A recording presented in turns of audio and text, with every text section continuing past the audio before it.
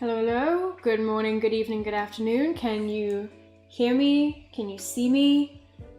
My stream is saying that things are buffering, but my internet is fine, so I don't know what's happening. Hopefully everything looks okay. How is everybody doing? Let me know in the comments. How has your day been so far, and what are you up to? I am really hoping. Also, yes, okay, so had massive audio issues as usual yesterday. Can you hear music this time around? And if you can, is the volume okay compared to my voice? Oh boy. Yeah, let's see. I'm gonna wait for the stream to catch up so that I can see the comments. I can hear you loud and clear. Amazing. That's really good to know. I'm very happy. We will be getting started pretty soon. So if you haven't tuned into yesterday's live stream, I will give you a quick summary. So I, from scratch, sketched a bunch of facial expressions for one of the characters in my upcoming film, FiREWORKS. And this character is the father. He's got this funny hexagonal sort of shaped head, and I did a little bit of, what's it called?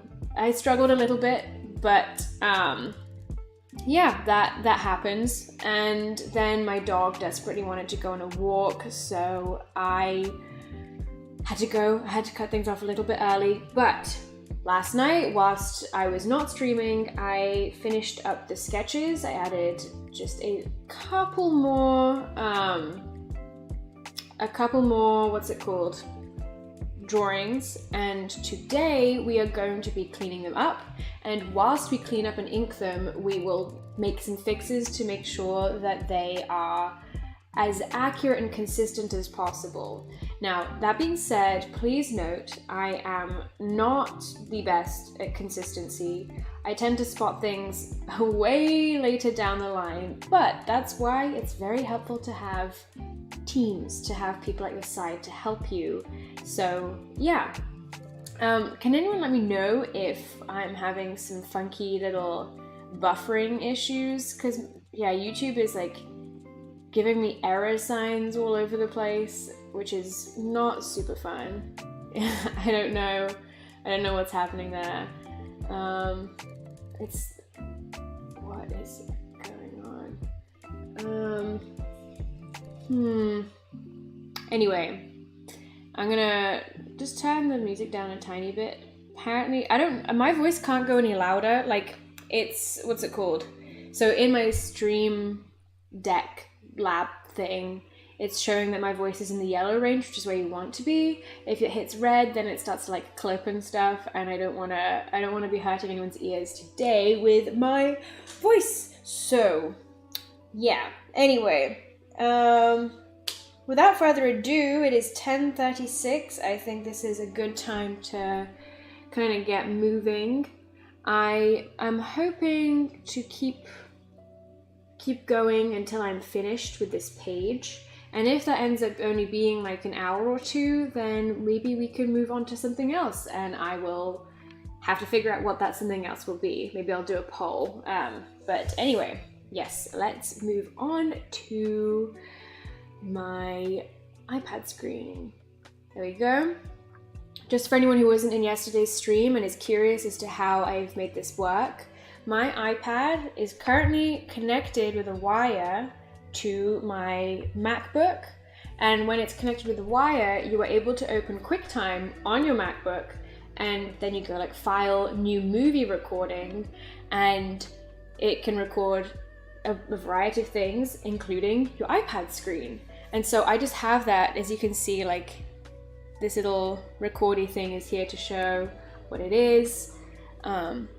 Oh, we've got some leaf blowers outside. That's great. We're gonna have all kinds of spectacular audio today. What? I thought they'd come on Tuesdays. Anyway, yeah, so that's that. This thing on the side is literally just like an image on my desktop. So nothing too fancy, and apologies in advance for if this leaf blower gets any louder. I really was hoping that I wouldn't have trouble today, but I guess that's asking for too much. Anyway. Okay. So it's an audible version of a 360p YouTube video. Man, why?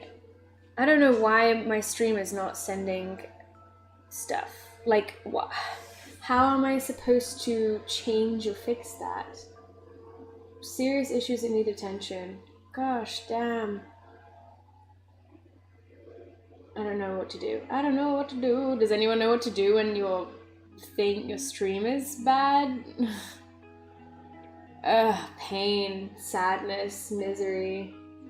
This is so annoying. I'm just gonna like quit a few things here and there.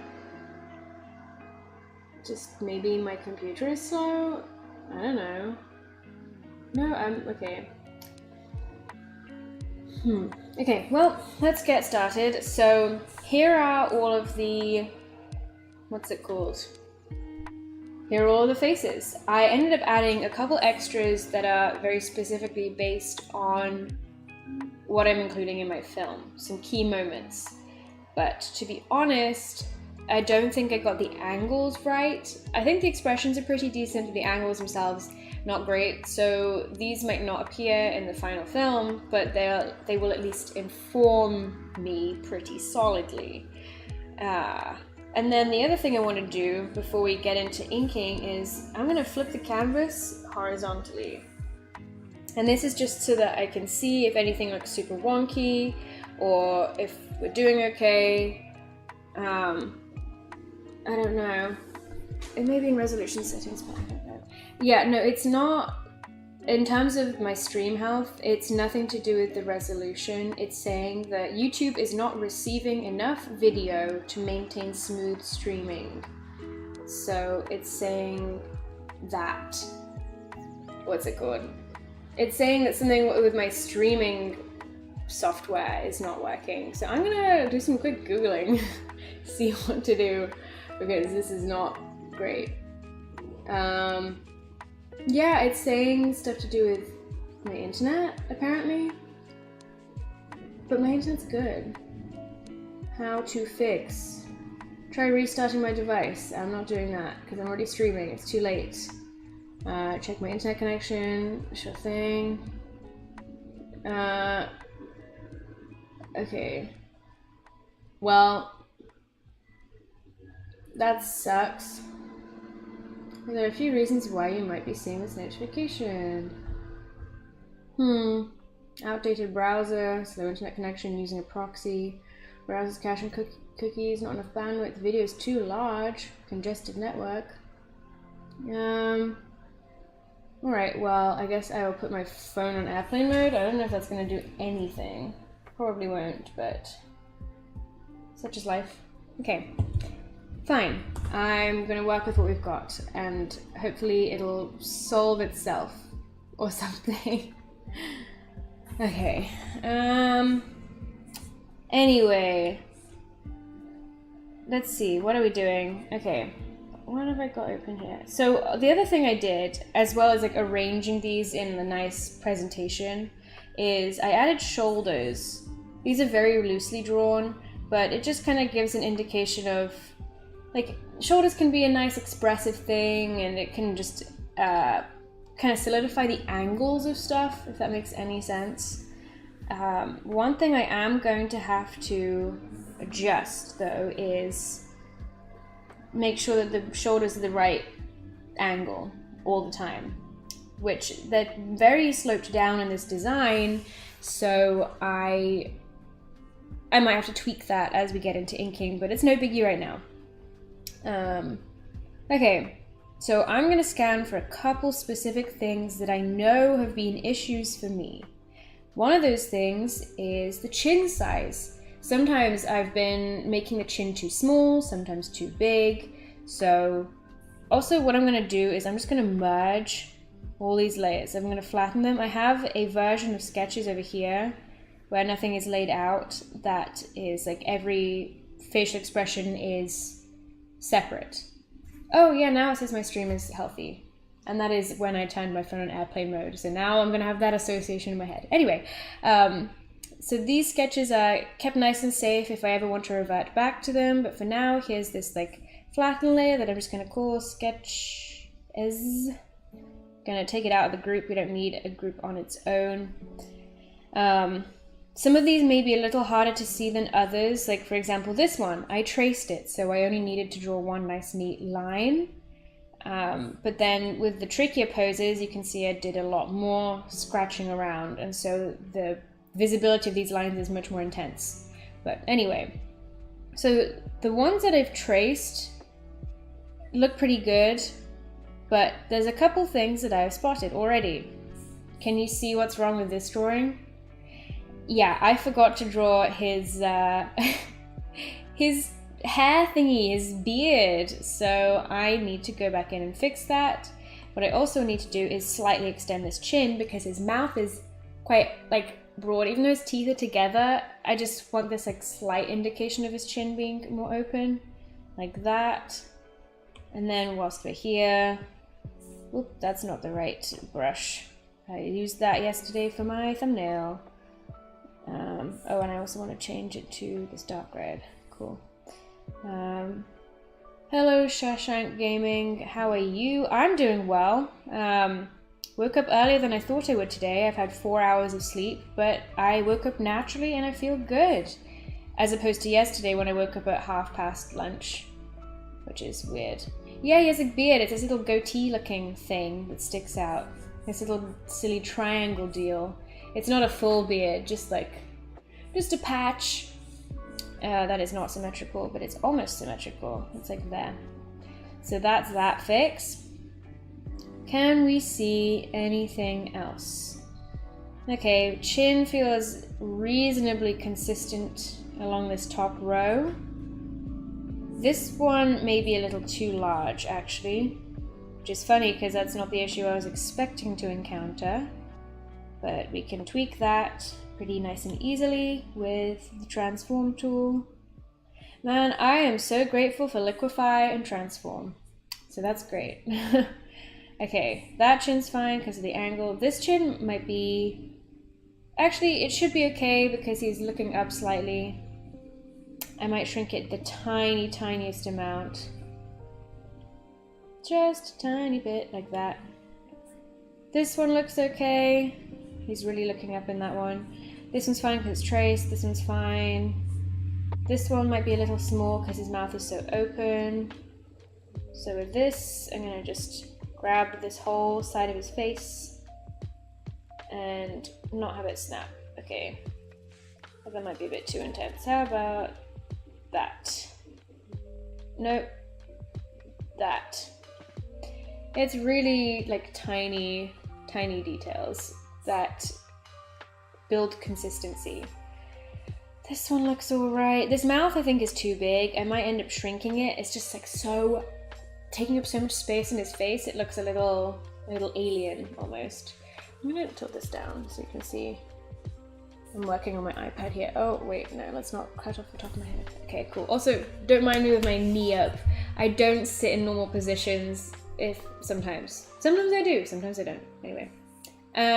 Arturo asks, will you do the line art today? Yes, that is what I'm gonna do very soon actually. This is only like a little warm-up, just testing things out, looking at stuff.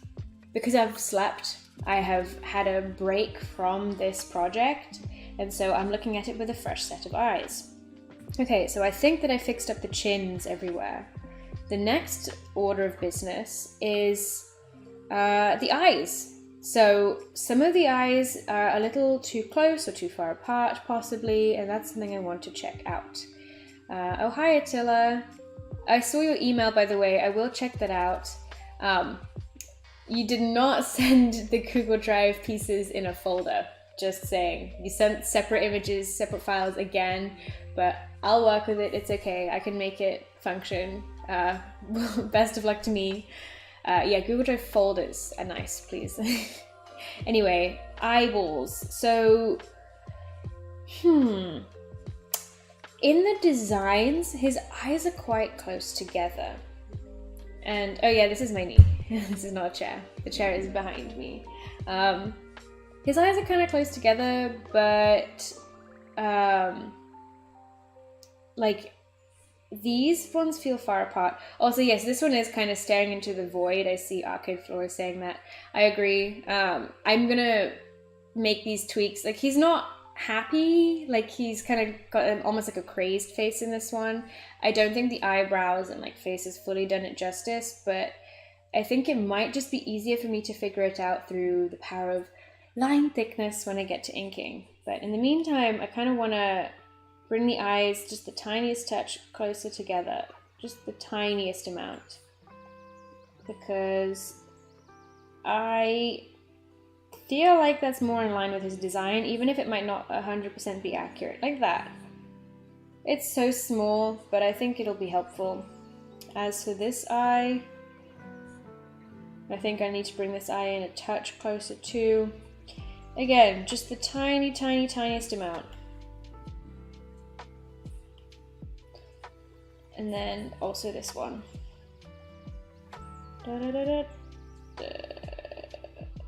Also the eyebrows aren't quite matched up, but that's okay. We can fix that in the line art again. It genuinely looked like a jacket hanging on a chair for a second. Damn, perspective really does mess with my mind. Yeah. Illusions, man, they're everywhere. Okay, let's see. These eyes look fine. These eyes look a tiny bit far apart. Possibly.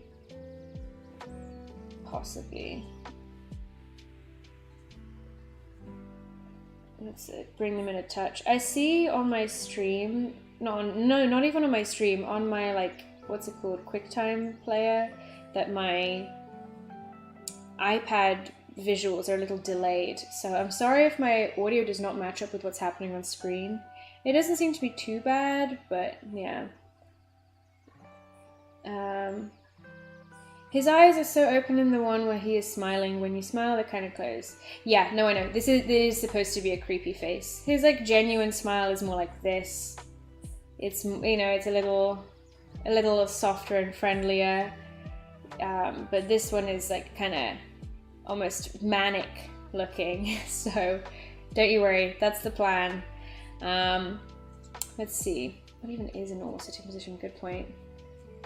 You really inspire me a lot. My week was going so bad until you started live streaming and it reminded me why I enjoy life. All my goals are not to give up. It sounds like a lot, but you made my life better. Oh, thank you, Martina. That really means a lot. Yeah, man.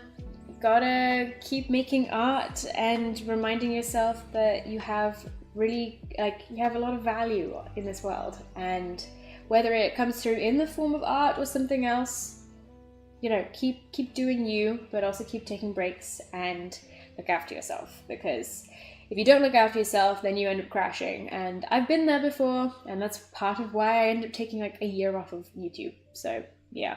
Anyway, I think the rest of the eyes look pretty much fine. Now, something I want to look at is the width of the face.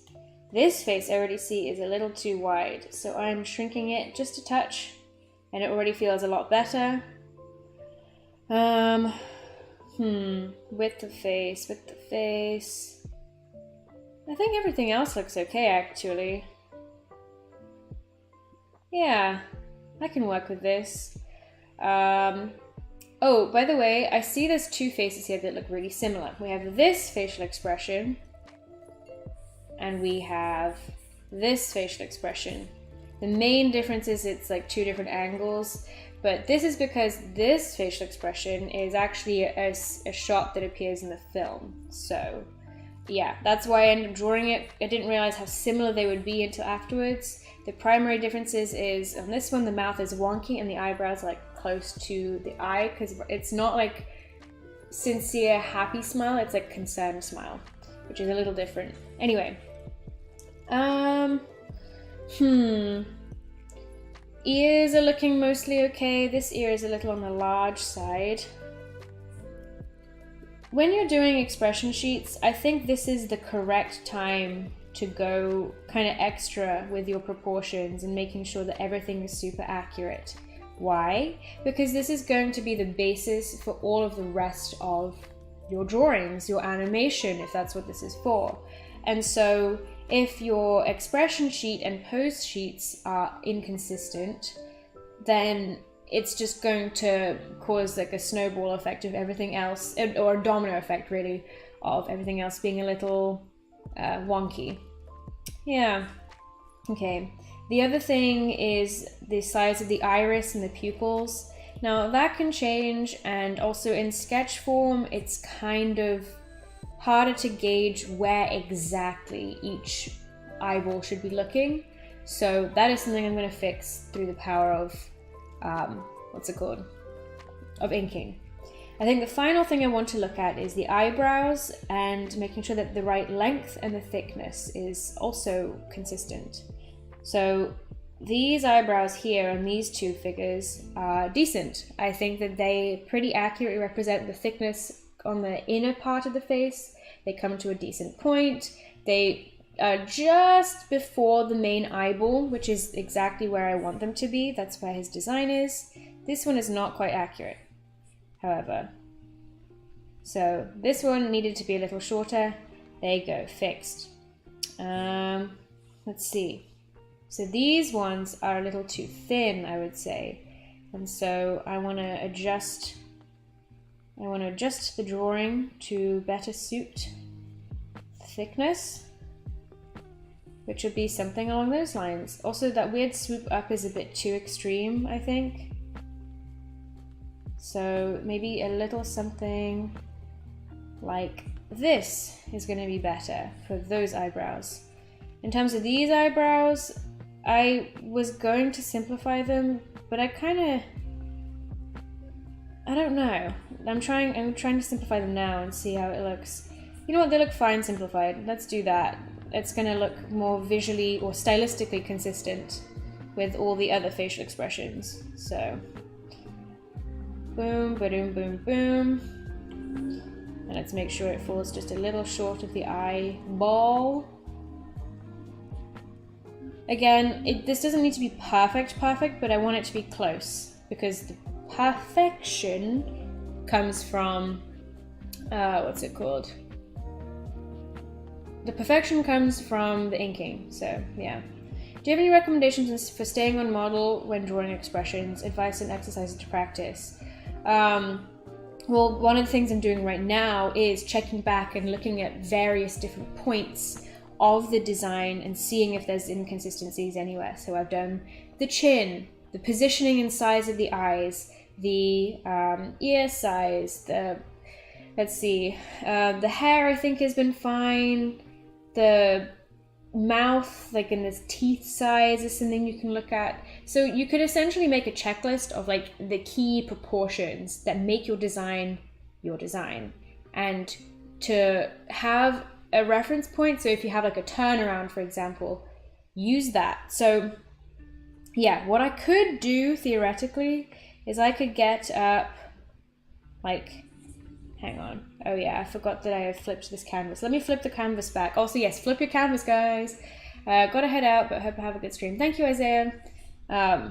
So these heads are more or less the same size as the rest of the drawings. And so these are from my turnaround, meaning they are absolutely accurate. Well, as absolutely accurate as I can be with my current skills.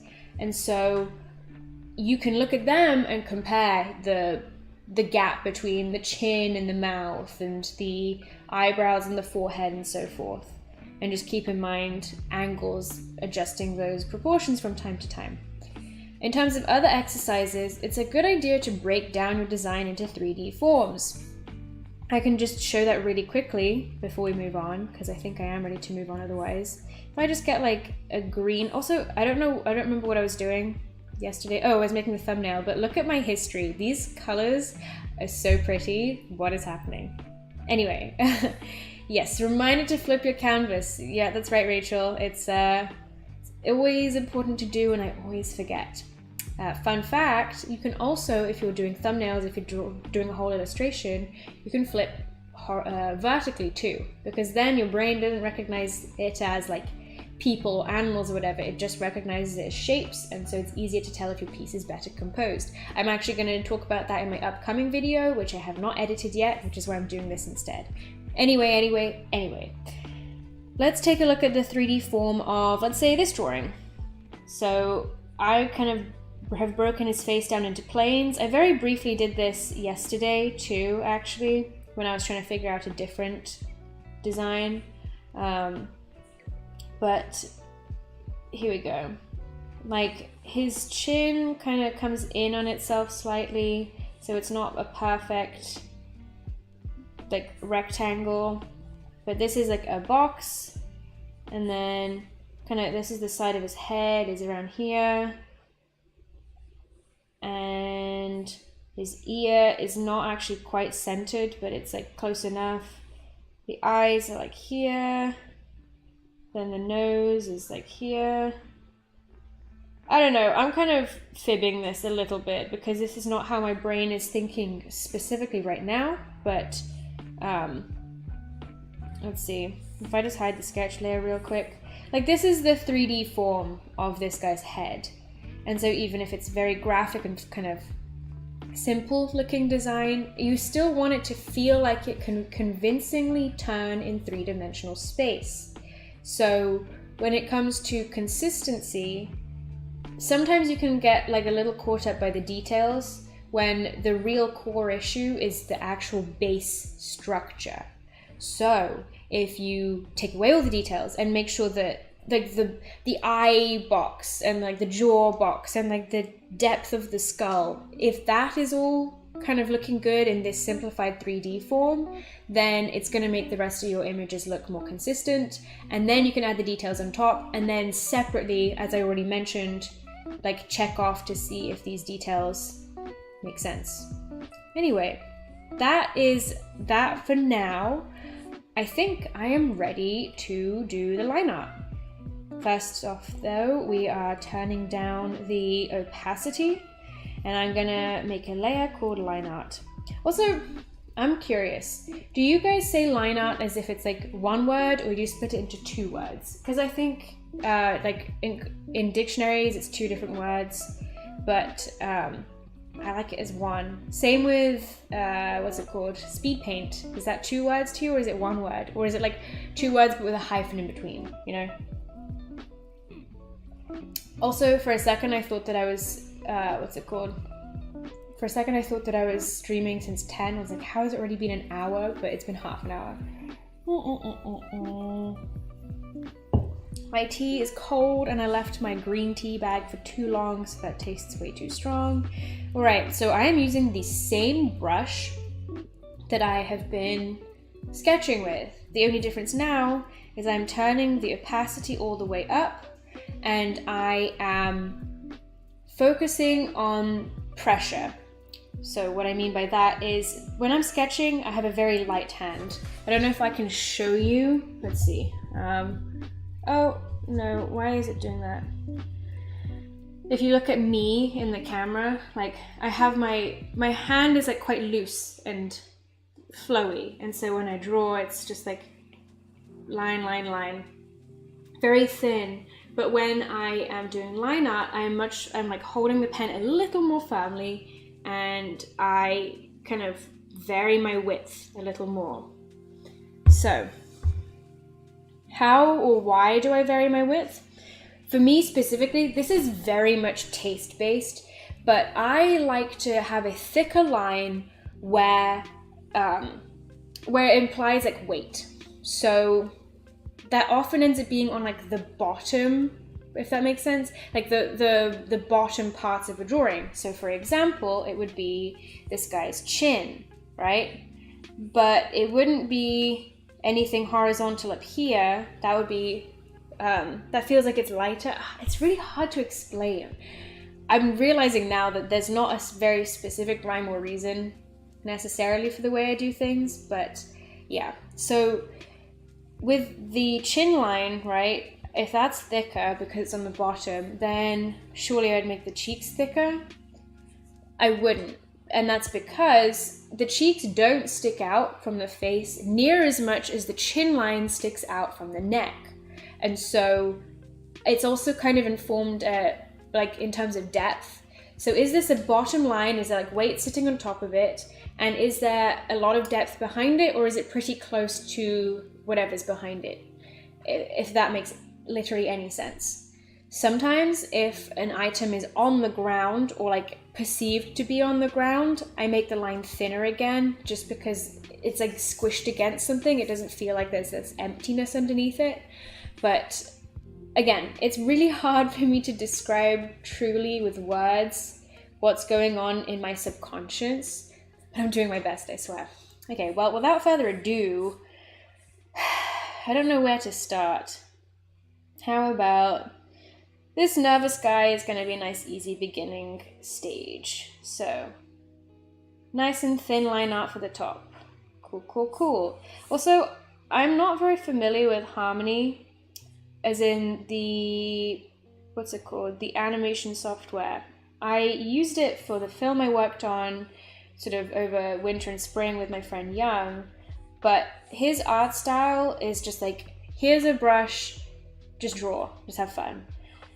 But with me, stylistically, I've just spent this whole time discussing, I really care about line thickness. And so I'm going to have to figure out how I can have like a fine control over line thickness without it jittering about and without it wasting a bunch of my time.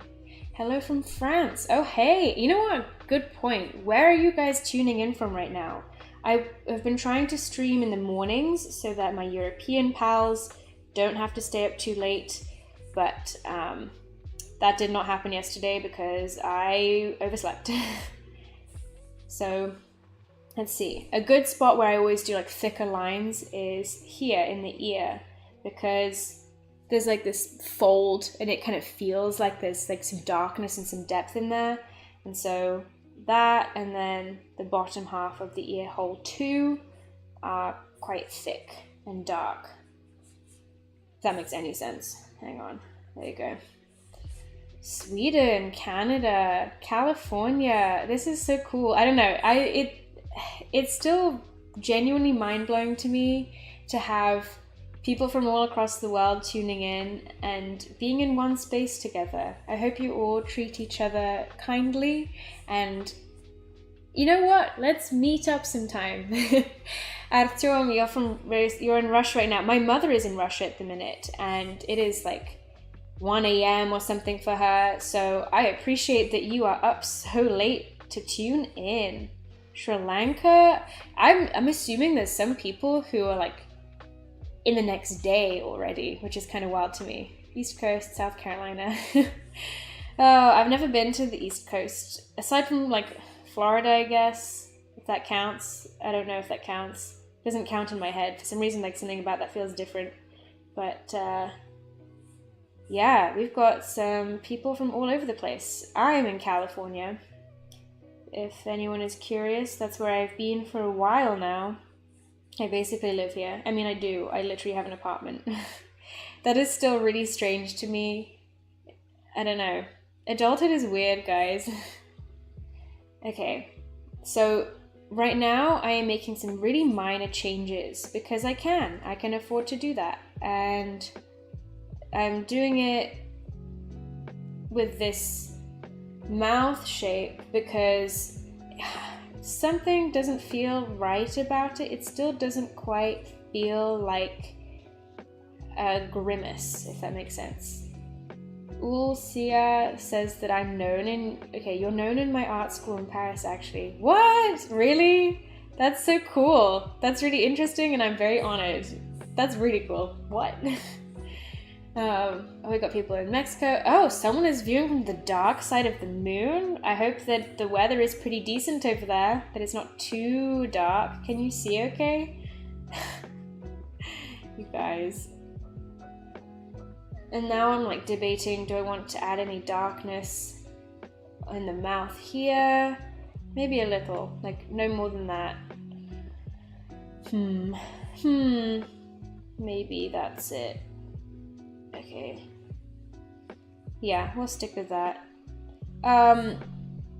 So when I'm lining like this, I tend to be pretty zoomed in so I can have fine control. but I'm zoomed out just enough that I can still see what I'm lining. I'm not all the way in here where I'm not actually sure what I'm looking at. It's like, okay, I see the eyebrow, I see the eye, and so forth. And this is dependent on everyone, although I do have one general piece of advice, and this is advice I need to listen to, and that is to zoom out more. Why? Because then you get a broader picture of what you are doing. And also, a lot of beginner artists make this mistake, right?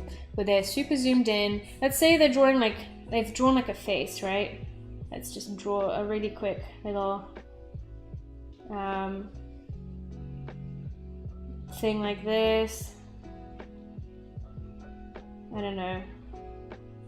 Cool. And then like they start zooming in to do details, and they're like, okay, I'm gonna draw every single little tiny eyelash, every single little tiny detail over here, and then I'm gonna like do all these little cute dots here and here and here and here and here and here, and then all these cute little dots here and here and here and here and here and here.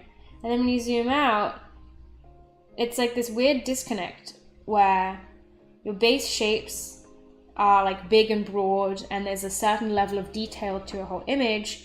But then suddenly you have things like these freckles and eyelashes that are way more detailed than everywhere else, but not in a like appealing way. I don't think I did a very good demonstration. This actually looks kind of okay to me, but I hope you get the vague idea of what I'm saying. Anyway, let's get rid of this.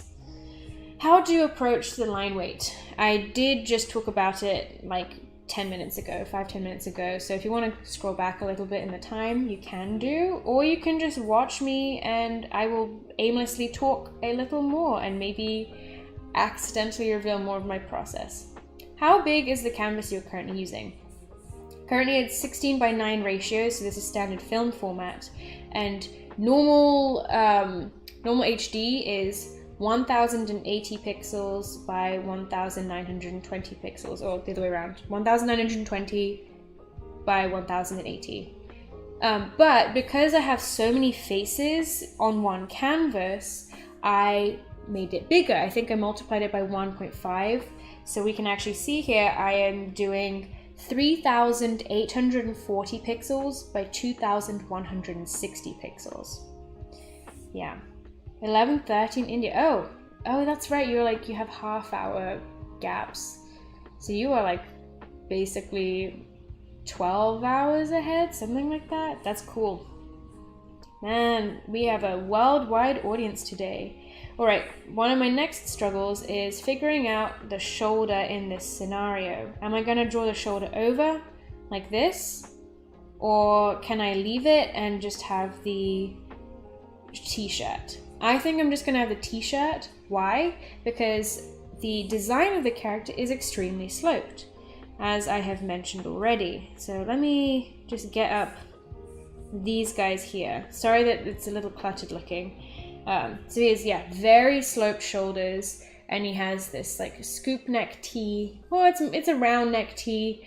It's not too far. So yeah, I think what I've drawn here is pretty accurate to what I'm going for. I'm gonna hide this again though and get back to this.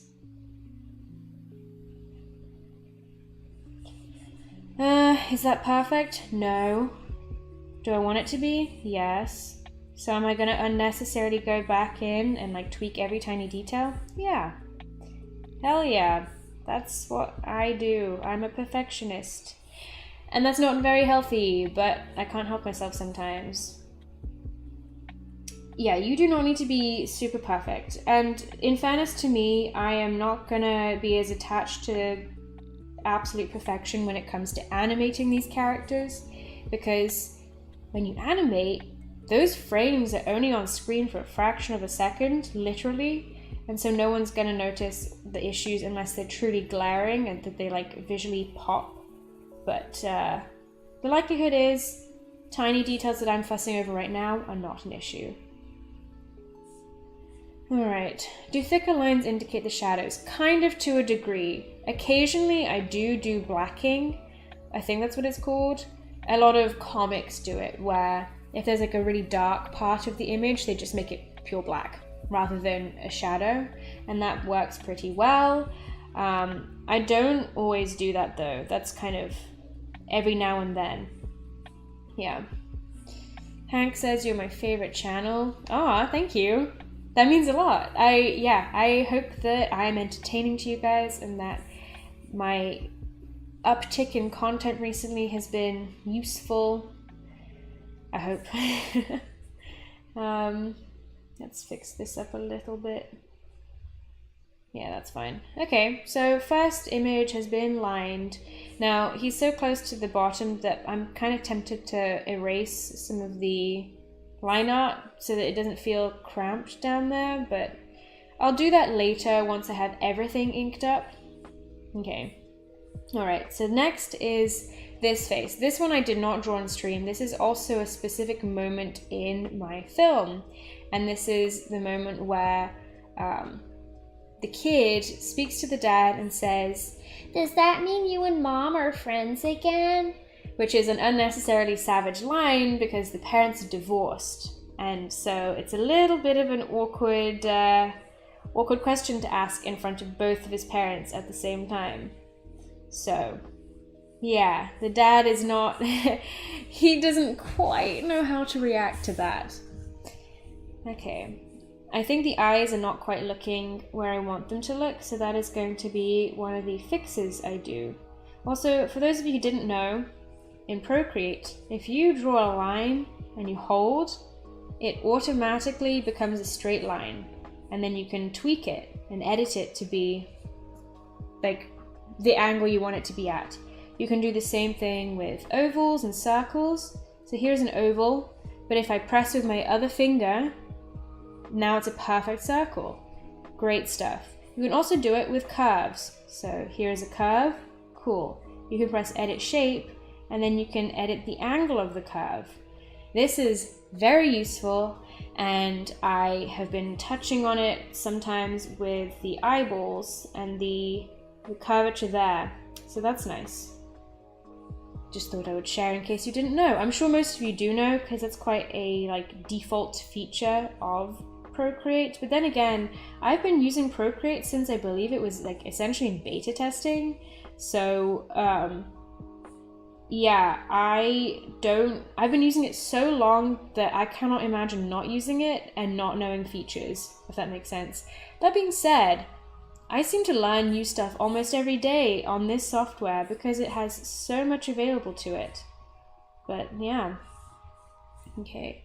Ever thought about doing a graphic novel? Not really. I'm not a huge fan of, I love comics, I appreciate them, but for me specifically, it's I like animation. I love seeing things come to life. And so a comic is a step back in terms of what I want to do. Because I also like music. I like a very immersive experience where there's multiple senses being addressed at once. And comics don't quite do that for me. Again, happy to read them. I don't do it much, but I have nothing against them. But animation is what I prefer. Personally, I want to do a lot of stuff with my work. I do want to do something with horror, though. I'm not sure what exactly I want to do with my work yet. I feel you on that. I love horror, but a very specific type. Not the, pee your pants scared type horror, but the deeply unsettling kind of existential horror, basically. That kind of deal. That is one of my biggest interests in life. For those who don't know, which I don't know why you would know, maybe I've talked about this before, I have a huge fear of death, of my death, or of people around me dying. And I think a lot of it is because I'm attached to the idea of meaning and legacy. And I'm worried that I'm gonna leave this planet before I've made enough of a mark on it to satisfy me. Which is very self-absorbed, I'm fully aware. But it's just something, it's a hand I've been dealt in life.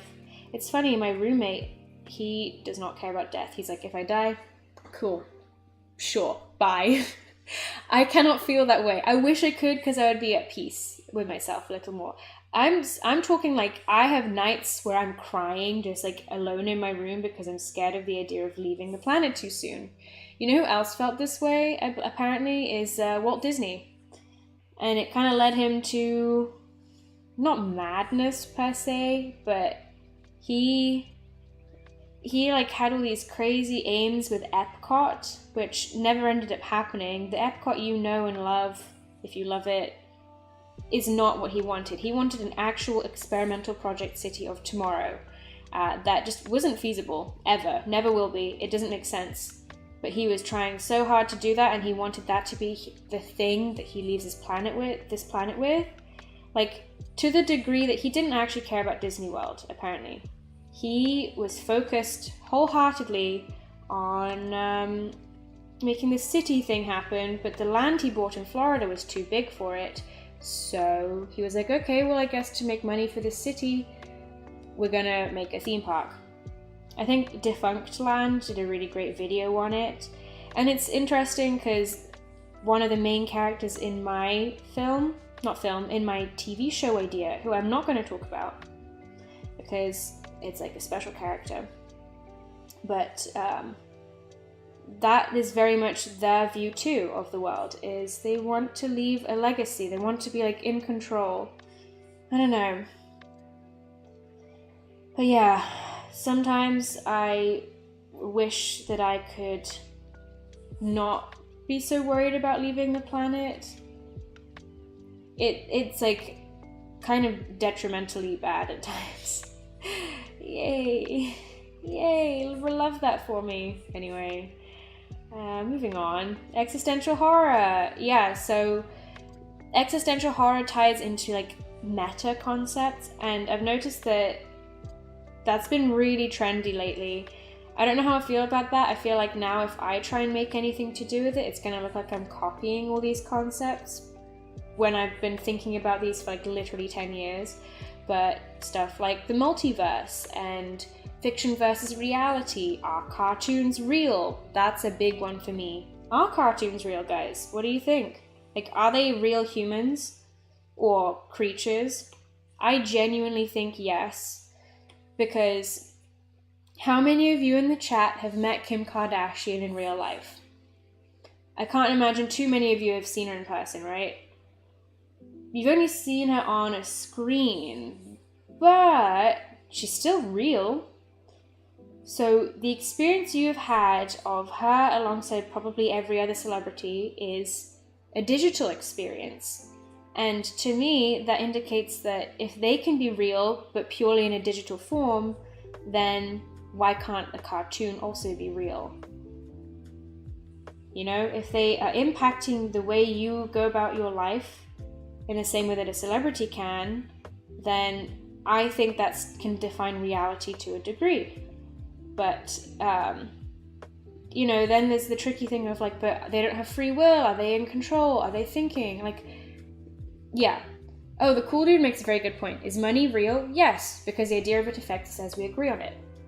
Yeah, so it's like, I fully, firmly believe that cartoons are real. Are they capable of independent thought? Kind of, actually, I think. Because it depends on like how they're presented and so forth. Yeah, okay, hang on. So right now I'm a little tangled up because something about this area here feels off. I don't know. I don't know why exactly it feels off, but I think maybe what I need to do is actually need to adjust this curve here, because it's like the angle is changing, and so it looks like the collar is adjusting, I think. I don't know, I don't really care that much. This is not a part of the image that matters too much because it's not his face. Whoops. Or his head. But I do want this to be smooth. Oh, that's smooth enough, whatever. Okay. Man, I'm really not enjoying drawing his eyes. They just don't ever look right. With all the other expression sheets I've done so far for this film, I have had the exact same issue where I end up spending a good chunk of time focusing on, well, making these eyes not look terrible or creepy. Speaking of like film and stuff like that, what are your guys' favorite genre of story? Or if it doesn't apply in the same way, what kind of genre of story do you want to work in? If that makes any sense. I'm very curious.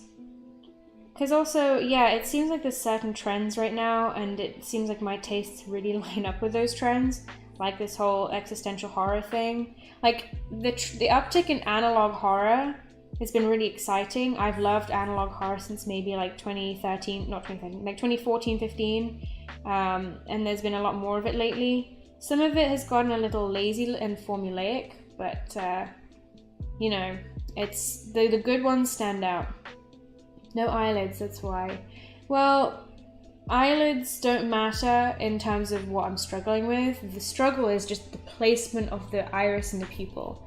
I'm just not doing very well with that. Also, I do sometimes add eyelids, like whatever, but it's just a little bit too much detail for the style that I'm working in. If you have difficulty with eyes, maybe it would be a good idea to have short, deliberate practice sessions drawing eyes, realistic eyes, cartoon eyes, etc. My struggle isn't like style necessarily, it's literally the placement of the eyeball. But anyway, I love awkward films. Yeah, odd. I don't think I've ever seen that in words. That is such a good point. I love those types of stories too. I think most of you already know that I am a huge fan of mystery as well. Like since I was tiny, I've been like obsessed with murder mystery. So a lot of people think that the reason I like mystery is Gravity Falls, and it's like, nope, I like Gravity Falls because I already liked mystery. But yeah, that is a fun genre to work within. That could be murder mystery, could be broader than that. Either way, great fun.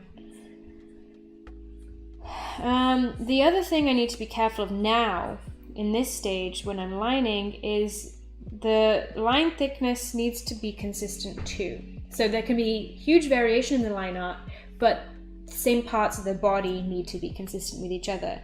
So for example, the thickness of the beard needs to be the same thickness in all of the drawings. So I'm just thickening it up a little. Okay. This one's a pretty nice one. I feel very confident in this drawing, which is nice, because I don't know how I feel about all of my drawings. The mouth is like not crazy extreme. I could make it more extreme, I guess, but I kind of don't feel like it. Because the character designs, yeah, they're pushed, but I like more naturalistic performances. So, or at least it's not even necessary that I like it, but that's just what my natural instincts are when it comes to animation. And so if I lend myself to that inclination with the expressions, then it's going to make my job easier further down the line. So in terms of the lines being really thin right now, it's because they are basically part of the head. There's no variation in like depth here. Instead, it's just like, more than anything, it's like a color separation indicator, like here on the hairline. Whereas, as I've already mentioned with the ear, this does have depth, and so therefore there's a variety of thickness in this section. Yeah, I don't know when my style of ear changed. Now I draw like this number 5 shape. Up until, I guess, a year ago-ish, I would draw a spiral like that. But I guess it just doesn't feel correct to this style anymore. I don't know. I don't fully know why I changed it, but I did. So, lol, I guess. I'm gonna try something real quick. See if this wider mouth is gonna do anything. No, I don't think that actually impacts the expression being stronger. Also, sometimes I hold my breath when I'm drawing really specific longer lines, so I just held my breath. That was really silly. Whoops. Okay, I decided yesterday that I did want his bottom teeth showing, so I'm doing that. And then here is our first blackout. Okay, that's not what I meant. Let's tone that down. There we go. Here. So the inside of the mouth is just black. Just because it's going to be faster for me to color that way. When you work in Toon Boom Harmony, the lines are vector lines. And what that means is rather than it being a bunch of pixels like what you're seeing in Procreate, it's actually a bunch of mathematical curves. And that means that you can infinitely scale those lines, meaning they could be, like, you can keep zooming in forever and they're perfectly crisp. It also means you can change them at any point. And it also means that you can like automatically connect those lines to each other, meaning that you can fill those lines with ease. And that is very, very helpful. So, what I was going to say, yeah, using the fill tool on line art in Harmony is incredibly easy. Anyway, hi Anya, I hope you're doing okay. Ever since I started to watch your videos, I got very inspired and started to go for more for my dream and got accepted into an animation school. That's really cool to hear, Sealdo. Thank you so much for being inspired, I suppose, and congratulations on getting into art school. It's a big, exciting time. You'll learn a lot if you make the most of it. So, yeah. Okay. There's the chin. Okay, so with these shoulders, I'm imagining, what's it called? The father is like got his shoulders like hunched and he's looking like in shock. So because they're a little further up and brought forward, they're going to look very different to the much slopier sketches that I have in the other drawings so far, like this. So that means they can be brought forward, because I was asking that question last time, or not last time, recently with other, what's it called, other versions. But I don't like how this connects here. Maybe I'll just abruptly stop it right where the neckline is. Yeah, let's try that. Okay. There's another hair delineation line, whereas this one is actually interacting with depth and space, so this one is thicker. Because this is going underneath, it gets thicker on the bottom. And because this one is on top, it stays thin throughout. Yeah, me trying to vocalize my reasoning is really tricky. But hopefully it's still of use to you all. See, these lines here, by the way, these red ones that I've been ignoring, they are where the base of the neck is. But that is not a line I'm actually going to be drawing in animation. I'm actually drawing, what's it called? Where the neckline of the top is. So like, for example, with my bralette thing, it's like that's the line I'd be drawing. Rigel Max is asking, is she doing a movie via Procreate? Could someone answer me the question, please? No, I'm not making my movie in Procreate. I'm making it in a variety of software. So that is going to be like Toon Boom Storyboard Pro, which is where I'm doing the storyboards, Harmony for the animation, After Effects for the compositing, Maya, which is 3D software for the backgrounds, and Premiere Pro to edit it all together. I am simply using Procreate to do the character designs and the reference work. And one of the things I'm going to have to do when I get to movie time, like actually animating it, is either finding or creating a brush that is as close to ink bleed as I can find. Because I love this brush a lot and I really want there to be an equivalent somewhere on Harmony. Okay, so we have 3 expressions done so far. I'm taking longer than I thought I would, but such is life. Okay, now we've got this big dramatic facial expression. Also, just a general FYI, I'm slower at drawing when I'm talking. I'm sure that's the same for most of you, but just as a general point, I'm normally a little faster than this. That being said, I think my overall artistic process is very slow. People say that I'm fast, but I really don't think so. Then again, often what slows me down is I get extremely distracted. Like, I cannot control when I am able to be productive or not. I like just have to embrace whenever that happens. Fortunately, for the last like month or so, I've been on a very productive streak, and it seems that that is usually what happens in summertime. And then as soon as school kicks in and when I have to be productive, boy, do I struggle. It's not the school's fault. It's just like, I guess so much is going on that my fatigue gets pretty bad, and I feel demotivated because I have so many different things to do. You forgot the liner on top of his left eyebrow. I actually did not. I decided to thicken it, so as you can see, this thickness here and this thickness here are now the same. Whereas beforehand, this eyebrow was a little wonky and thinner. So it just kind of blends in with the top of the head at this point. I could have made it ever so slightly thin here, but then it would just be this weird tiny fleck of detail that might pop in animation. Might essentially tangent. Okay. But thank you very much for spotting it for me, though. I appreciate it. Let's see, is this the lineup that I want to do? I drew two nose lines, one there and one there, and I don't know which one works best, because if we look from the side, his nose actually is very gentle. It's a big nose sideways, but from the side, so sticking up forwards, it's very soft. And so this line kind of makes it look bigger and more dramatic than it is, but I drew it thicker for some reason, and now I'm trying to figure out if I did that for a reason or not. Well,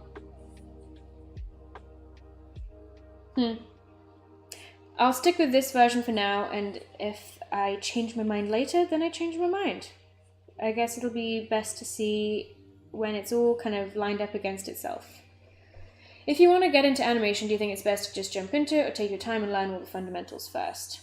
That's a very good question. It's very broad. I think that you can do both. I think that you need to learn certain fundamentals for sure, but I don't know what you mean by to just jump in. Do you mean to jump into animating, or do you mean to jump into like putting your portfolio out there? Because those are two very different things. If it's your portfolio, I wouldn't necessarily start, sending out your portfolio to recruiters until you feel ready. But I highly suggest preparing a portfolio website as soon as you can, because then that means when you're actually ready to start sharing it, you can easily upload your artwork and send it out within a couple hours. Because it's kind of like a full day, at least, I would say, if you want to prepare a really nice website. Which I noticed someone in the comments earlier said they liked my website. Thank you very much. I appreciate it. So yeah, if that's what you mean in terms of diving in, absolutely. If you mean just making an animation, no one's stopping you, okay? No one is going to tell you, oh, you can't make an animation because you don't know the fundamentals. But if you have a story that you really care about, then you might as well do it justice. Like, what's it called? You might as well take the time to learn some fundamentals so that your story idea can be executed as well as possible. Then again, that's a lot of time. There are a lot of fundamentals to learn and not enough hours in the day to learn it all within like a short time. Like, I mean, I'm going to animation school for 4 years. Around 2 of those years are just learning, like, not even fundamentals. We should already know the fundamentals, but like learning core concepts after, like the stage after fundamentals. So what I think the main thing is to keep fundamentals in mind. You can work on them in like smaller pieces, but with each project you do, I definitely think you can dive in, but keep a specific fundamental in mind. So for example, like, okay, this project, I want to focus on getting really good at storyboarding. And then maybe for your next personal project, you want to really focus on fluid animation. And then maybe the project after that, you want to nail color. In fact, that's kind of what we do at Cal Arts. At Cal Arts, every year you're meant to make a film. And with every year, there's like a slightly different limitation. So in your first year, your film has to be in black and white. And there's no sync sound allowed. Sync sound, by the way, is stuff like, what's it called? Dialogue, lip sync. You can have like sound effects and stuff, I think, but in general, it's just whenever there's a sound and having to match animation to that audio. They specifically want you to not have anything like that and not have any color so that you can focus on other aspects of animation storytelling first. Then in your second year, you are allowed to add color, you are allowed to add sync sound, and your runtime is longer. So, what is it? What was I talking about? Oh, so in your first year, the time limit is 1 minute and 30 seconds, not a frame more, not a frame less. Well, actually, you can make it less. What am I talking about? And it just means that way you'll have more time to focus on each frame. But then by the time you get to fourth year, your time limit is 7 minutes. Now, you can break these rules, but they are there for a reason. They are there to help you. I am choosing to break the rules with this film, and I know I'm going to struggle because my film is going to be like 7 to 8 minutes long, and that is a lot of frames that I'll need to be animating. So, yeah. That's a very long-winded answer to a question that I've forgotten what the question even was, but hopefully it helps. I see Litsy Bitsy Spider has given some decent advice too. I very much agree.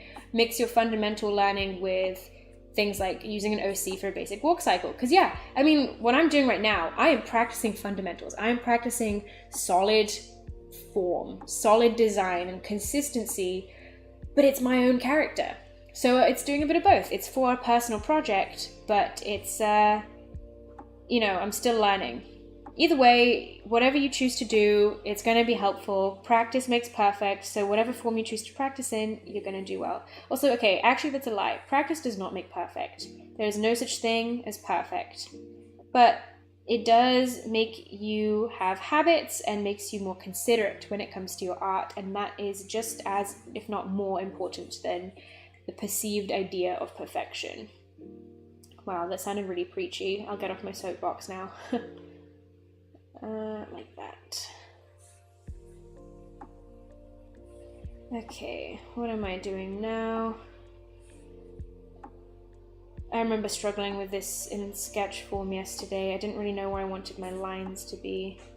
And I still don't know where I want my lines to be, but in all honesty, the fact that I don't know suggests it's probably going to be fine wherever it is. Wasn't Weird Looking Dogs 10 or 11 minutes? I think that's the longest Cal Arts film I've ever seen. Yes, it was the second longest film of that year. There was a 16-minute film as well, but that one was made over the course of 2 years and was a CG animation. We made Weird Looking Dogs in 3 months, and that was down to Young being like freakishly fast at both storyboarding and animating. I was not, he like animated almost everything. I think I animated like 4 shots out of, I believe, 118, something along those lines. I was like the pretty details person and doing all the compositing and coloring and just kind of like odd jobs. I am not a fast animator. So yeah, 7 to 8 minutes for me is gonna be unbelievably difficult. I have had, Young and I work pretty well together, very well together, I'd say actually, and he is very willing to help me out in exchange for me helping him out on this project. Only thing is, well, actually no, he is a very, very capable animator. I think he's a lot better than I am actually. It's just going to be very stylistically different to what he is used to. But I think, again, he's perfectly capable, so it's fine. I'm undoing these tears. I'm actually going to do the tears in a different layer because I'm going to make them a different color eventually. And so I want to make that as easy for me as possible. So I'm not changing anything about the tears other than the layer I'm drawing them on. Da, da, da, da, da, da. Something else with line thickness that's kind of useful is you can, if there's lines that kind of go in the same direction, this is not working.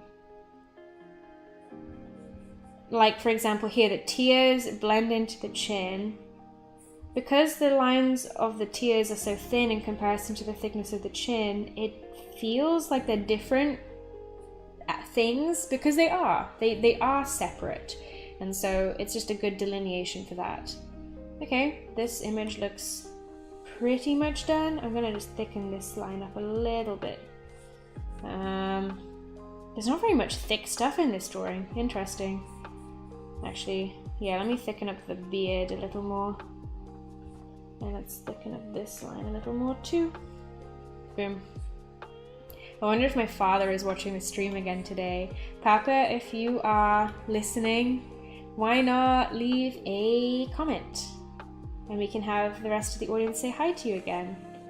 For those of you who don't know, yesterday my dad joined the stream. I didn't realize how long he was watching for, but he apparently liked it and he learned something. So if my dad can learn something and he knows nothing about art, then hopefully you guys are learning something too. I hope. I don't know. Because to me, from my perspective, I am just sitting in the kitchen, talking into nothingness, talking into the void. I can't hear the music that is playing or any of that. It's just silent. So it feels almost fake, like as if I'm not actually being broadcast anywhere. Yeah. I appreciate all of you stopping by, I really do. We've got 130 viewers right now? Bro, that's a lot. That's really cool. What? I had no idea. Thank you for stopping by, all of you, sincerely. You're making my cheeks hurt from smiling. I can't tell if this is like a thing people enjoy or if they'd rather me go back to my regularly scheduled content, which takes longer to come out. Oh my gosh, there he is! E. Dean Butler says, "Hi Meppity and Meppity followers. I am listening to my dear daughter." Great stuff. Thank you, Papushka. That's really good. I'm glad to see you're all learning, by the way. It seems like everybody's using the Inkbleed brush in Procreate. It just looks so good. I'm gonna use it all the time. Yeah, whoever invented Inkbleed knows what's up. They really do. Everybody say hi, Papa. I call my dad Papa. So, P-A-P-A, that is. So if you want to say hi to Father Meppity, say hi, Papa. Thank you for stopping by, E. Dean Butler. Oh, that's making my cheeks hurt again from smiling. It's always nice to have familial support, isn't it, guys? I don't think my mom would be stopping by because Mama is in a time zone where she definitely should be sleeping. But you know what? She's always up at strange hours, so who knows? Either way, I highly doubt she would leave a comment. She's a lot more chill. I also don't know if she knows how to leave a comment. Yeah, Papa is how you say, like, well, dad in Russian too, and seeing as I'm half Russian, I've just always grown up saying Papa. Although I will say it was a shame. There was one point in my life where I was embarrassed to say Mama and Papa because everyone else I knew at my school would say Mum and Dad. And you know when you're a kid and you just desperately want to fit in and you think that being like different is weird because you've been like, I was never bullied, but you're kind of, this expectation is built around fitting in. And so for a couple years of my life, or like a year or so of my life, I would say Mum and Dad in front of friends. And it's like, I don't know. That's a shame, because that's not what my parents are. They're Mama and Papa. So, yeah. And a reminder to any of you, if you are like, you know, in your early teens listening to this, It is good to be different. And I don't necessarily mean the lol, look at me, I'm so quirky different. Because that's a little bit strange. But hey, that's a phase you all go through. I sure as hell went through that. And that is actually where my username came from. I've told that story before, but if you want to hear it again, let me know. But yeah, it is good to stand out and be different, because those are the people that get attention and are interesting in life. Then again, fitting in and blending in with the crowd is just as good too. Whatever makes you happy. Hi, puppy! The dog has stopped by to say hi. Oh, is it a stretch? Let's see if I can move the camera. Oh, whoops. Every time I move my computer, my iPad doesn't want to join in. Hang on. Can we see you at all? Yeah, puppy. Okay. Can you, hang on, my iPad's in the way. Puppy. This is Rayado. Hello. Do you want to say hi to the streamers? No, I'm the streamer. Do you want to say hi to the viewers? Hi. Hi, handsome boy. What do you want? It's not food time. It's not play time. It's not walking time. Did you just want to say hello? Thank you, puppy. Thank you, thank you, thank you. What you barking at? Someone at the door? Or you're just barking at the air? Anyway, back to work. Pups Coroni, you can do your thing. Let's go back to my stream.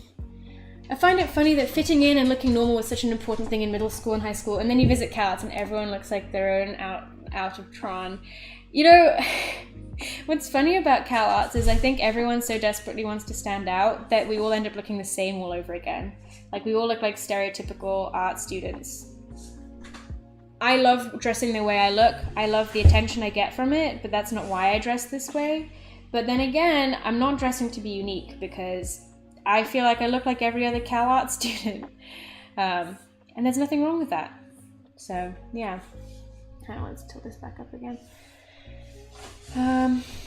Right. Well, I'm still stuck calling them mommy and daddy even though I'm 18 and I've given up trying to cover it up. Yeah, stick with it. There's nothing wrong with it. Even if the internet has brought weird connotations to those terms, own it. Because that's not what it means to you. It's what it means to you that is important. Okay. Also, a new addition I have had with some of these drawings is if his head is tilting up, he's got this neck wrinkle at the back, because that's a natural thing that forms, especially when you have a decent amount of fat around your neck. So yeah, that's something I've added into a couple drawings. Like that one, and then this one too. Oh, just those two, yeah. Okay, well, we've done the bottom row. They look pretty decent. I'm really excited to clean these up and color them. I'm gonna move some of these so that they don't feel so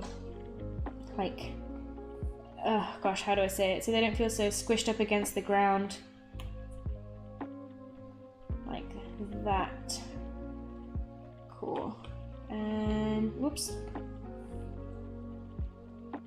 This is really unimportant to an expression sheet. This is just Anya desperately wanting to present her work a certain type of way. And she also is not sure why she is referring to herself in third person right now. Okay. Next row. So this is a drawing that is very important to the film. But so if you've read the script to the film, you should have an idea of maybe why this is. If you have not read the script, it is available on my website. It is the very first link on the homepage. Let me just, you know what? I can link the script now. Let's do that real quick. Alright, I'm just going to link my website and you can click on it. Oh, that's the wrong thing that I'm clicking on. Live streaming. Boop. So, yeah, if you want to check out the script, you're welcome to do so, but spoilers, you know, if you want to watch this film when it comes out in April-ish time, and you don't want to know what happens, then don't read the script, but if you do want to know what happens, it's there for you. I will say, I'm very aware that it's not a particularly unique story, but that's not the purpose of it. It's like you can have a story concept that's been done 1,000 times before, so long as you tell it in a unique way, or that you have like an authentic voice to it, which is that it's presented in an interesting manner.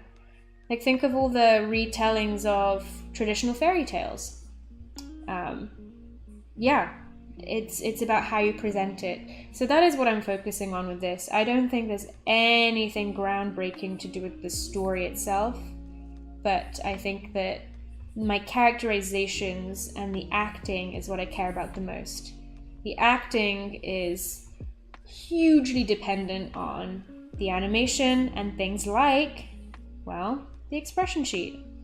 So I can't say I'm feeling 100% confident right now, but I'm hoping that I will get better as the year goes on, and that when I will start animating when I'm back in school, and so I'll have my teachers and my peers to keep me on the straight and narrow, hopefully. How long will the film be? I don't know yet, because I haven't finished the storyboards and therefore haven't made the animatic, but I'm, what's it called? I'm feeling like it's going to be 7 to 8 minutes. It depends on if I include like a montage that I like the idea of, and the general pacing of everything. Someone said, what is it? I read the plot twist. It's really good and so well written. I really liked it. Oh, thank you, Martina. Yeah, no spoilers for what the twist is, but yeah, it's definitely not a clean and straight story. It's actually 3 stories. That's a plot twist. I'm kidding. Although it is 3 stories, that is true. That's why I've got 3 sets of characters. And I did a stream on Thursday, so like a few days ago. And in that stream, I do talk about the vague plot, and I did some storyboarding. So if you wanted to see that side of filmmaking and haven't yet, you're welcome to head on over there after this stream. Or now. You don't have to stick by the stream at all. No obligations. Also, I do plan on doing a making of for this film as well, but that's gonna be like a year away. So yeah, I've got big plans for YouTube and I don't have time for any of them, but such is life. Hopefully I'll get it done at some point, because I really enjoy doing the making of videos. They're an absolute pain to edit, but there's something about like sharing my process that I really enjoy, which is why I'm enjoying making these streams. It's very validating in a weird way. I don't know how to explain it. The plot twist is that the dad's nose is not actually gentle. I told you not to spoiler the story. Oh my gosh, cool dude. Love that. Okay, that works.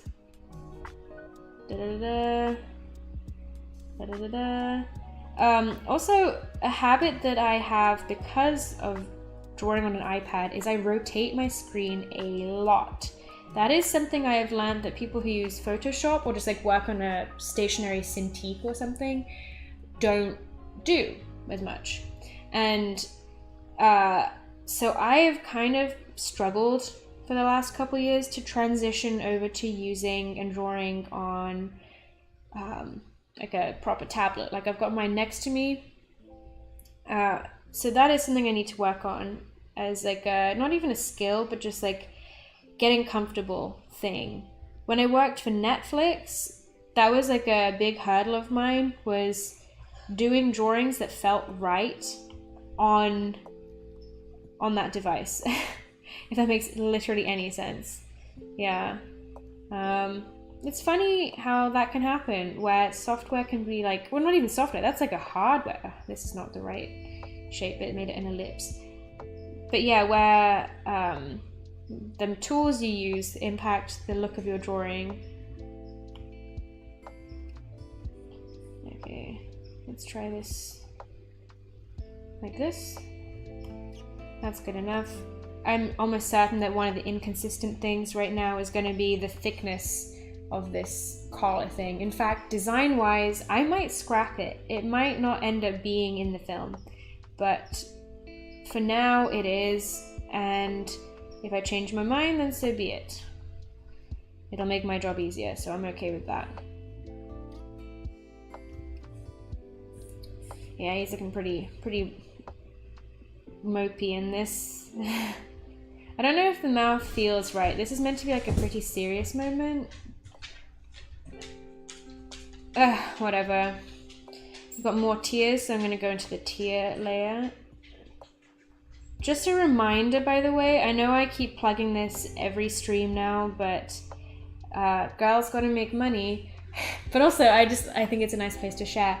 If you want to see all of the behind the scenes for this film so far, because there is more than what I have publicized, you can head over to my Patreon. On Patreon for $4 a month, you can see everything that I've got so far for this film and a lot more.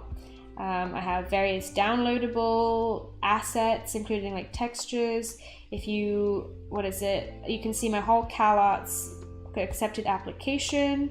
If you subscribe for $10 a month, can get like extra speed paints where I actually talk through the videos, PDF guides based on my scripts, and a whole bunch more, just like extra drawings and things.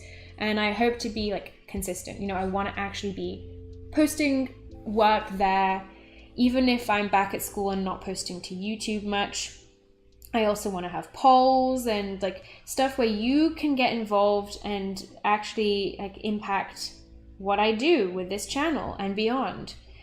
So if that is something that interests you and it is financially viable for you, you are more than welcome to check it out. I am gonna link that real quick just to make it easy. Again, no obligation whatsoever.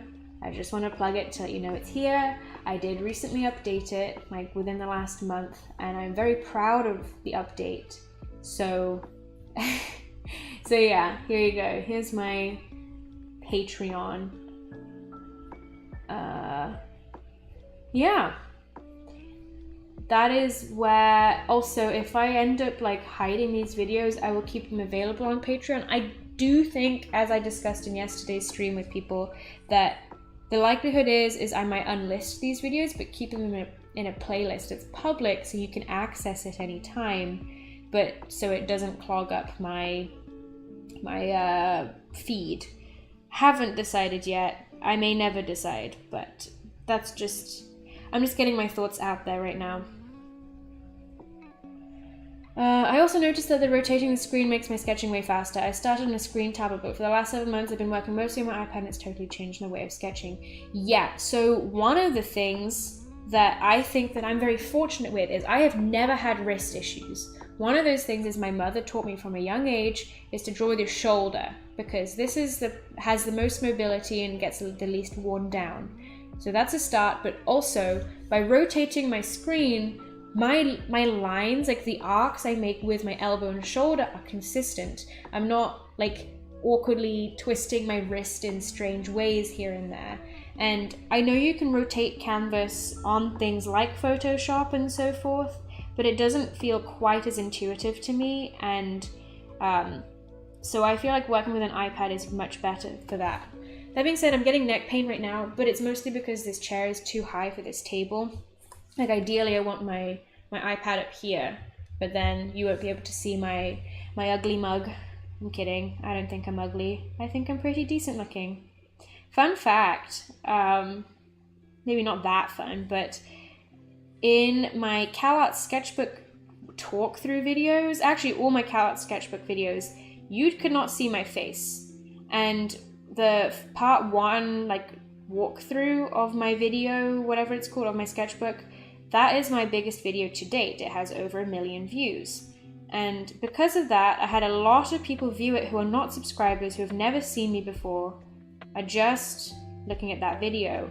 And I have like pretty puffy fingers. I don't know why, that's the way I am. None of the rest of my family has that as far as I'm aware. My fingers are kind of puffy, always have been.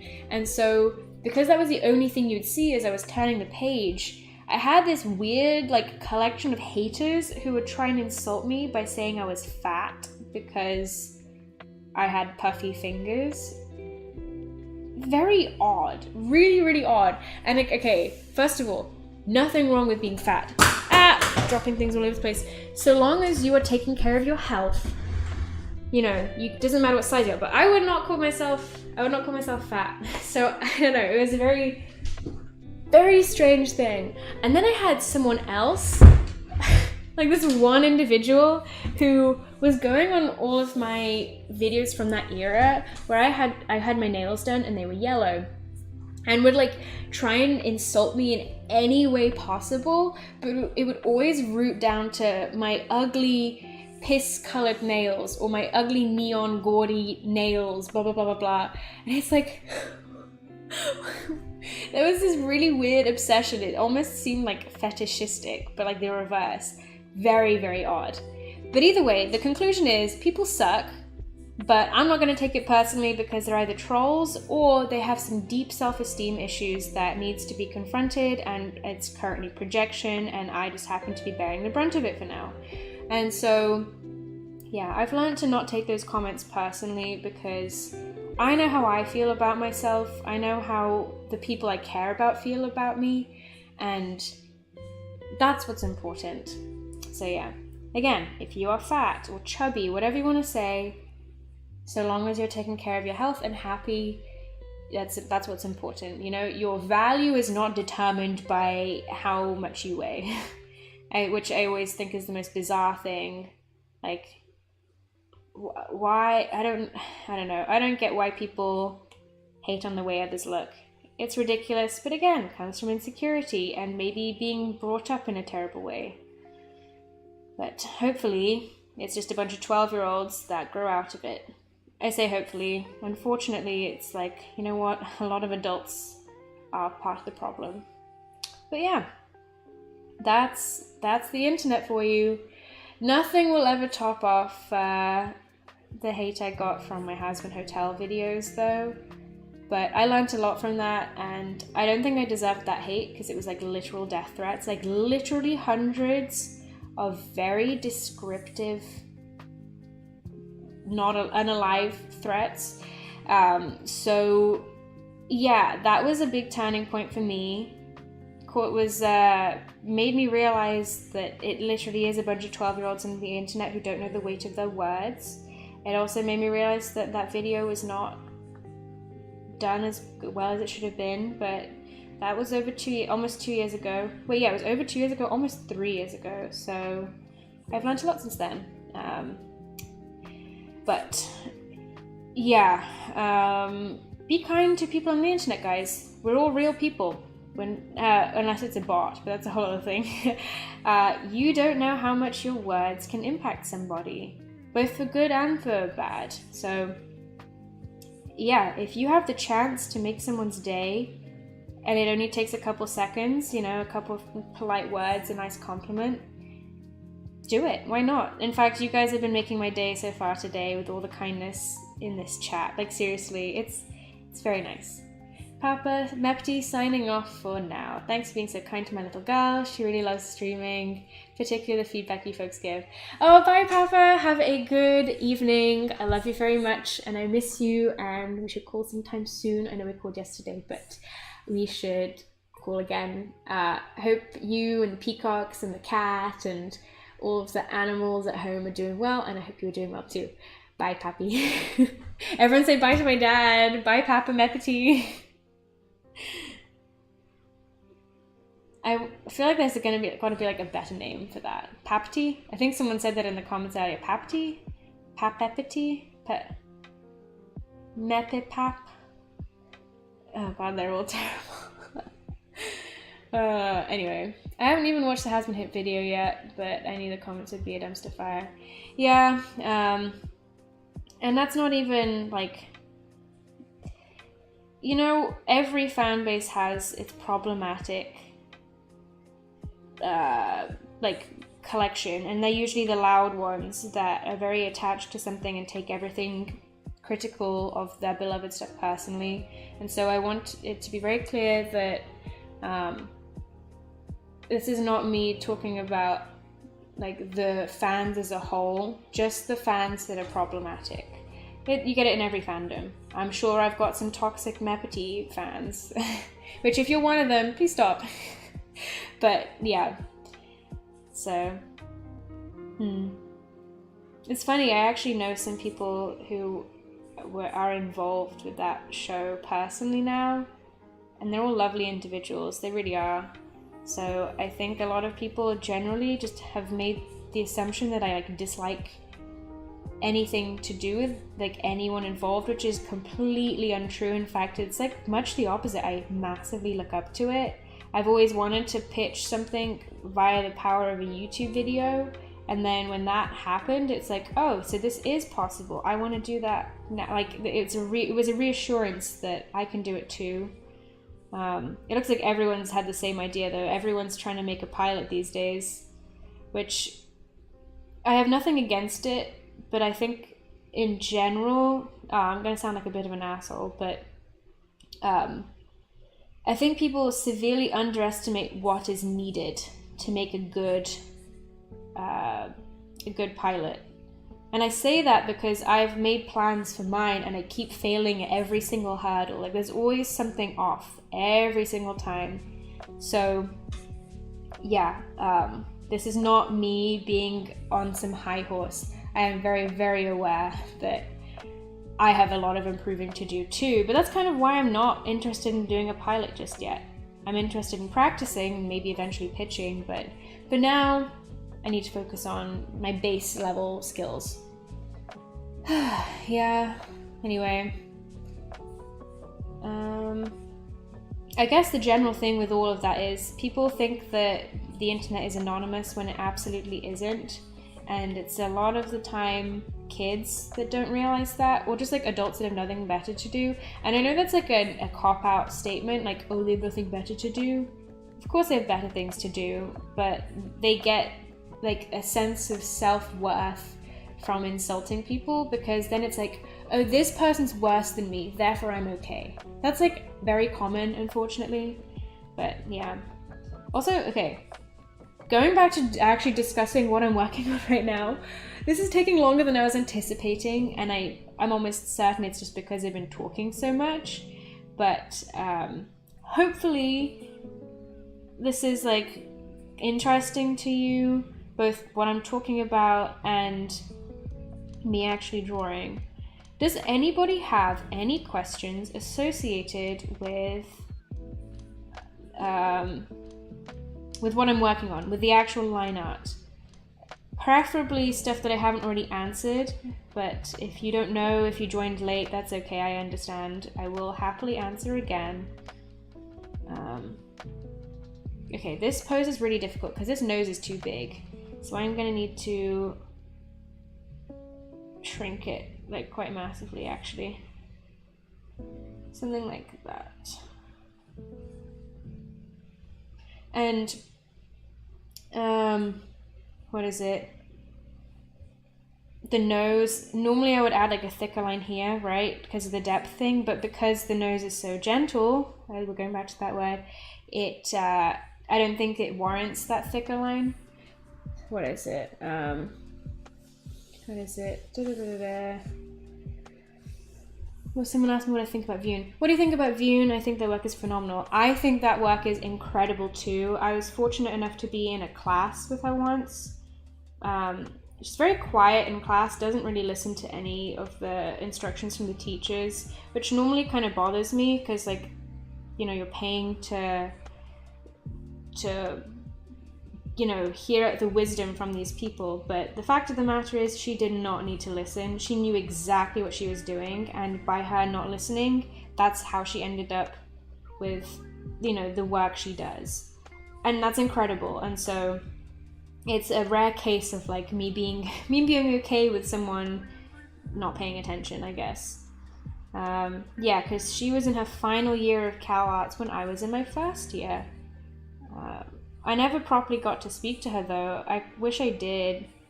But yeah, she seems really cool, and I'm mightily jealous of those subscribers. I'm kidding, but yeah, power to her. I really, really love the stuff she does. There's a very particular, like, there's a consistency in the theming of her work, which there's nothing wrong with that because I have the exact same. But it means like I kind of need a break. I can't bulk watch any of her content because it's like, it's not even that it becomes predictable, it's just like tonally, I know what to expect, and unless it's literally mindless YouTube content, I need like a break so that I can fully enjoy something. And with anyone's animations, I want to fully enjoy them. So yeah. Yeah, we have some like pretty big Cal Arts films this year as well. Like a lot of people's films have got multiple millions of views, which is pretty wild. It would be nice for my film to do that too someday. Again, self-worth, the worth of your art is not determined by how many views you get, but for the amount of time I'm spending on this project, it's like, it would be nice. But maybe that's asking for too much. Maybe that's being entitled. Let's see, not strictly line art, but do you have any tips for how to arrange model sheets or references in a way that reads well or looks nice? I mean, I do, but I'm trying to think like how to articulate it. Everyone's reference sheets look different, right?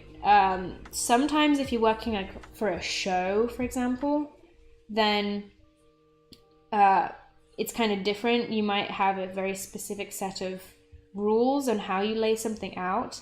But if we're just talking about personal presentation, I think the most important thing is to not be cluttered. So make sure that everything has its own little place and that you can like garner what you need from that image. If that means multiple documents, for example, I'm not making like, what's it called? My pose sheet's gonna be different to my expression sheet. My turnaround is different to my expression sheet and my pose sheet. Like all of that type. Okay, that is really derpy looking. So you can keep things separate. If you do end up putting more on a page, it's generally a good idea to have variety in size and detail. I can show you, like on my website, I think is a good example of just general presentation. You can see I have some pages where I have multiple items on there. I have I have a backpack design, and in that page, I have one dedicated corner that's like really small, scratchy, black and white sketches. They're kind of faded out, that it feels like one homogenized piece, but if you focus on it, you can see all the details. Then I have a clean turnaround up top. Then I have like a really big illustration on the side. And then I have a couple more interesting poses and angles that are like rendered and interesting looking. So it's essentially like having a range of detail and scale. I know I'm not doing that with this piece, but this piece I want it to be presentable, but I don't need the variation. In fact, specifically with this piece, I kind of want there to be a level of consistency because I want the head to be the same size everywhere. I want it to be as if I can overlay all of these different drawings, and then if I animated them, it looks like he's looking in a bunch of different directions. Albeit it would be very like weird looking, but conceptually, you know. Guys, I'm still really happy that my dad stopped by. Papa visited me. That is so cute. It's nice to have your parents be proud of you, isn't it? How did you learn to do long lines at one? I have to push Ctrl-Z a lot until I get a dynamic line I like, or I have to do a lot of connected short lines, or do it really slow that always looks bad. Good question. Or if I do long lines slowly instead of a lot of fast long lines in Ctrl-Z, it looks really wavy and not smooth dynamic. It's a lot about line control. One thing that's helpful is, like I already talked about in Procreate, is that if I hold my line, that it now has become a straight line for me, but sometimes you want those gentle curves. Line control is very good to practice. So one thing you can do is draw a bunch of parallel lines like this. Just spend like 15 minutes warming up. When you draw parallel lines. Try and get them as straight as possible and try and have them all be parallel to each other. It's easier to do if it's smaller, but the longer you do it, you know, the harder it is, and it's just good control. Another really good test you can do for yourself to warm up is spirals. So you start small and then get bigger and bigger, and you want it to be as even as possible the whole way around. And it's really hard, and you don't press Ctrl Z. This is all just one line.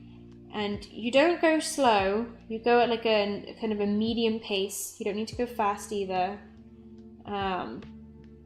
And it's just going to build up your muscle control, your muscle memory. And this is definitely far from perfect, but if you look like overall, it's pretty even, right? It's not too bad. So yeah, I think that's like it's just a lot about practice and exercise for sure, which I know is kind of like an annoying thing to hear because what's it called? You know, no one wants practice and time to be the answer because you want instant results, right? But that's the best I can offer at the minute. Whoa, Planet has donated $5 and has said, "Hi Meppity, I love your art and that you are live streaming your art process." Thank you so much for the donation. Thank you very much for tuning in. I really appreciate the support, and I hope you're having a fantastic day, Planet. I wonder which planet you are. Are you a planet in our solar system? Or are you doing your own thing? Are you somewhere else? Yeah, I hope you're having a really good day. Aw, donations, man. Those are wild. It's sometimes I forget that like I do YouTube and that like people can donate to me. I don't know. It's like, it's kind of surreal, but it means a lot. So thank you. I don't know if you guys can tell, but I'm definitely like, this is the third time I have streamed in a week. And I'm feeling a lot more relaxed and calm, I guess you could say, about, oh, that's not what I wanted, about the process. And yeah, it makes me very happy that this is something that I am enjoying and that you guys also seem to be enjoying. If there's anything you think I need to change or fix, let me know. I'd love to get your feedback because I want this to be as streamlined and pleasant to view as possible for all of us, for sure. Come on, something like that. Nope. In terms of was it Control Z, by the way, my general suggestion is to try doing some work that avoids it. Like spend a day not using Control Z, or not a day, like do a piece of work or a sketch where you don't use it at all. If you need to erase something, you use the eraser brush, because it forces you to find solutions a little more and be more comfortable with your line work. In fact, a lot of people, when they are drawing traditionally, they try and avoid using a pencil and they use a pen instead, much for the same reason. And it just helps build up confidence and helps you stop using it as a crutch. That being said, I use Control Z all the time, but I am better about it these days than I used to be. But again, it all comes with practice. So the better you get with your lines, the less you'll need to use it. And the less you use it, the better you'll be. So it's a little bit of like a cycle, I guess you could say. But yeah. Has anyone got any more questions? Let's see. How do you choose your line width when you choose thicker lines than thinner lines? So I've already discussed this several times in the stream, but I can go over it again. I'm trying to think if I can explain it in a different way, because I have been explaining it and kind of not knowing what I'm doing as I explain. Okay, so thin lines are when there is something that is flush, like, let's see. I'm trying to think of like an example. I have these mints from Trader Joe's, right? And the box is flat on top, but we've got this clear layer and we have this like border. But because it's flat, I think that if I was to draw the line art between the green and the clear, it would be thin because it's flush against itself. It's not got any depth to it. But if I was drawing, say, on the side, this line here, the like separation between the lid and the base, there's some overhang, there's like a variation in depth. And so to give an indication of that depth, that line is thicker. If this is on a table, I would probably do a thin line on the bottom because it's like, it's touching up against the table. If it's on the top, it's thinner because like light is coming down on it and it's not overhanging anything. So it's kind of hard to describe, but essentially I use thicker lines when something feels heavier or deeper. I hope that makes sense. Sorry if it doesn't, but let me know. Your character's emotions are so clear. I'm so glad. That is really good to hear because I'm pretty insecure about my characters and their emotions. It's like I know how to do like good design and how to like have good drawings. And the way you make good drawings is like you tell a story, you have emotions, like make the characters feel alive and like they're doing something. But my default still is to draw my characters in very neutral facial expressions, and it just is like a bit of a disservice to my characters. I know they're a lot deeper and more interesting than the way I draw them sometimes, but I get lazy and I am still not very confident with facial expressions. It's not that I don't know how to draw them necessarily, like as in I know what causes someone to look angry, I know what causes someone to look excited or sad. It's less that and more so how do I translate those features into my art style. So I kind of feel like a lot of it is actually insecurity about my own art style. I'm still very much new to this current style I'm doing. My previous main style that I used to have, you know, like the dot eyes and like the nose like this, although it used to be a triangle, and like basic eyebrows and like very similar face structure with each character. Like that's fine, but again, it's kind of difficult to get like emotions out of this. Oh man, I do not miss this art style. Actually, I would make the eyes close together. Not that close, but whatever. Anyway, I'm very excited with the direction my art style's going now. I think it's like, I don't know, does it look like something you guys have seen before? I'm curious to know what your thoughts on this style overall are. Like, yeah, if you could compare it to anything you've seen before, what would it be? Because I don't think it's necessarily unique, but I don't think I've seen much of this style in modern cartoons necessarily. Not at the minute anyway. But I'm trying to like predict what I think the next wave of animation trend is going to be. My genuine hope is that the next wave is independent, as in like the whole point is to look unique and different. But who knows if that will actually happen. If that doesn't happen, I predict that like more graphic shapes are going to be back in fashion, like a toned down version of like 90s and early 2000s cartoons, but like instead of it being really circular and triangle, it might be a little more squarish, which I think is the direction my stuff is going. Like when I draw circles, for example, I don't typically draw them like this. I kind of square it off in a variety of ways, so it's like hexagonal instead.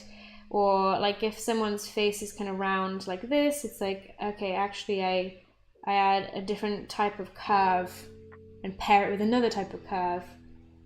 Someone said reminds me of Dana Terrace's work, and I love it. Yeah, it's funny. There seems to be like such a consistent crossover between the two of us. I don't know why that's happened or where, because I don't really look at her art, but I've seen it on occasion. It's like, huh, she has the same taste as me, like stylistically, and like there's so much crossover between the Owl House and what I want to do with my show. So I'm having to change a lot of stuff about my show as new episodes of the Owl House are coming out. Like, that's really awkward, but like, bro, we both have characters called the Collector. What? Like, what? It does have a retro feel to it, like something you'd see from Genndy Tartakovsky. Oh, that's cool. Yeah. I met the guy a few months ago. I mentioned it on yesterday's stream. He doesn't draw very much these days, apparently. I think like a lot of it is his art direction. It's like other people design the characters, right? But he knows how to utilize them. Like if you think of Hotel Transylvania, the like squash and stretch that they added to these 3D characters was something brand new at the time, and I think really lent itself stylistically and felt fresh finally for the first time in a long time. Yeah. So that means a lot if you guys think I look like my stuff reminds you of like Dana Terrace and Genndy Tartakovsky. Also, yeah, Dana Terrace, my profile picture, I feel like it looks like her.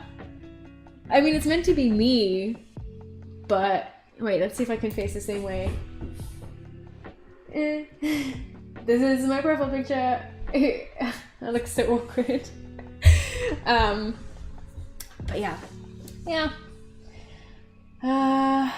Right. Oh, that's a really good point, Ayane, by the way. I just saw your thing. It varies by the person, but with Meppity's work, it looks like she's making the line thicker when the line is toward the bottom or where less light is hitting, so a shadow, which also adds weight. Yeah, exactly. You hit the nail on the head. I did not articulate it that way at all, but you got that perfectly. You have taken the words right out of my subconscious. Okay. Nope. Oh, I keep missing this dip. Okay, there we go. Meppity, this sort of style overall seems to be more common in the late 90s, early to mid 2000s. Yeah, totally. I think it's like, what's it called? It's like the precursor to the Adventure Timey, like Steven Universe style, the style that people call Cal Art style, which is funny because, hey, I go to Cal Arts and I don't know anyone that draws in this perceived Cal Art style. It does make me laugh. Like, it's such a silly name, and it's not even what the original term was defining. But yeah, the hair reminds me of Amity. Yeah, I guess I have season 1 Amity hair. I do want to change it. Like, I didn't plan for it to be this like frizzy yellow color. Well, I mean, I did for a brief time, but I do want to first of all fix my roots because they are ridiculous, and to make them like dark green, like a sagey color, like in my profile picture.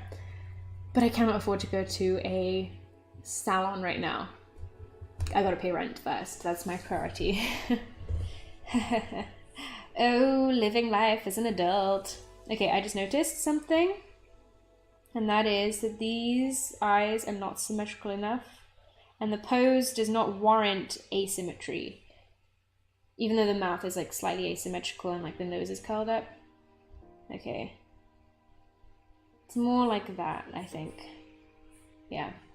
Someone told me my friend who went to Sheridan, they had Cal Art style, and we had a good laugh about it. It's so funny. And you know, you get like these random like 11-year-olds complaining about Cal Art style, and they'll be like, did you know that at Cal Arts they make you art bad on purpose and they teach you that you have to draw a certain way? And it's like, no. We are taught to draw in our style, just in a more informed and intentional way. We are encouraged to draw in our style. I mean, bro, have you guys seen the films from this year? Like, We had Raina Buxton's Operago. Truly stunning film. Like, holy crap on a stick. Incredible. I have my friend Janelle's, Opera, which is funny, they've got similar names. We have Michelle Tang's The Twins, which I'm sure you guys have seen because that one blew up on YouTube. Or Christina Wu's Something Fishy. That one's got like 3D in it. And then there's a bunch that I don't know if they've been publicized yet. Like this guy Isaac Urbina has like an incredible Blender animation that's like super creepy and fun. And I don't remember what the name of it is, but I think it's like Too Deep or In Deep. No, not In Deep. It's something like that. Let's see. We have Anya Martin has one called, I think, like The Balcony. Like, I don't know. There's just so many truly stunning films this year, and none of them are cow art style. I think Gendy's kind of like Alex Hirsch or H.C. Greenblatt, in that writing is more their thing and art was needed to tell stories. Yeah, 100%. That's how I feel too. I don't know if my writing skills are necessarily up to scratch yet. I'm getting there, I'm hoping anyway. Like, I don't think I'm funny. Not in the way that those guys are funny anyways. I'd love to be funny though. Like, look, if I could have one thing in life that I don't have, it would be wit. I wish I was a witty individual. But truth of the matter is, I'm not. I'm like just not naturally funny. But I'm pretty decent at observing real life, and I think that there's ways of implementing comedy that aren't necessarily like the way that those guys do it, that can, you know, that I am capable of. I don't know. I really want to be a writer. Like, I said this in yesterday's stream, but I'll say it again. I do not think in pictures, guys. I think in words. Like, my ideas come in the form of me talking to myself in my head. You think I talk a lot out loud? Boy, I never shut up in here. It's like exhausting. So yeah, I'm curious. Like, that's the other thing. Some people have like a consistent conversation with themselves in their head 24/7, 365. Some people, they don't even think in words or pictures. They think in like broad, intangible concepts. Is that like what? How do you guys think? Actually, I want to do a poll at some point on my community page on YouTube, because I am so curious to know like what people do in their brain, you know? Rebecca Chan, yeah, same, yeah. We just want to tell stories, and some of us do that with drawing. Some of us, if we can afford it or like get in the right path in our career, do it with writing. I mean, for the longest time when I was little, I wanted to be an actress. I love acting. I love like being, what's it called? On stage in front of people, being the center of attention. Can you tell? And yeah, I thought it was like a really good form of storytelling. And then I realized, you know what? I don't think I am cut out for acting. I still would love to do it if I could. But I just think that with the amount of nepotism and also like just competition out there, I'm not good enough to be really in the running with that competition, but I think I am good enough to be in the running for animation and art. That, I do trust my skills. So, yeah, I ended up moving to animation. But at the end of the day, both of those things are interests of mine because they are storytelling. Also, Blessing Bentil, sorry about pronunciation. You're saying, will iPad do what you recommend for animation? So I currently use the iPad Pro. I think this is the 2019 model, and it's like is it 13 inch? It's like the bigger one.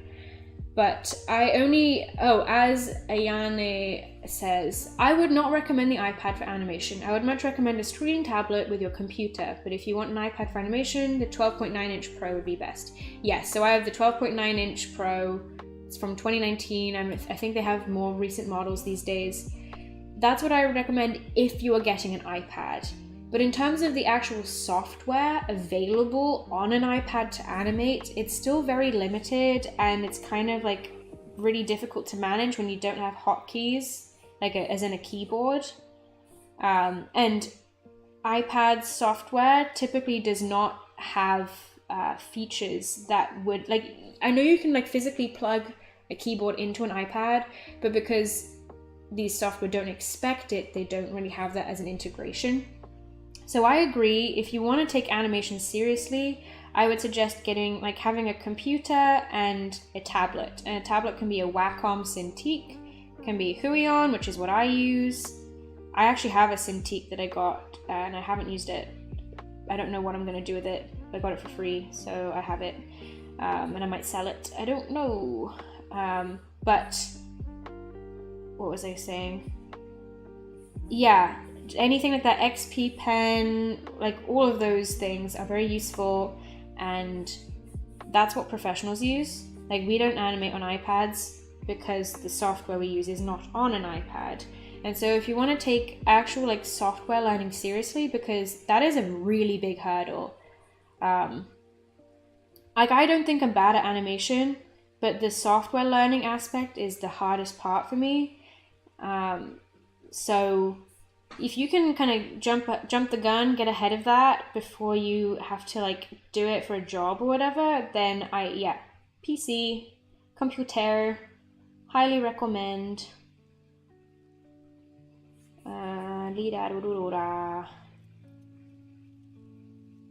I ate food right before this stream so that I wouldn't be hungry, even though it is 12:39. But for some reason, I am hungry again. What if you add a little line under the eyes or one eye in this creepy face so it looks more nervous and is more clear that it's supposed to be like that? Like...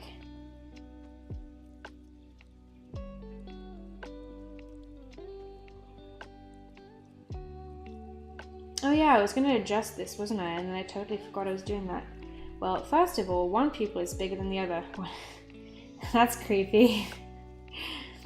Actually, you know what? I'm going to make these pupils really small.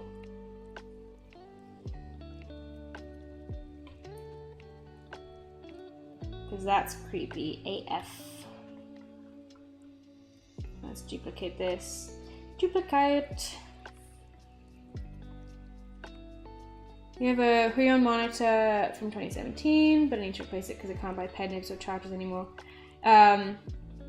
Yeah, I use a Huion, what is it called? Not Huion Pro, that's not a thing. It's like a 16-inch Huion tablet from like 2018 or 2019. Very nice stuff. People who think without words in their heads often use certain symbolism to think of words. Basically think of those words even come into your head in the first place. Wouldn't that be without? Yeah, I guess so. I don't know. Like, I literally like have to have words in my head. If I think of a broad concept, there's always words associated with it or visuals. Like, there's no such thing in my head as just like pure concept. Whereas some people literally cannot think of words in their head. Like I have conversations. Other people have to articulate their words out loud for words to like be in their head, which is so interesting to me. Maybe I can like make one I like squished, which is what I've done in so many of these drawings, which is why I avoided it. Oh, let's do it. It's fine. Whatever. Ugh. Luckily, I don't need to do a super creepy face in this film, so it's a little bit redundant, but it's fun to play around with. If it's a type of Huion where you charge the pen, you won't be able to get charges and nibs either. Oh, rip. Luckily, my pen is just like the ones you don't need to charge, just sits in this little thingy bob. I've not had to change the nib yet, and I have a whole stack of them in that donut, so I'm very lucky. But to be fair, I very rarely use my Huion because I mean, I did all my work for Netflix on it, and I used it all of my time away from CalArts, but I what is it? But that was only when I was animating, and I did not animate very much aside from for Netflix. Otherwise, I was just working on my iPad. But also, iPads are so portable, and I like that.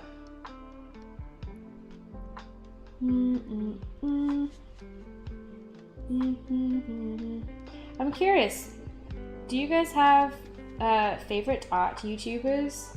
Because I don't watch art YouTubers, which sometimes makes me worried that like I'm accidentally going to cover the same topics as others that have just covered those topics. But like, you know what? We all put our own spins on things, so it doesn't bother me that much. But yeah, I'm curious who else you watch, because like, what is it? Thuman stopped by yesterday, and I had no idea that Thuman even knew who I was, which is just, I don't know. It's like, this is a very small world, huh? I know that, I don't know about right now, but like Aziz, who does all those like wacky like deep dives into things from early 2000s culture, I know that they've watched me in the past. It's like, I don't know, small world. Boop. We like Sam Does Art and Ethan Becker. I don't think I've heard of Sam Does Art. Ethan and I know each other. We've hung out a couple times. I mean, we've worked together actually. I don't know if you know that. Ergo Josh, I think I like stopped by a couple of his live streams once. He's the one who has like a lot of pink in his thumbnails, right? Just like I have yellow. Maybe I'm misremembering. That's funny, since I'm doing work for Netflix right now, although I'm working on a logo and not animation. Oh, that's really cool. Wait, yeah, nice job. If you're looking to sell that Cintiq, let me know. I can hit you up once I know someone that could really use one.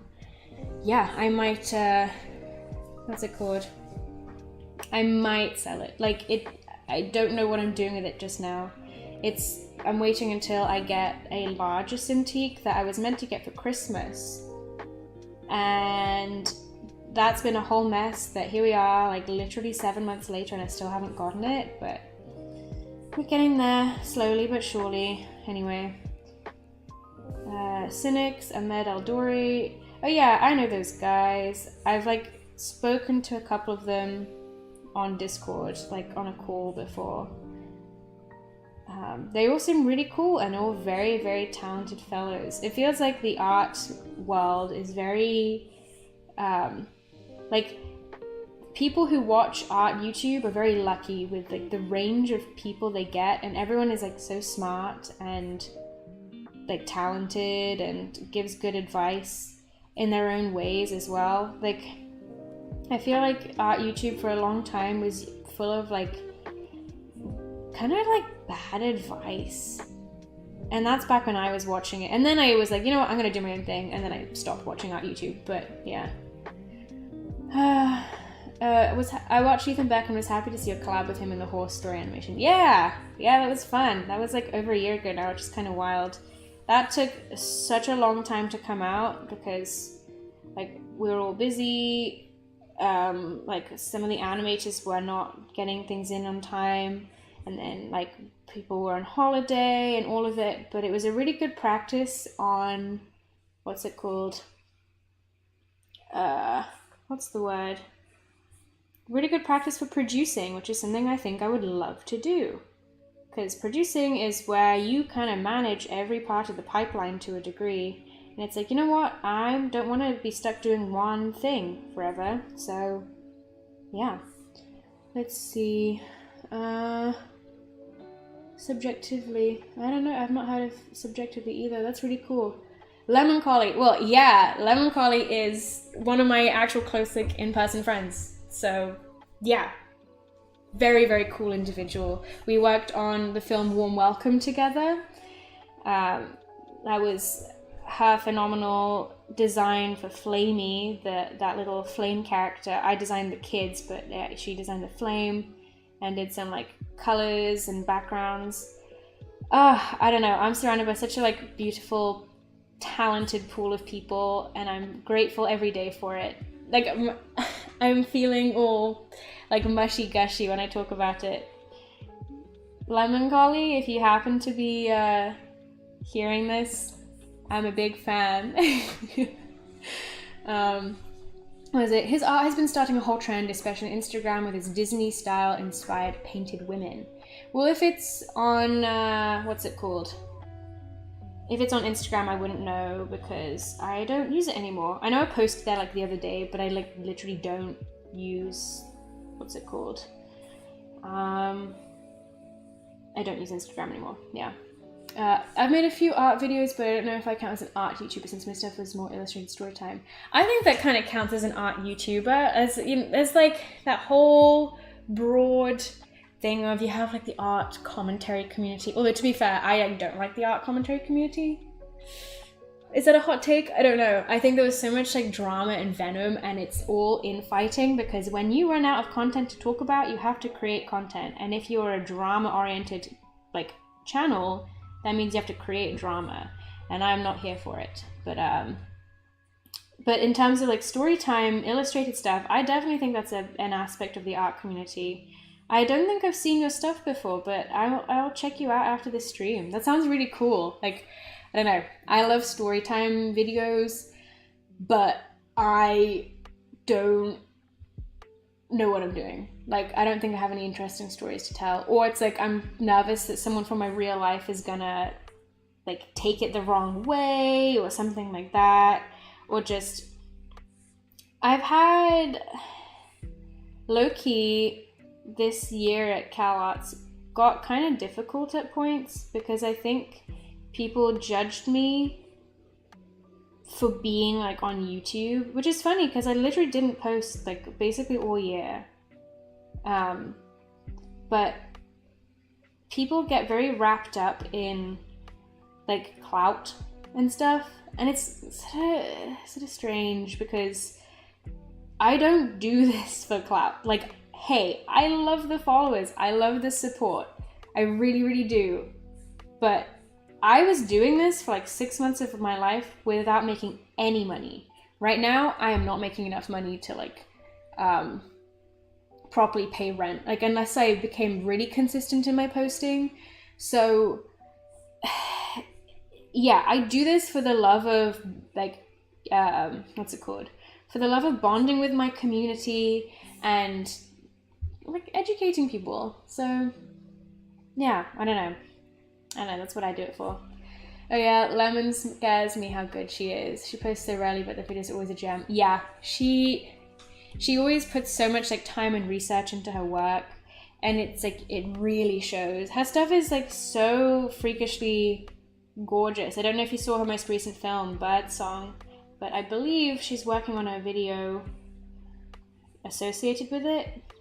I don't know if I'm supposed to say that, but I did now, sorry.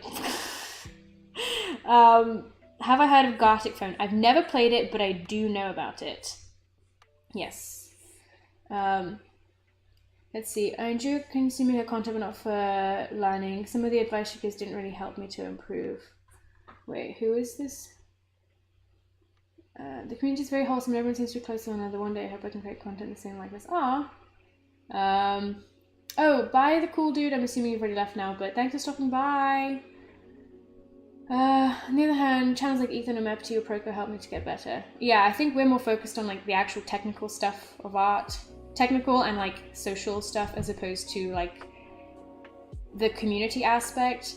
That being said, sometimes I dream of being a personality tuber, as in someone who can post literally anything and people will be really interested to hear. People like Curtis Connor or like Markiplier, you know, they have their niches. One is about like kind of cringy alpha male stuff, or like buying stuff from weird ads online. Another is about gaming, but frankly they can post about anything and people are interested because they're just funny and entertaining. So yeah, it would be nice to be that, but I just don't think that's what I'm destined to be, unfortunately. Lavender Town is one of those people who's fun for beginners. You can easily pass and skill if you practice. Yeah, that's how I feel about Lavender Town too. It's like, it's definitely not the type of content that is useful to me, and I think it's like, it's good and fun, just, yeah, it's more oriented towards beginners, I would say, and there's nothing wrong with that. It's just, I'm not the target audience. Bam Animation, I remember watching them quite a lot. I've spoken to Brent, the bald guy. He's very cool. Yeah. What is it? The whole thing with Creepshow art. Okay, so fun fact about, what's it called? Creepshow art. I had majorly bad vibes right from the beginning. I unsubscribed like 3 times because I would keep getting his stuff in like my recommended. This is back when I was watching all the drama stuff, and I would be entertained, but I would feel like kind of almost nauseous from her sickly sweet, like, let's go give a shout out to this person. Let's go, like that weird stuff at the beginning, and all the self-deprecation and like the extreme language usage always really rubbed me the wrong way. And I was even more uncomfortable at how like pathetically supportive people were in the comments. I don't know how to explain it, but everyone's like, oh, you're so kind and sincere and you always are like the best YouTuber ever. And it's like this, not like literally not a drop of Creepshow felt sincere to me ever. And then one day, I mean, like I always had the bad vibes, like I said, and I unsubscribed a couple times. And then one day she made a video about RCD art, and that video felt so off because that was like such an old incident about someone who is 17 and has not like posted anything like that since.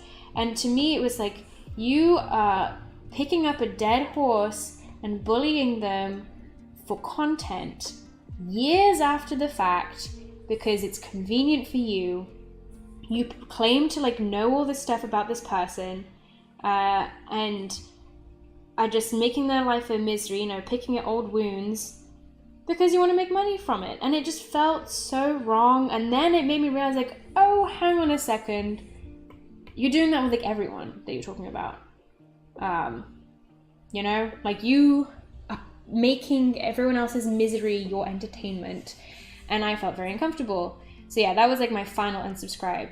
And then like all the drama kicked up. And actually I think I have one of the top comments on the Emily, like the initial Emily Artful video, if you want to check it out, where I talk about this. I remember when all that came out, like as selfish as it was, I felt so vindicated that I finally could like, get my feelings out. Because look, okay, I don't want to get involved in drama. I say that as I'm talking about drama now. But I never want to be a drama-oriented YouTuber, which is why with the Has Been Hotel stuff, it's like that was a mistake on my end for a good variety of reasons. I'm not getting into it now. But like essentially, it was not my place to like beef with anyone. Even though I wasn't trying to beef with someone, it ended up skewing that way. And so like I want to fully remove myself from anything that can be perceived as such. But with Creepshow art, yeah, and because of that, like I keep quiet almost all the time. In fact, this is probably the most I've ever talked about any form of drama. But yeah, when all of that was coming out and I left that comment, I felt such a like relief. It felt like so much weight had been lifted off my shoulders. Anyone in that community, I have to like manually say, hey, don't recommend this channel to me. Like, what is it? Yeah, I keep getting, you know, I probably shouldn't say the name. I don't know. Yeah, I shouldn't say the name, but like,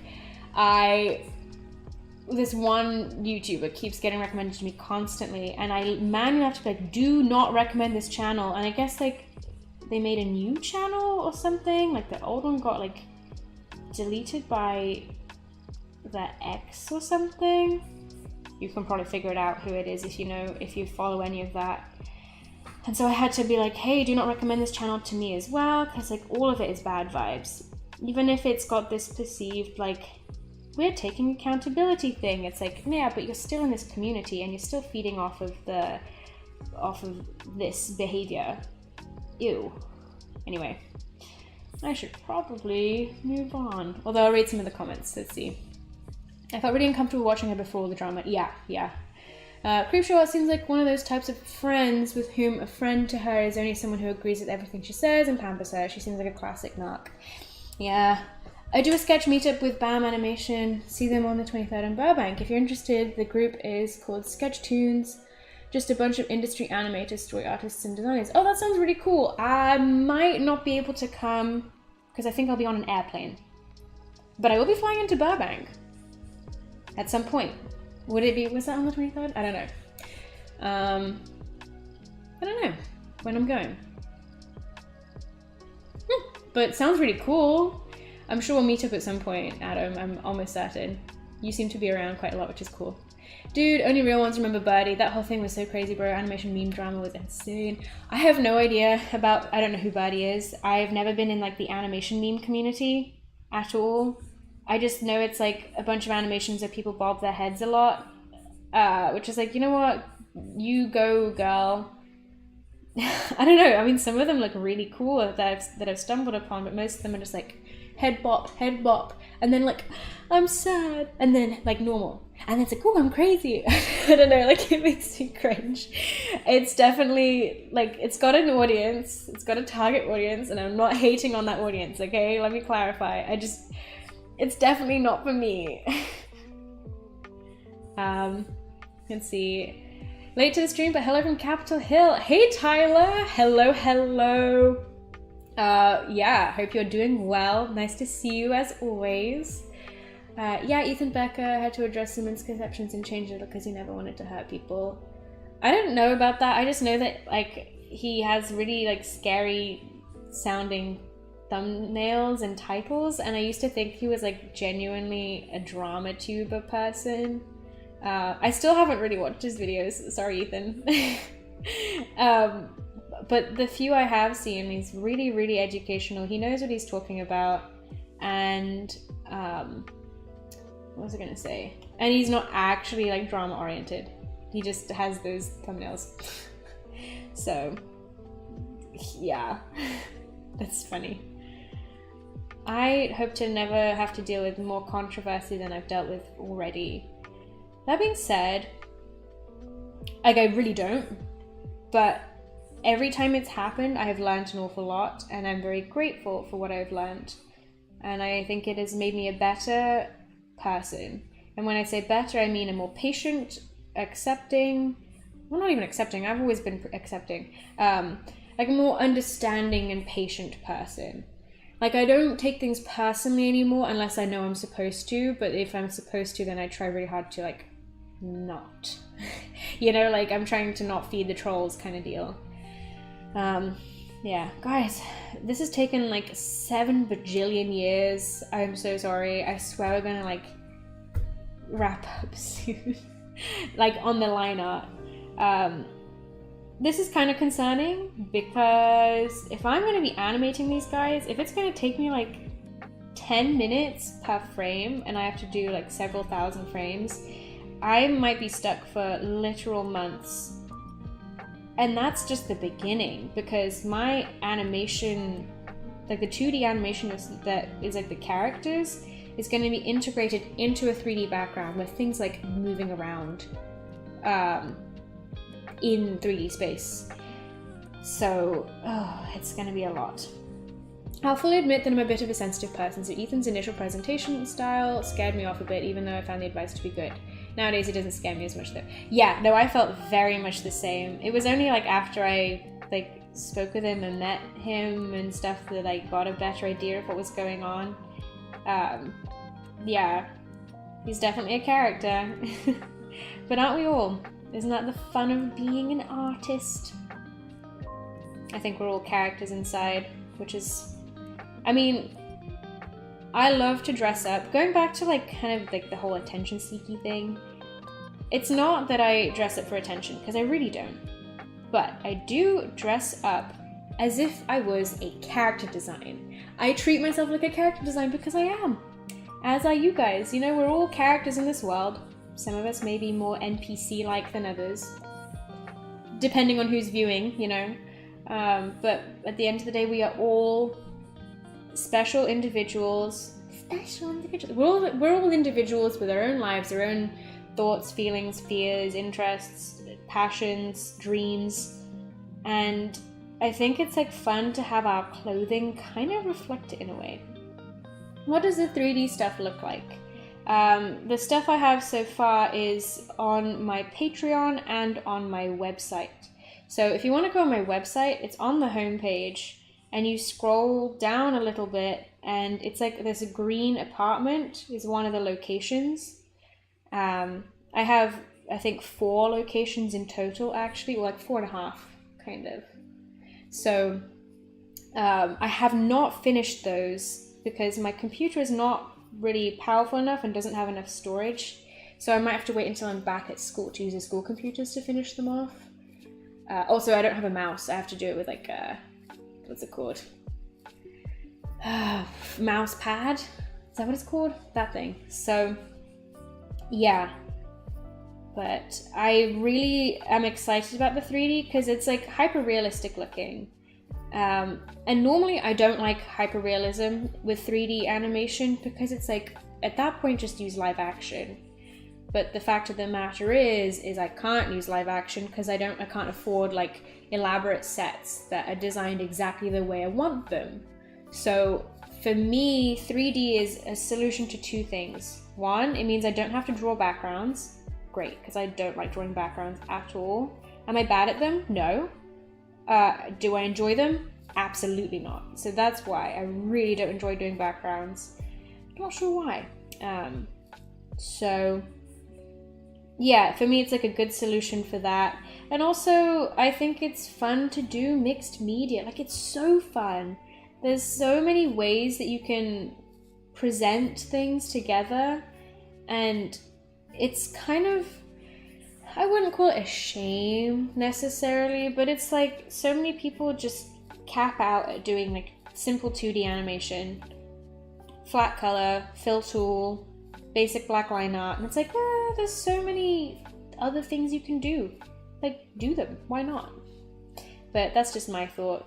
Maybe I'm being picky again.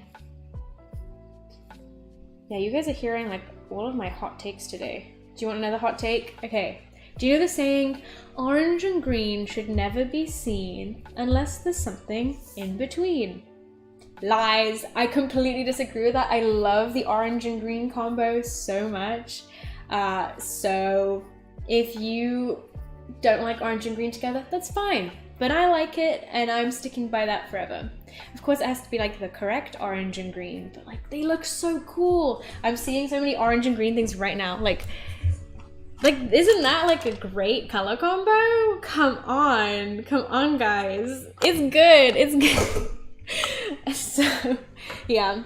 Anyway, all right, I'll check it out. I'm very intrigued. It'll be inspirational since I'm also starting 3D in Blender. I've only made 2 head models so far. I enjoyed the backgrounds because I think of them as characters rather than a background. Yeah, Blender is amazing. I've never used it, but I've seen what people do at school. I have been taught Maya at school, and so it was just easier for me to start with that. Also, what is it? I love the idea of backgrounds. I love injecting personality, but for me it's that they take too long. I get so caught up in like getting the perspective right or just general details that end up slowing me down. And it's like, this sounds so silly, but it's really taxing, like emotionally taxing for me to work with backgrounds. And I really do think it's just because I'm a perfectionist, and it's easier to not be a perfectionist with character designs somehow for me. Maybe it's just they're more in my comfort zone. I don't know, because yeah, that's just the way it is for me. But I do very much agree about how backgrounds are essentially like another character, which is why I actually love prop design.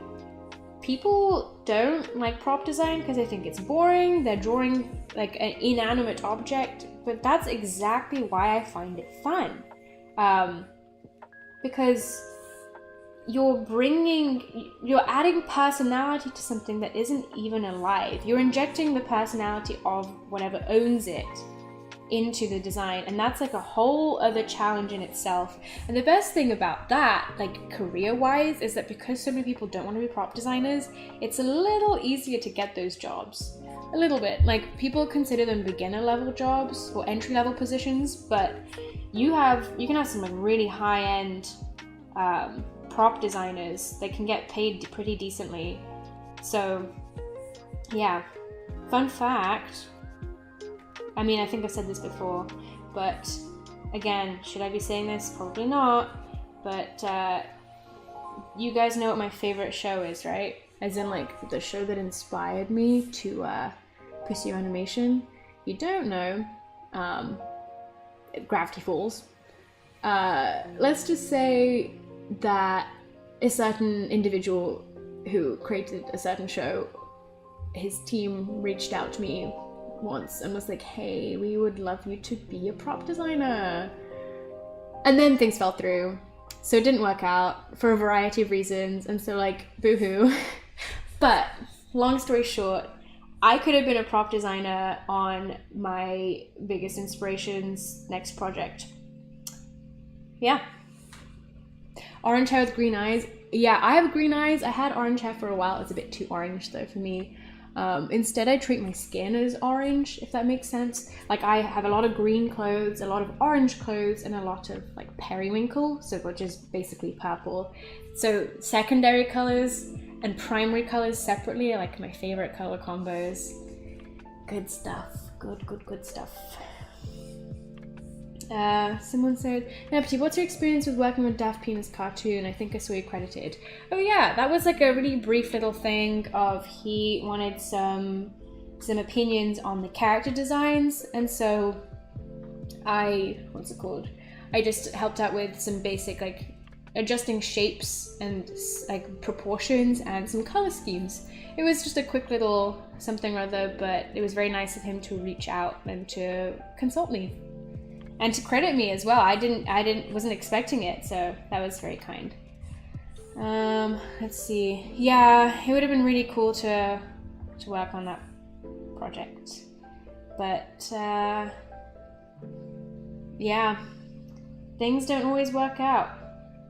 As far as I'm aware though, it's either not gonna happen at all, or I'm still technically in the running. Like, okay, that's the thing with animation, is if you stand out to someone or a team for some specific reason, they're not going to forget about you. Like, you are still in some form of consideration. It might be years down the line, but it could be like, hey, you remember that one artist whose stuff we really loved for this one thing? Well, they would be perfect for this project now. Let's invite them. So I'm in the in. Like, I just need to keep making good art, keep being in contact with these people, and who knows, maybe I'll get another opportunity. Which also, by the way, do you know what apparently that favorite piece on my portfolio was? Can you believe this? I was this close to deleting a particular image off of my website. Actually, okay, so hang on. Hydration. So I was doing like a declutter of my website a little over a year ago, like almost 2 years ago at this point actually. And I had this drawing of a banana prop design, and I don't know, I just didn't think it was very interesting. It was like some photo bashing, textural work, which I really love to do, but I didn't think that it was gonna be something that would interest people. I was gonna delete it, and the only reason I didn't was I forgot. I literally just forgot to delete it. And then boom, what do you know, Netflix reaches out and is like, hey, we like your stuff. And then I have a meeting with some people that I massively look up to, and this one particular individual was like, oh, you know what my favorite piece in your website is? The banana. He loved the banana? Why? I mean, I get why, but I cannot believe I was this close to deleting something that has potentially changed the entire trajectory of my career. Like, what? So yeah, I think that that's a sign for you to get a second pair of eyes on your work that you're presenting sometimes. Sometimes the work that you don't love is other people's favorite stuff. So yeah, we are all different ice cream flavors, and we all like different ice cream flavors. Sometimes we don't like the ice cream flavor that we are, but it doesn't mean that others don't like it, or that others do. So, yeah. Wow, what a weird analogy, and I use it all the time. I talk about it with crushes and tastes in people, usually. Oh wow, that's really up in the air then. Am I thinking correctly that that project is Netflix? Yeah. So there's like a whole bunch, I don't know when I tell this, there's a whole bunch that has like gone into what happened or is happening with that project. And the whole of Netflix, for those of you who don't know, there's like this whole big mess going on at Netflix Animation that has caused a trickle-down effect of, well, not a knock-on effect for a bunch of other animation studios where they're suddenly making a lot less money and canceling projects left, right, and center, which is really heartbreaking. So yeah, it's been putting a lot of people out of work and everything. So I'm not basically the decision made on like me being a part of that project was not a rejection of me. So I'm not taking it personally. I'm okay with it. In fact, I'm very happy, if anything. Also, I am curious, are any of you going to Lightbox? Lightbox is an event in Pasadena, and I believe it's happening in October. It's for like people in the arty, animation-y, gamey industry, and comics and stuff, I think.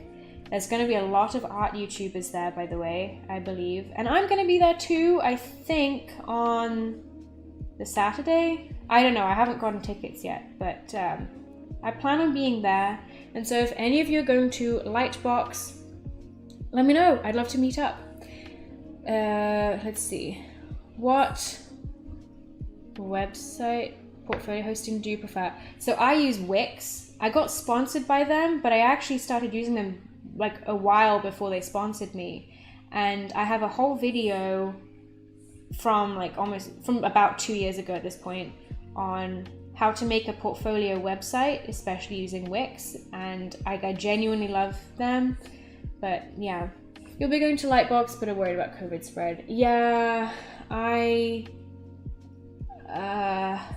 what is it? I don't know about COVID. Like, that is such a whole big mess. But I believe Lightbox is mask mandated, so I'm hoping that, like, I know there's been a whole bunch of people getting COVID and stuff from, am I supposed to say this word on YouTube? I'm probably not supposed to. Lol, whatever. But yeah, a whole bunch of people got it from like VidCon and Anime Expo, whatever that's called. So I'm hoping that that's not going to be the case at Lightbox. But yeah, if you guys can swing by, it would be fun to meet up. For sure. I like meeting up with fellow artists and networking, and I don't know, it's like nice to put a name to a face and have like face-to-face conversations. You'll be at Lightbox unless flight tickets are ridiculous, which I shouldn't be in October. Yeah, October is not like peak travel time, so should be okay. Nope. I keep forgetting you guys can see my iPad screen. Does that make any sense? Like, I forgot what I'm streaming. I'm just like talking out into the world. I'm sorry I haven't been educating you all, talking you through my process. Because after, what is this, 15 sketches? Like, I've not got much more to say after like the first 3. 20 plus of the people you knew at VidCon got it. Oh no. I haven't had the Rona. I'm gonna like try not to say it. Say the word. I got it back in December from flying back home for winter break, which is really unfortunate because I was like double masked and everything, but I guess it finally got caught up to me. But whilst I was sick, that's when I taught myself the ins and outs of Meppity. Wow, that's really cringe. The ins and outs of Maya, the 3D software, and that's when I made the apartment that you can see on my website. So you know what, it treated me pretty well. I mean, I was ill, like it felt awful. I was mostly out of commission, but once I felt better, but still had to isolate, like it was just 24 hours. Well, not 24 hours. It was like wake up, work on my 3D model, go to sleep, and maybe eat. You guys should eat. Okay, guys, we're finally done. Oh, it took so long, but here we are. I'm gonna flip the canvas real quick. I hope that I'm not gonna be horrified by the quality of these. You know what? Hang on. I found a change I want to do. This one is meant to be shocked, so I'm gonna make the pupils small. Like, that was a horrible sound. Ew. I'm so sorry. It sounded like a burp, but it wasn't, I promise. It was me inhaling weirdly. I would demonstrate again, but I don't want to make the weird noise again. Or should I? I shouldn't. I have such a terrible online presence. I'm an embarrassment. If any of my like IRL friends or family are watching me, I'm so sorry. Okay, that's not better. Now it looks maybe like that. Is that gonna... It looks like he's looking in different directions. See, my easy solve would be to just get rid of the pupils entirely. This is so derpy. Why is this so hard? Ah. Okay.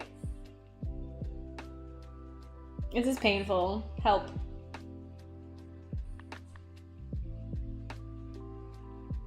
Maybe it'll feel better once I color it in. Maybe. Okay, these pupils are different sizes. Bruh, this is impossible. Why is it so difficult? Okay. These eyes feel wonky as all hell. Why? I think it needs to be like up. Maybe.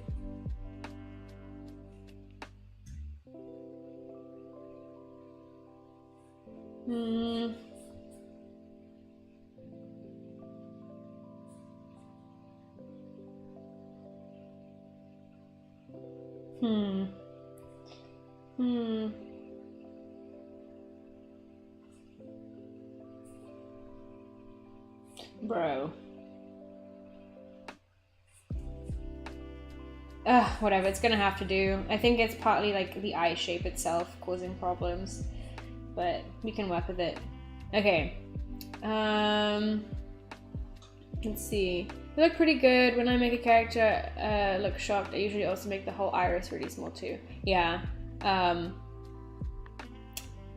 don't think I'll do... I don't know, because... What is it?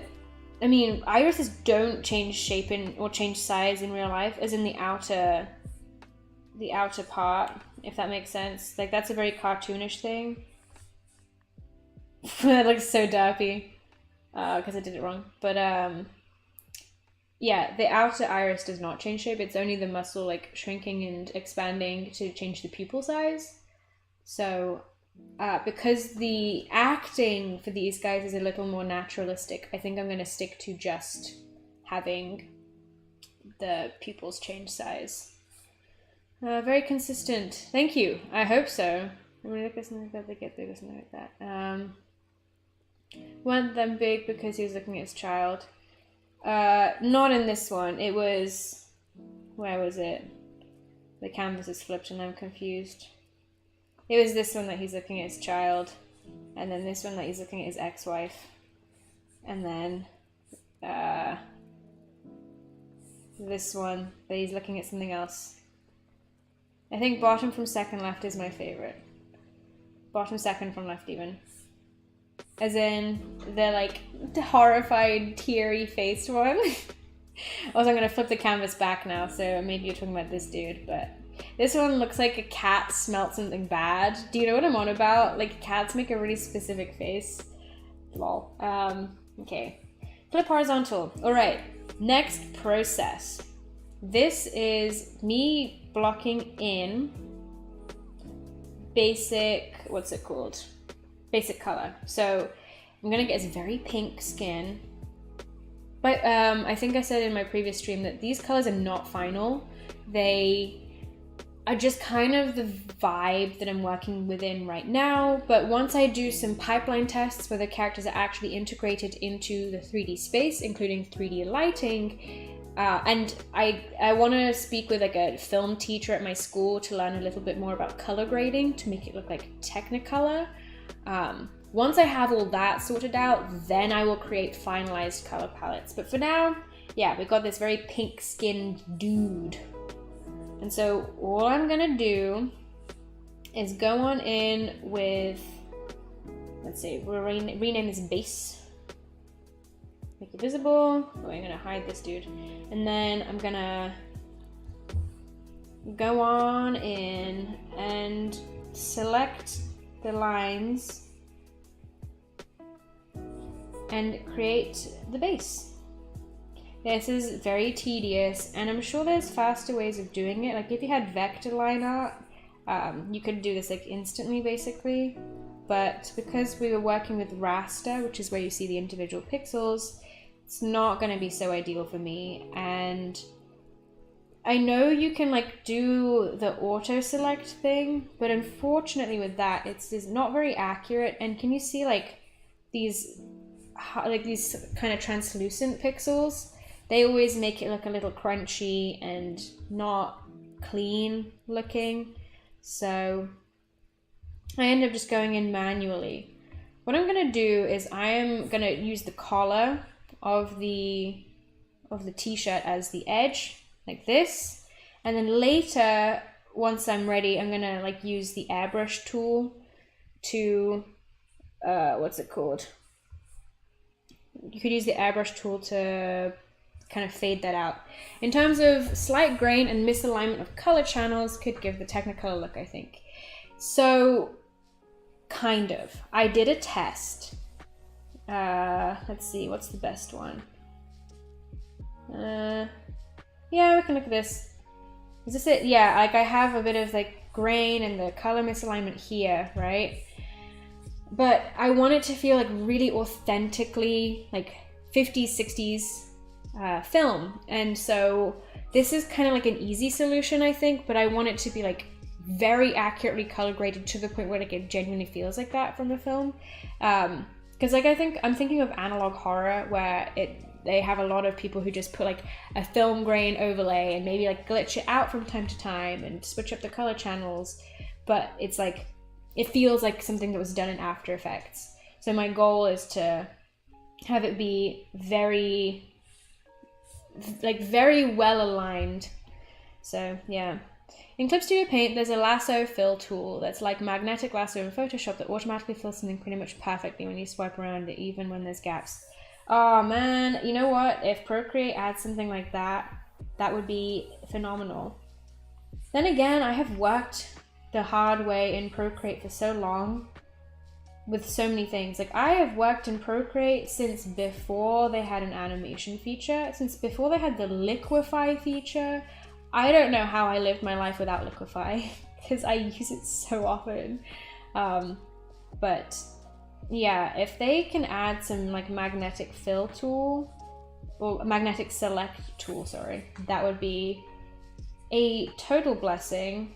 Because the automatic fill tool, as I've said, it's like decent, but it's not quite enough yet. It's not reliable or clean enough for me to be willing to use it, because then if I use it, I'll end up spending just as much time kind of fixing and tweaking the errors as I would, what's it called? Just like doing it manually like I am now. Oh, hang on, no, I need to like sit up more. I'm gonna have to move my camera up. My back and neck is like aching. I mean, I've been here for hours at this point. I was really hoping that this would not take more than 2 hours, but I've been going since 10:30 and now it's 1:30. What is that? 10:30, 11:30, 12:30, 1:30. Yeah, I've been going for 3 hours. What? And I hope to go to the gym today because I was meant to go yesterday and then I didn't because I got busy. And I want to exercise. Y'all, I want to get buff. I really want to get buff. But like not freakishly buff, just like buff enough that someone can be like, wow, Annie's fit. She takes care of herself, rather than being like a little gremlin sitting in the labs with incandescent, unnatural light beaming down on me for 12 hours a day. I just use Procreate with an iPad 2, not actually just 2. Yeah, same. I actually have like before even styluses were implemented, I used to just draw with my finger. I think when I was 13 or 14, I did a drawing of Markiplier, which honestly was like not bad. It was not a bad drawing. I need to find it somewhere. I think it might be on my Instagram if you scroll down really far. And yeah, I did that with my finger. Zero liquify, zero animation feature, zero like anything that I use all the time now. So I think even the blending modes are kind of like wonky back then.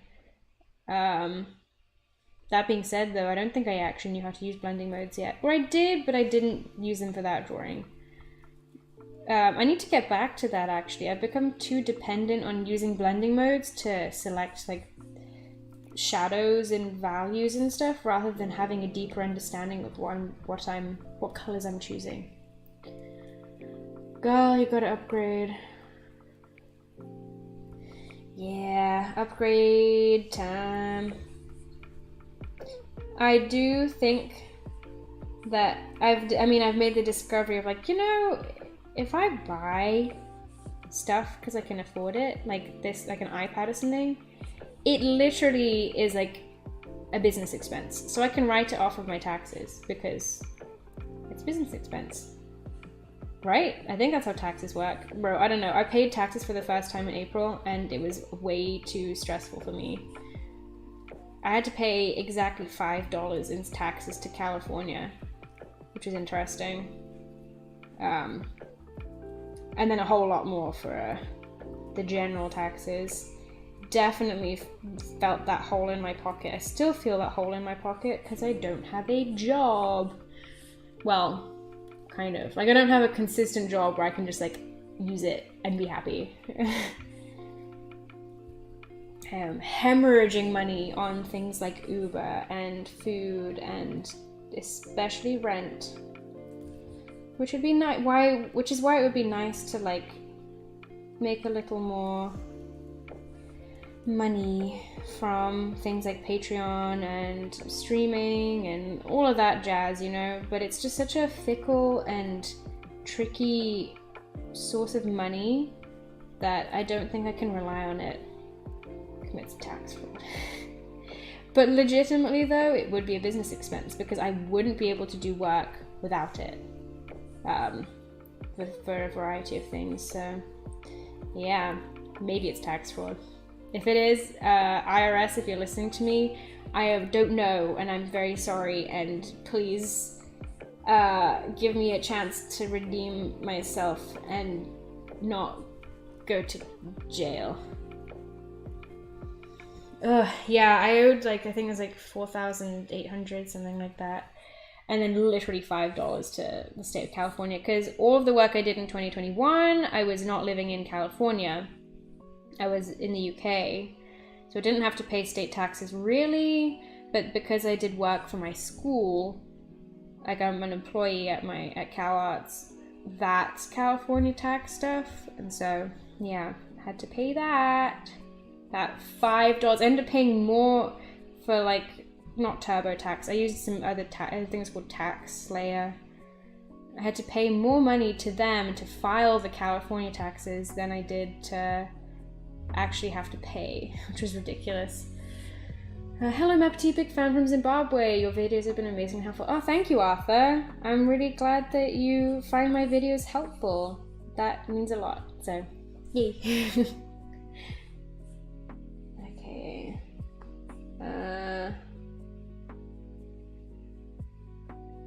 My iPad is getting kind of hot. Where my little finger is resting as I draw, it's like kind of almost too hot to touch the screen. This happens sometimes, but sometimes I'm a little scared that it's gonna explode and like burst into flame or something.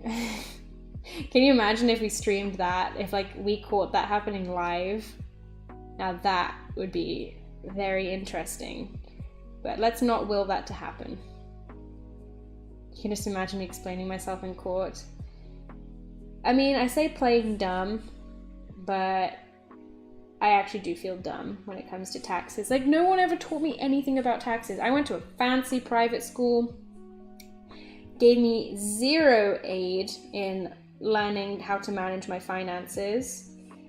I guess it doesn't help that it's like a boarding school in the UK, so I don't, like, the UK tax stuff doesn't apply to me. As in, like, sorry, when I'm paying US taxes, it doesn't apply, so it wouldn't have mattered anyway, I suppose.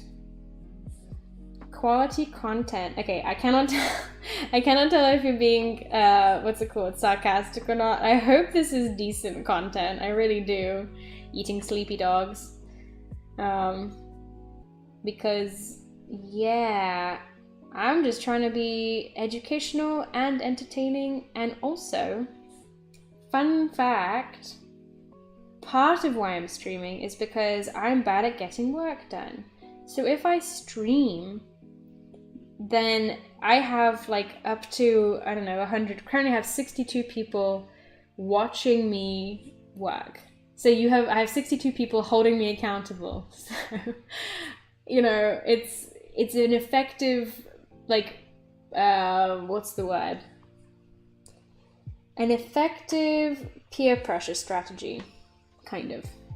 Oh, thank you so much for stopping by, G Martinez. I'm very glad that you stopped by, and have a wonderful rest of your day, night, morning, evening, wherever you are. Let's talk about the iPad exploding on stream. Okay, good. Yeah, that would be the toppest. Wow, that's not a word. The highest tier quality would be much more interesting than what I'm doing right now, maybe. Maybe I'm being interesting. Again, I'm like alone. Well, no, I'm not alone. I'm like speaking to myself. I can't hear any of you. I can't even hear my music. So it feels very much like I'm not live streaming. It just feels like I'm talking to myself. Which I do on a regular basis anyway, but this is like a whole other level of talking consistently for like 3 hours and not even being 100% certain if people can hear me. I mean, you can because you're able to respond to the things I'm talking about, but like, it's so silly. Okay, this dude is coming together. Guys, this is so exciting. I love, I don't know, I like finished drawings. And you've got to see this process basically from start to finish, because yesterday's stream was us getting going. There was a little bit of a gap in between where I think I did 3 or 4 sketches, and what's it called? 3 or 4 sketches, and then like adding the shoulders and arranging it into a presentable manner. Yeah. Okay, let's just improv here. I really appreciate your constant interaction with the audience. I love actively talking to people about animation. Yeah, it's really nice to have like that conversational feel. So if you guys have any more questions or want to get my thoughts on anything, feel free to ask away and I will do my best to answer. Hawa, thank you so much for liking my art, and hi to you too. Melon likes the line quality. Thanks. I'm pretty proud of my line quality. I think it's one of my strengths, which is funny because a lot of my like very distinctly Anya work doesn't even have line art. It's like the realistic rendering stuff. So it's kind of interesting that I can, I don't know, like I just want to feel distinct, man. I want my artwork to be recognizable out of a crowd of thousands. And I don't know if it's quite there yet. Like, you know, some people's work is beautiful, but it's like, there's a lot of people who have very similar feeling artwork. And that's not a problem. It's just like, But I want to be completely like, oh, this has to be Meppity that drew it type of thing. And again, I don't think I'm there. I don't know if I'll ever be there because there's so many artists and not as many art styles. So maybe that's not possible. But I can try. I can definitely give it a go. I really love your portfolio videos. I always wanted to ask if you have made a pitch Bible for one of your animated projects in school. What's the process like and big difference in my portfolio? So I've never officially fully made a pitch Bible, but I've made several templates and I have like answered the questions that I would have in a pitch Bible. I also have a bunch of notes about pitch Bibles that I've taken, and I think that's something that I would like to share on my Patreon until I make like a video about it. But I don't feel comfortable, what's it called? I don't feel comfortable talking about something that I don't feel experienced enough in yet, you know? But the tricky part there is I'm like 21. I'm still very young, still very fresh. Like I'm not even fully in the industry. Like, yeah, okay, I worked for Netflix. Yeah, I worked for Lego. Yeah, I worked for Hornet, which does like all the Kroger stuff. But like, I've never physically met a single one of my colleagues. I've never set foot in a studio or an office. I've never been salaried. Well, I guess actually most animators are contract workers anyway. But like, yeah, I don't know, I don't feel like I'm in this industry yet, even though I guess technically I am. But, what was I talking about? Bro, I can't even remember. I actually have an upcoming video. I filmed it already, but I need to edit it. And I have a previous video before that I need to work on that is about portfolios. It's like a more in-depth video, so it's actually part of a 4-part series. Or 3-part called 3 Steps to a Successful Animation Career. It's a big project. Like the videos aren't big, but like I think these are going to hit hard. I don't know if they're going to do well in the algorithm. That's not what I mean. I just mean like these are really important and I think people want these answers. So yeah. What's your recently favorite song you listened to? Let's find it. Well, okay, this is not a recent one, but this is one I listen to all the time. It's called Canopy by Polo and Pan. Like, I truly love it. I hope, okay, I'm opening my Spotify. Also, Rhinestone Eyes by Gorillaz. Let's share that one. Copy song link. Boom. There you go. That's Rhinestone Eyes. Then I have Canopy, which I'm gonna share, copy song link, boop, and then this is a Russian song. Gosh, how am I gonna find it? Actually, no, I'm not gonna,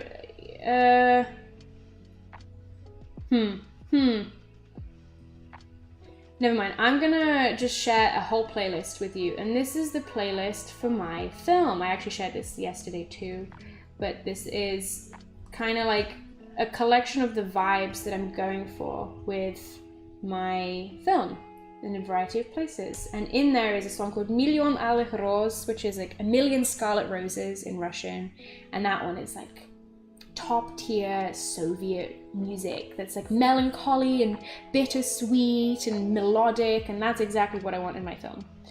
Loving your streams. I'm kind of new at animation, only tried Procreate, and art school is unfortunately not an option for me right now, so your content has helped me a lot. Do you have any advice for beginners? Thank you. In terms of advice for beginners, I guess it's there's a couple things. One is like, don't be too hard on yourself. Things do take patience, right? Like, I'm sure you know that in your heart already, but the main thing is like, what is the main thing? Be willing to keep learning constantly. Like, there are so many different aspects of art and animation that that you can touch on, and some of these things are things that even professionals are still learning. And so don't expect yourself to be perfect, but also don't plateau once you feel comfortable. Like, if you find yourself in a comfort zone, do your best to push your horizons, whether that's like with your technical skill or with I don't know, with your like sense of color or just like experimental qualities. Like, yeah, there's a lot to learn out there. Make the most of it, I guess. I'm sorry that's so vague, but my brain is a little bit empty, and I'm always struggling with very vague questions like that. It's like, oh, I don't know, there's so much to say. Let's see. Any updates on the Globoso project? I remember back in year 10 when I first listened to the Snow Globe extended theme, I was like, swear on me, I'll work on it one day. No updates. I was working on like an opening theme for it back in my year off of Cal Arts, but it didn't fall through. It's just we all got busy, and then school began, and also I kind of want to redo it. Like, there's a lot of changes I want to make, but yeah, I did that. And if you actually wait, you can't see it on my website, it's on a private page. But like my friend Roy, who has done the music for the projects I've worked on, so like Lego, and Weird Looking Dogs that I did with Young, like he is my musician, and he arranged a composition, like a professional version of my theme tune. Like, how cool is that? So kind of him to do that too. So that's like more or less it. Like, there's not been any updates otherwise, because it's like a project that's really important to me, and I don't think that my skills are quite there yet to actually, like, what's it called? Yeah, I can't quite, I don't feel ready for it. So I'm leaving it on the back burner until I do feel ready. But that being said, I keep my characters in mind all the time. Nico, Janie, Charlie, Nettle, others whose names I will not mention. They all stick around and bubble about in my head, and from time to time I like come up with a new episode idea or like a piece of world building. But yeah, it's still very surface level. Roy Barado, he follows it. Yeah, Roy, that's the one. He's a legend. He's a very talented man. And he's getting busier and busier. He has like a full-on job now, which is really cool. But he's going to be working on the composition for FiREWORKS. So he'll be here. Oh, by the way, just thinking of beginner advice, I see someone said copy and paste. Oh, which is, speaking of, let me copy and paste the playlist link to you. There you go. Copy others. And when I say copy others, I don't mean like straight up copy a drawing. There's two things you can do. One is like a form of tracing, and one is a form of breaking down. So the tracing is like, try and reverse engineer the stuff of the artists you like. Like, try and identify the shape language they use. Do they use really like square bodies, or like is their line art super scratchy, or are their forms really flat or really 3D and round? Like, you know, that kind of deal. So yeah, you can do that. And then the other thing is just like looking at artists you like and trying to identify what it is about their work that you like so much, and then see if there's a way you can do it yourself. No one is truly original. Everyone's work is a remix of other people's stuff combined.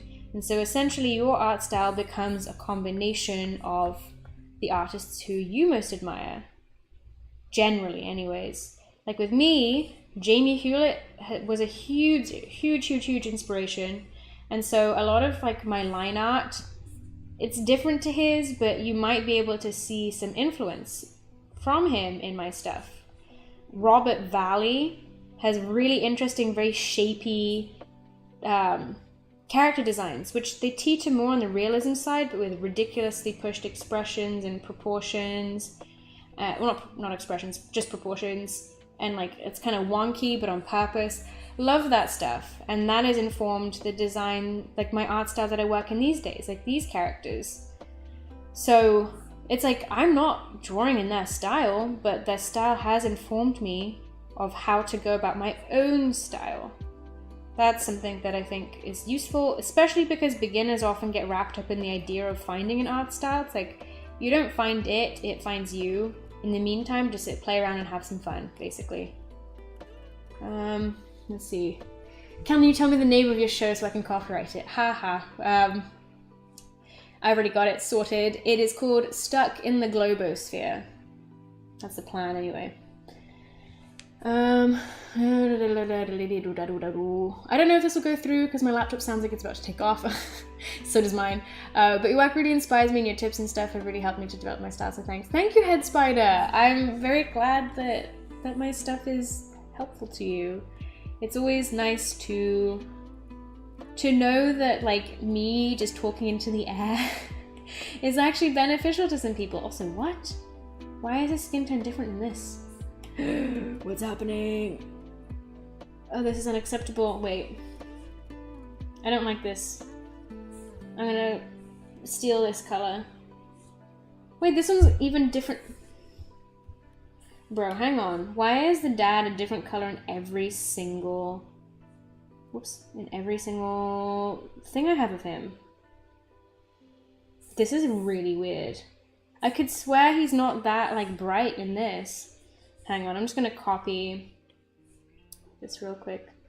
Thank you. Yeah, the expression sheet is really shaping up, I would say. What? Why is he so intense? Crap. Well, whatever. I guess I'll work with this color palette then. Gonna flip these around so the base is above. Then I'm gonna change the this like fadey thing to be yellow because it's for his t-shirt. And now what I can do, next step, is coloring, like actually properly coloring. So what I'm gonna do is I go from base and then I go on clipping mask. So clipping mask, I just went from mask to mask. I don't know which one I normally say, weird. Anyway, I go from clipping mask to essentially just color in, but using that base pink so that I don't go over the lines. Does that make any sense? I don't know. So I'm gonna start with like the big shapes. Actually, no, let's start with the collar, just so that feels a little neater. And what I want to do is keep every color separate. Normally I don't do that, but with something like this, I wanna, what's it called? Want to be able to change the colors easily. You don't find it, it finds you. Yeah. Your style finds you, for sure. Something I noticed with artists that I like is their line art wasn't clean and it's very rough and didn't connect always, so I've been playing with that idea lately. Yeah, I love artists with very loose lines, very like loose line work.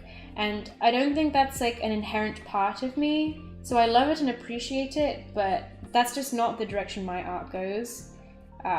The way my art works, I'm also happy with though, fortunately, so it's not a big deal. Let's see. Are you going to or have you already make streams for the other characters too? Good question. Some of the characters I've already done the expression sheets for, but I could do pose sheets for different characters. I think I have 8 characters in total. One of them is a cat, and I have not designed the cat at all yet. So I think that's kind of the plan, yeah. What the freak is this? I don't know, Yukai. I don't know. What is it? Do you have an opinion on online art courses like Ross Draw's Art Bootcamp? Some people say it's really good, some say it's a waste of money, not even certified. I don't know. It's not. Is it worth it or not? I don't know. Like, what's it called? I haven't seen the behind the scenes of those things, but often people really like programs like that because it's like one and done. Everything you kind of want to know is, sorry, I've got an eyelash on my iPad. Everything you want to know is in one place. So it's like you're paying for the convenience of it. You could definitely learn all of that stuff for free, you know? But when it's all in one place for you, it makes the job a little easier and it feels a little more like, how would I describe it? Like someone is holding you accountable, I guess. As for Ross Draws, I've met him in person once before. He seems very sweet and he's a very talented artist. So if that's the type of artwork that you are interested in, then I say go for it. If you can afford it, if it's financially viable. If you want to broaden your horizons, I don't know if I necessarily subscribe to the idea of like a specific boot camp by one person. You could take multiple if you can afford it, or like do something, I believe like Project City has a couple courses that are run by multiple people who specialize in different things. Yeah, there's a whole range of courses out there, all of varying quality. I've personally never paid for one. I paid for one course. When I was 16 and desperately wanting to get into Cal Arts, I paid for what's called like the Portfolio Development Workshop, which was, I believe, an 8-week-long summer course by one of the teachers at Cal Arts, or at the time, I think he had to retire. But one of the teachers would set weekly assignments and then would spend like several hours just critiquing and reviewing our homework submissions. And I learnt so much in that. A lot of like the core of what I draw now is based on little tiny comments that John Mahoney left. For example, he was the one who taught me to do like texture overlays, and that is like a huge part of my artwork. He was also the one that taught me to add like grain and texture, like not like, for example, I use like paper overlays, right? But I also use noise. He taught me both of those things, because it's like, you know, try doing stuff that feels less digital, is what he said. And that has really informed my work, because I don't like digital looking art. Hence why, yeah, I've got this very smooth, very clean art style, but I'm going to incorporate it with like imperfection and the crunchiness of like film grain and so forth. And it's going to make it feel a little more interesting, less flat, less plain, I suppose. It's going to be a bit more depth to it. Hopefully, anyway. Yeah, we need a cat stream. We do. My only fear is I don't actually know what I'm doing with that cat, which is why I haven't designed it yet. Like, I could technically draw cats, but I was never like in the furry community or anything like that. And I feel like a lot of people are good at drawing like four-legged creatures because they get a head start by being a part of those communities. And then the only reason now at this stage in my life that I would draw any of those guys is if I needed to, like, as in I need to design it for a film, which is what's happening. But in the meantime, no, like I just haven't felt the need to draw a cat. I don't feel comfortable with the proportions of cats. And I also don't know how to push this design. Like, I was joking yesterday that I have like a rough drawing. Let me show you real quick. This is what I have so far of Bubby the cat. Two things. I have this drawing, and then like this drawing. This drawing doesn't feel like it fits the feeling of the film, I don't think, at all. Like, it's not, it's like too elegant and graceful and kind of pointy and almost like magical looking. That's not how I want the cat to be. I want the cat to be closer to something like this, but it's like, how far can I push it so that it's still animatable, like can convincingly move like a cat and still feels like the art style I'm working with the humans. That's like a whole level of design that is beyond just the basics of drawing a cat, and I don't know if I'm ready for that yet. I say I'm not ready, it's like I don't think I'm emotionally ready. Would be fun to do it on stream, but all I'm saying is we may struggle, we may not make a lot of progress, because I'll be talking and procrastinating and failing over and over again, and it might be a frustrating watch. But you know what? Maybe that's a good thing, because hey, I am not a perfect artist in any regard, and so streams like this, where there's a lot of honesty and transparency surrounding the process, might be useful. Like, I assume you guys are enjoying the fact that this feels like a personal stream, you know, like I'm talking to you guys, I am doing my own thing, kind of, you know. What if you make it like a fluffy cat? Yes, so I want it to be fluffy. I kind of want it to be like a little bit chubby, but I'm not a huge fan of chubby cats, as in like the health issues that come along with that, you know, like the idea that most chubby cats are chubby because they're being fed too much, and that is like animal mistreatment, you know. So there's like a fine line in there for me, but a slightly chubby cat, that's fun. like a fuzzy chunk. Okay, next color. Let's do the hair. I want to do the eyes last because I think it's really fun to have it all come together at the last second. And when the eyes appear, that's when like a character feels alive. So, you know, what are the words? I'm teasing you. I am building up the suspense of like, what is this finished product gonna look like? I don't know. But I will finish today's stream with this expression sheet actually finished. This is kind of, not embarrassing, but like, it's taking so much longer than I thought, and it's kind of concerning me, because I think I'm being a slow artist, and it's like, I cannot afford this. I have to work faster than this, especially once I get into my filmmaking. So, wasn't like getting into the production stage. I'm currently still in pre-production. Pain.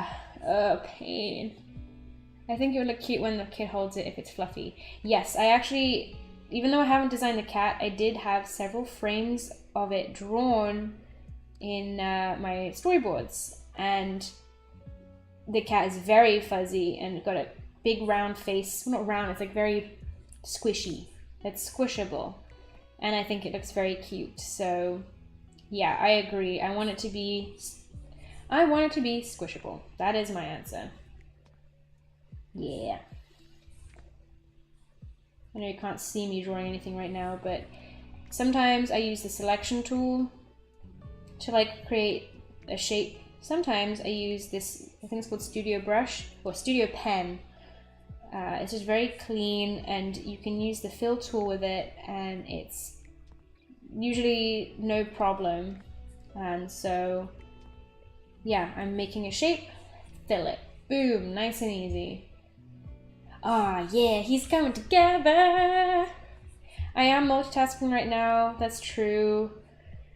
I hope I'm faster than this when I'm not multitasking. I'll have to check, you know, you can like check the statistics of your, what did I do his eyebrows? Yeah, I did. You can check the statistics of a Procreate canvas, so you can see how many strokes you made, you can see how long you spent on it. Although I have noticed that I think it measures how long you spend with that project open. And my iPad, I've set it where it doesn't go to sleep until after 15 minutes have passed. So sometimes I'll like get up and use the bathroom, or like get distracted and make food, whatever. And so it's like adding 15 minutes of time of me just not even being at my iPad. But whatever, it doesn't matter. You must shed some light on Caltrain politics. Why does everyone hate the headmaster there? I think you mean Cal Arts. I was like, I've never ridden on Caltrain, and I don't think there is a headmaster. Do you mean the headmaster, like the president of Cal Arts? I'm a little confused. GG. As for the president, I mean, I don't have a strong opinion. I think that when you're in that type of position, you're destined to be disliked, because now any problem that arises is gonna, like, the blame is gonna fall on you. Just like how gas prices are high up right now, right? In the US, and so everyone's blaming Joe Biden for it or something. It's like, yeah, but gas prices are like ridiculously on the rise everywhere in the world, because it's like a wider issue. It's not a political thing. Well, I mean, it can be a political thing, but like the source of it is not a political issue, you know. But people like to blame the people in charge, well, the people they perceive to be in charge, the people they perceive to be making the decisions, and that comes with the job.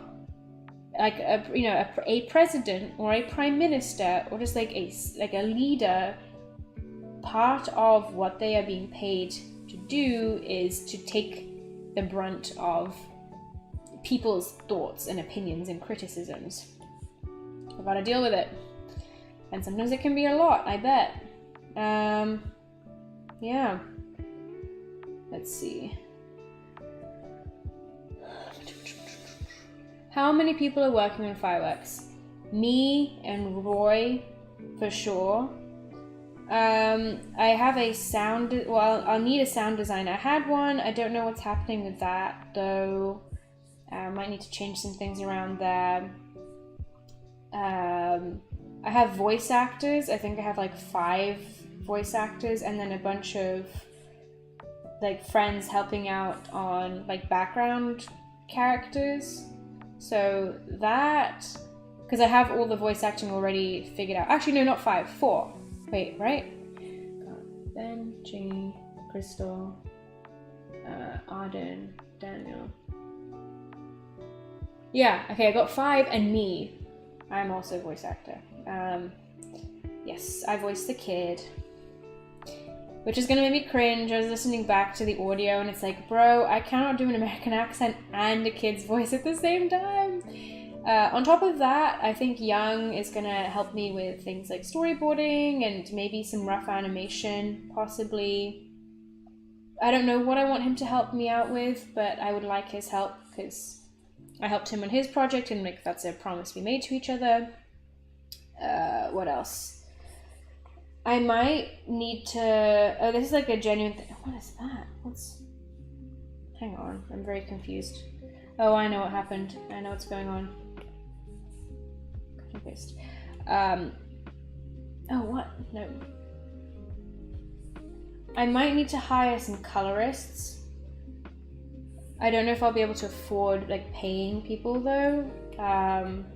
So if the time comes where I advertise colorists wanted, do you use what's it called? Do you know how to use Harmony? I may need to enlist the help of some of you guys to just color in some frames, and you'll get to see some stuff behind the scenes. I will of course credit you in my film, and I will treat you in some way. It could be monetarily, it could be not. I don't know what financial position I'm going to be in within like the next, I would say 8 months, I reckon it's going to be. So yeah, but I'm going to probably need to hire some help for that. Maybe even some in-betweeners if I'm really struggling with even the animation. But Meppity and Roy, yeah, that's right. Other voice actors also from Cal Arts. Yes, the voice actors are also from Cal Arts, and I put up posters. If you want to see the posters I made, it's there on my Patreon too. I also briefly showed them in my stream on Thursday if you don't want to use, what's it called? If you don't want to go on Patreon. Color is really, you do enjoy coloring? That's amazing. Actually, you know what? That's fair. I got into a bit of a rhythm when I was coloring. It felt very unproductive in the sense that like I wasn't making anything new. I was just like touching up something that already was existing, but it was mindless, which was very nice at times. You know, I could just like listen to whatever podcast I wanted to or watch a show and stuff like that. So yeah, so a lot of people that helped out Young and I with coloring for weird looking dogs had never used Harmony before. I just gave like a brief little tutorial-y thing on how to color and they were on their way, and it's kind of easy to learn. Like once you repeat it enough, then you know what you're doing. So I don't think you need to know Harmony to be able to use it. I just think you need to have access to it. Yeah, color is kind of mindless and easy. Exactly.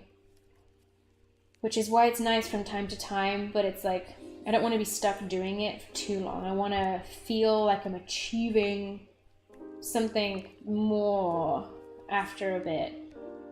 Not to say that coloring is a dead-end thing, but I can't do it forever personally, you know. Hell yeah, I'd love to come back on as a colorist. Yeah, I'd love to have you on too. You were very good to work with and very efficient. And what's it called, getting things in on time, which was always nice. It was nice when people actually submitted stuff when I wanted it submitted. Let's see, the only part of the pipeline that you can do is sleeping. Yeah, I don't know if it can even do that. That's a lie. I sleep too much. That's my problem. But I can't help it. It's just a part of fatigue. You enjoy lip sync? Yeah, okay. Lip sync is one of my favorite things, and I have no idea why. Like, people despise lip sync, and I'm over here like, this is my favorite thing. It's so satisfying, like making it feel like an audio clip is coming from a character, if that makes any sense. I'm gonna have to do some figuring out with that, where because this film is so long and I'm only one person and can't afford full animators who can match my art style, I'm gonna have to have very limited animation. I'm thinking like 4s max.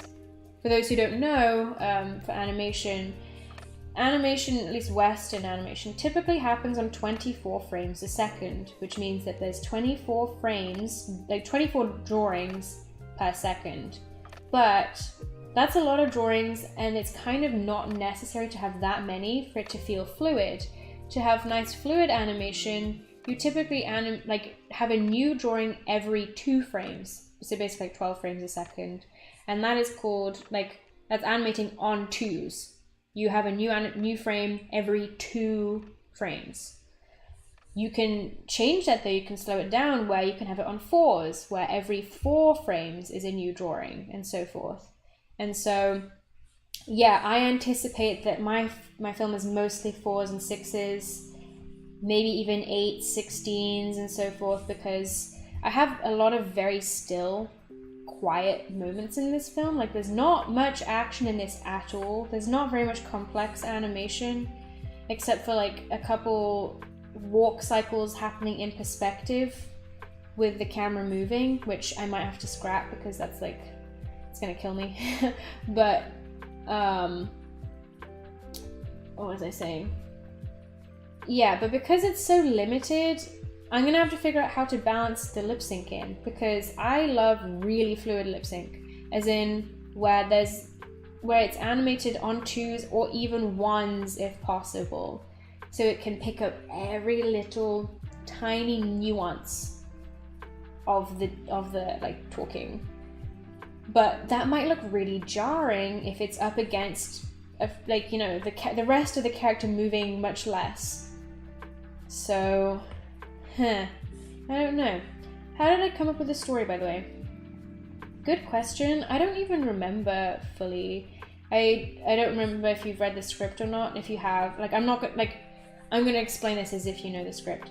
So, I came up with it in 2020, early 2020, when I think the pandemic was just starting to tickle the news. It was not a concern, people were just kind of ignoring it, thinking, oh, it has nothing to do with me, kind of deal. So it was nothing to do with that. But it was around that time, and then without too much of a spoiler, I was like, okay, I'd love to do this for my second year film. And then school shut down, and I was like, oh, well, I might take a year off school. I don't know, I think it might be too soon to make this film. It's weirdly kind of feels like what's happening in the real world. And I left it. But in terms of how I came up with the story,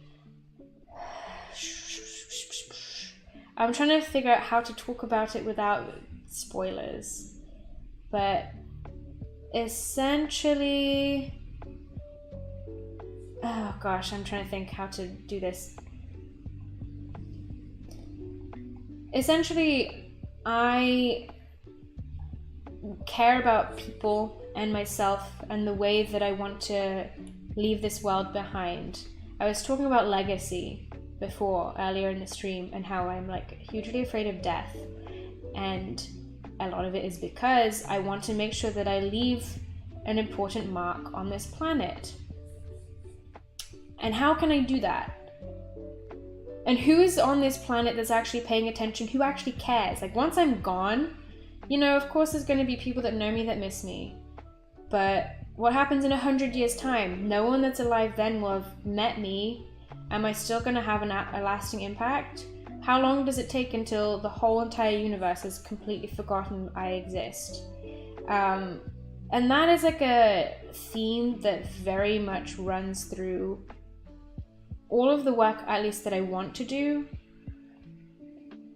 Yeah, and so this story idea was kind of like an argument against myself. Again, I'm being extremely vague because I don't want spoilers, but it was like, well, how much of that actually matters, Anya? How important is legacy? How important is like leaving a mark on this world when like who's going to be here to listen to it? Nothing is forever. I think you need to focus on spending important times with people that you care about. And then this story came out of that. Yeah. Let's see. It'd be worth experimenting with the Spider-Verse. Use a bunch of 1s and 2s. Yeah. Like something I'm almost certain I'll be doing is, because the characters will be like animated on cards, they'll be like on a plane that'll be moving around in a 3D environment, is I might have to posterize the time where the cards don't slide around on 1s, they slide around at the same frame rate as the characters, so it doesn't look jittery, and like it's going to be a lot of experimentation, which is going to take a long time in itself, even beyond just the regular animation. I really hope this project comes together nicely. I'm worried that I'm not going to get it done in time. Because I want to look after my health, you know? Like, I don't want to finish this film at the expense of my sanity or just general well-being. Because I've been there, where I've stayed up for multiple nights in a row. And those have been great, kind of. Like, I'm like delirious by the end, where I literally was awake for like 36 hours. Or no, not 36, 72 hours. I slept 1 hour and 72 hours. That was really fun, but it's like that's something you do maximum like once a year kind of deal, you know? It's like any more than that and you are really not like hurting yourself. But this project would kind of warrant me doing that on a more consistent basis, and I don't want to do that. That's not healthy in any way. So yeah. Is it Juan says, that kind of hits close to home. My uncle randomly died yesterday. I'm really sorry to hear that. Yeah, dude, it really sucks. But that's it kind of ties in like further. I was talking about genres I like, and I was discussing like, are cartoons real?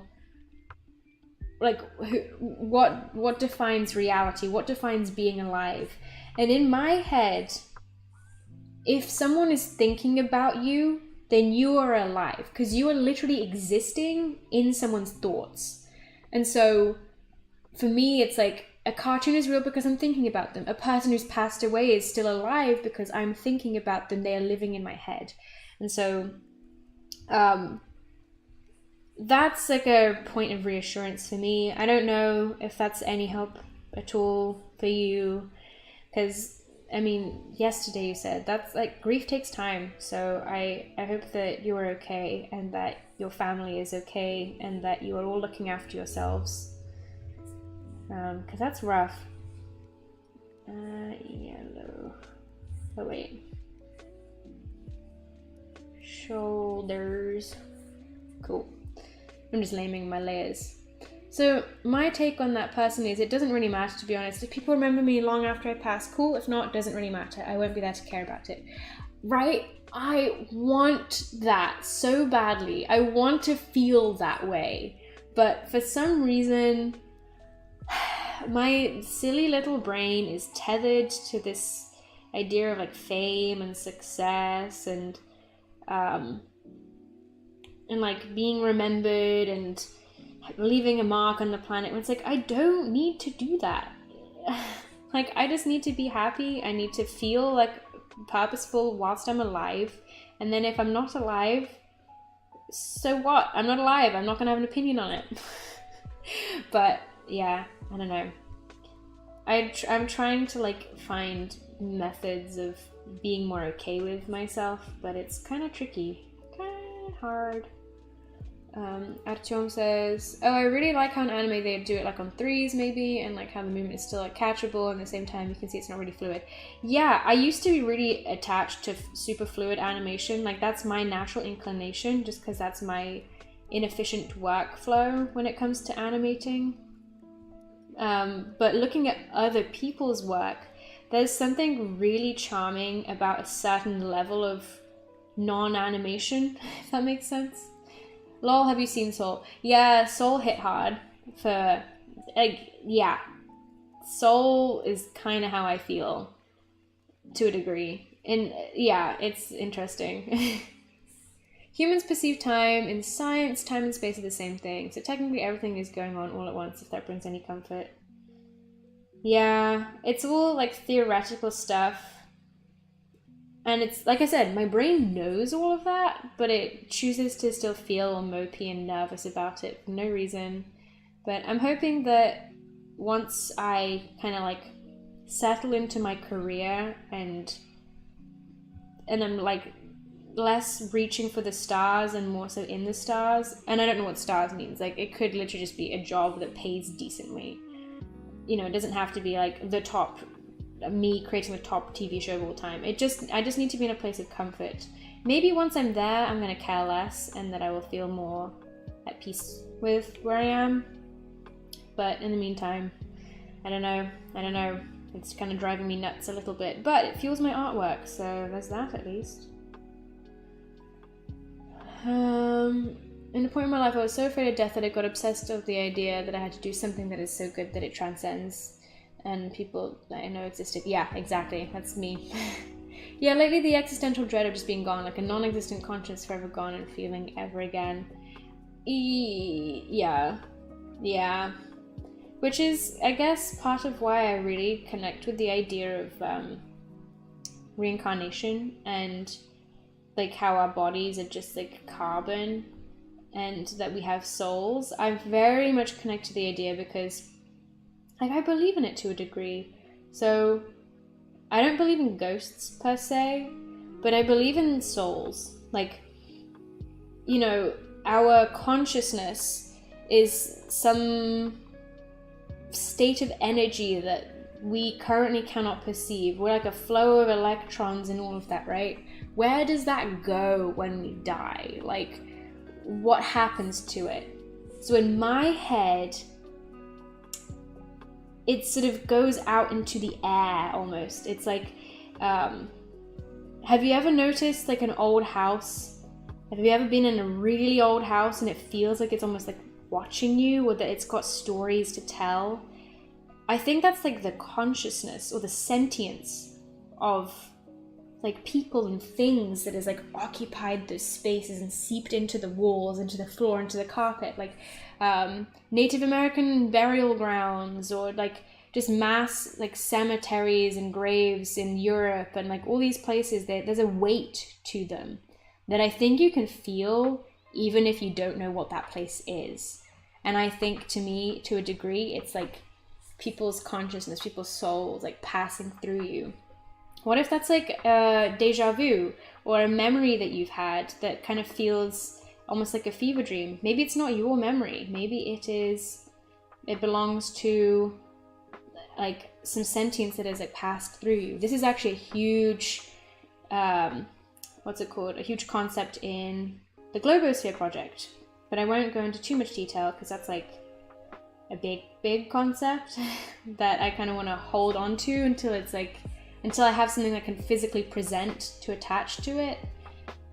The egg video of Kurt's Kazakh is a cool way of thinking about life. Yes, I've watched that. It's been a while, but yeah, I agree. I very much agree. There's a video one of my friends showed me. I forgot what it's called. It's like time-lapse of the universe or something. It's like a half-hour long video that broke my brain. That's another one which shows how meaningless everything is. But because something is like inherently meaningless, it means you can inject your own meaning into it. It's like you can do what you want. You can place any amount of importance on anything you do. Because at the end of time, like our universe will like end. Not just this planet, but everything. Even electrons and atoms and quarks and energy and light, like all of it will end.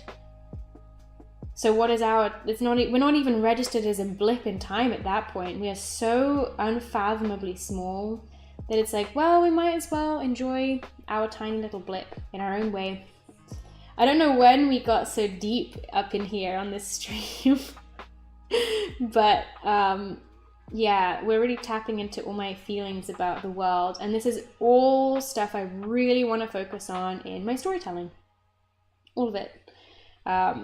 So keep an eye out for those themes in the work that I make. The human spirit really is beautiful. I agree. I really do agree.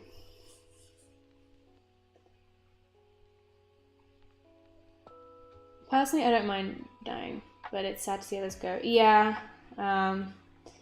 it's definitely sad to see others. I think there's like another type of death that like that I find strange, and it's like a physical place. Oh yeah, optimistic nihilism. That's the one. That's another Kurzgesagt video.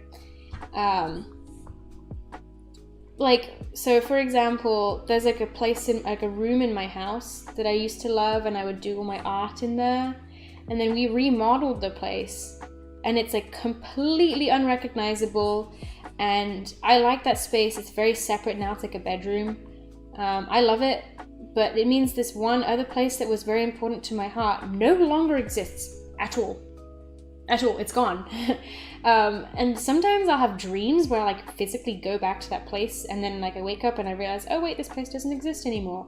Sometimes in real life, when I am conscious, I will go to that place, forgetting for a moment that, oh, it's been over 10 years since that place got remodeled.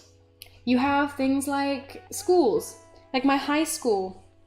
I'm so excited to go back. I haven't been able to go back properly because since I graduated, then like the pandemic happened, and then I've been out of the country. But it's like time is running out where I'm not going to go back to the high school that I knew, because none of my classmates are there anymore. We're all long gone. I got 3 whole grades underneath me are also gone. Like we're all like, the space is the same, but the people inside it are not. And so things like ceasing to exist kind of freaks me out a little bit too. But I try and treat it like chapters in life, you know, just because like something has ended, but it doesn't mean it hasn't impacted you. It's still there in some shape or form, just not in like a physical, conscious form that it's like really tangible. Instead, now it's like it's in the form of memories, and it's in the form of how it shaped us as human beings.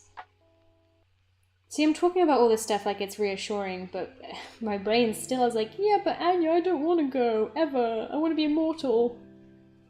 In fact, I watched a Caitlin Doughty video. You know, the like Ask a Mortician. She had the video about like people who get like their heads or bodies frozen after they pass away.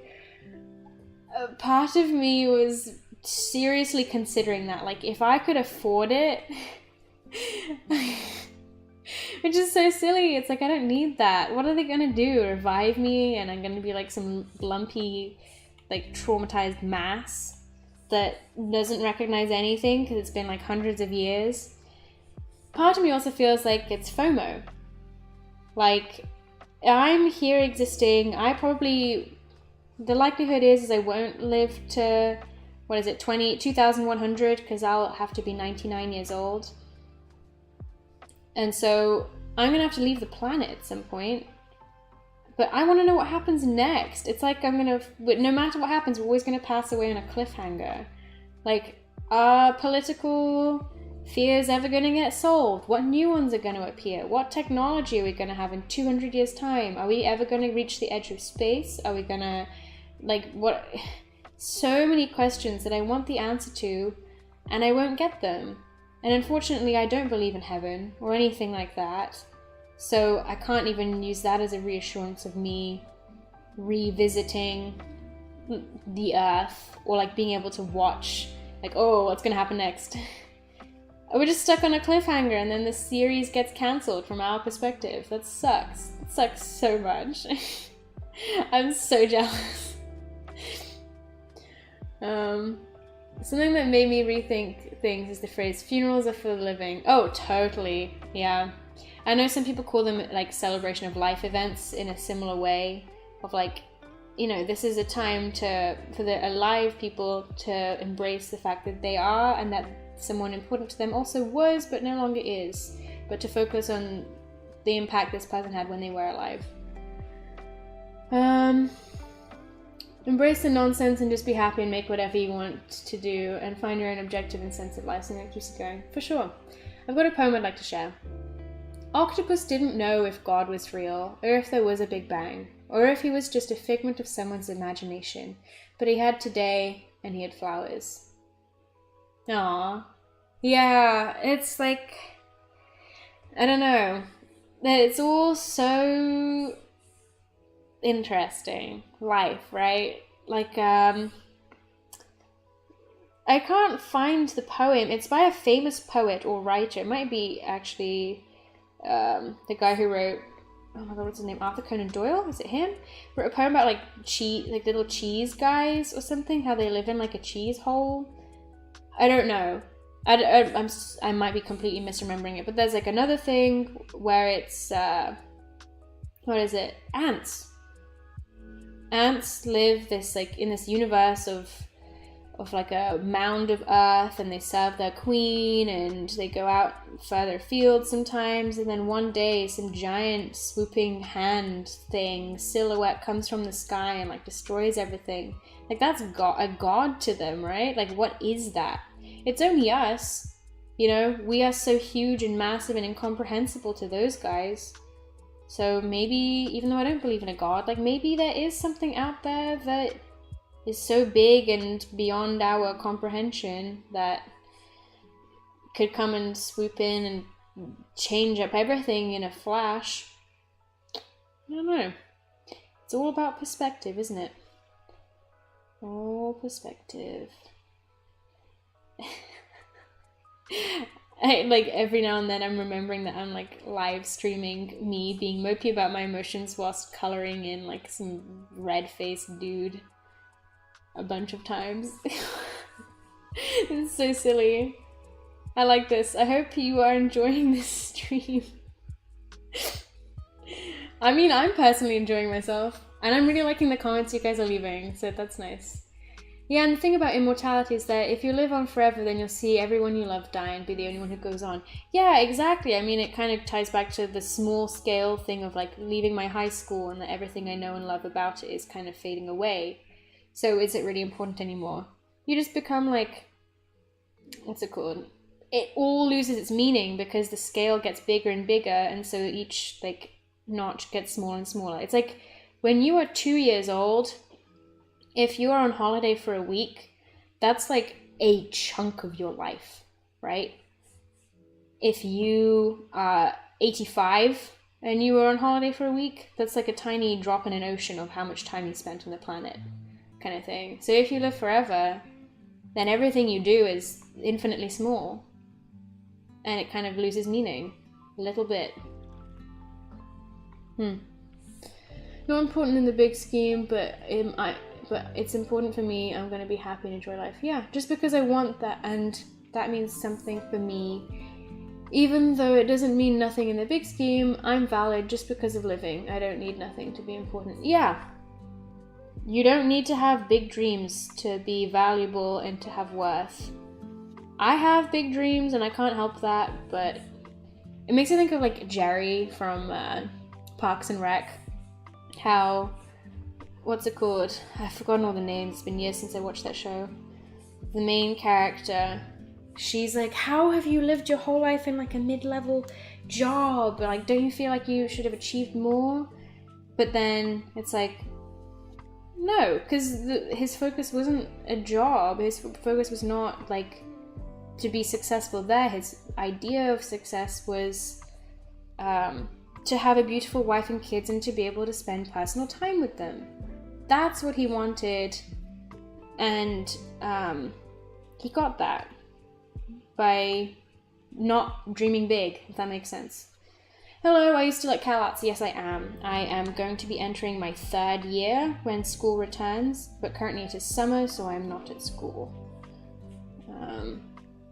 I spoke to Brent from BAM Animation the other day and asked him, since I just turned 20, if he ever gets anxious on birthdays. He says he just tries to remember how old he is at this point. I've heard that from some friends. I have some older friends, and they're all like, oh gosh, I don't know how old I am. Yeah, I think especially our age, like us being in our early 20s, at this point in time, being surrounded by famous people and social media influencers and all of that, it's like, if you have this idea of wanting fame, like, then seeing all these people doing that, like, and now they're younger than you, is like really jarring. In other news, I think we're done, guys. I think we are finally finished. Oh my goodness. I'm gonna wanna, oh wait, no! Oh, I'm not finished. I'm gonna tweak his face just to be 1% oranger. I need to add his blush. Pain. I thought it was done, but I'm not. Also, his blush is too, I don't like that color. I'm gonna fix it. Hang on. Rename blush. I might also not even have the blush on these characters, depending on how much effort it's going to be to animate it, but okay, hang on. We're gonna have to desaturate and darken it a little. How about that? Nope. That's better. Actually, kind of tiny bit pinker. Boop. You've forgotten that you're about to turn 26 multiple times. Yeah, I forget that, like, oh, I'm 21. It's like, in my head, I'm still maybe 17. 17's like a decent number. Like, I'm fine with that. Yeah. And then it's like, oh, I did that a while ago at this point. Oops. Actually, I'm gonna bring this up. Don't I mean Terry? Maybe I mean Terry? Wait, I can't remember what I was talking about, but it might be. Yes, probably. I probably do mean Terry.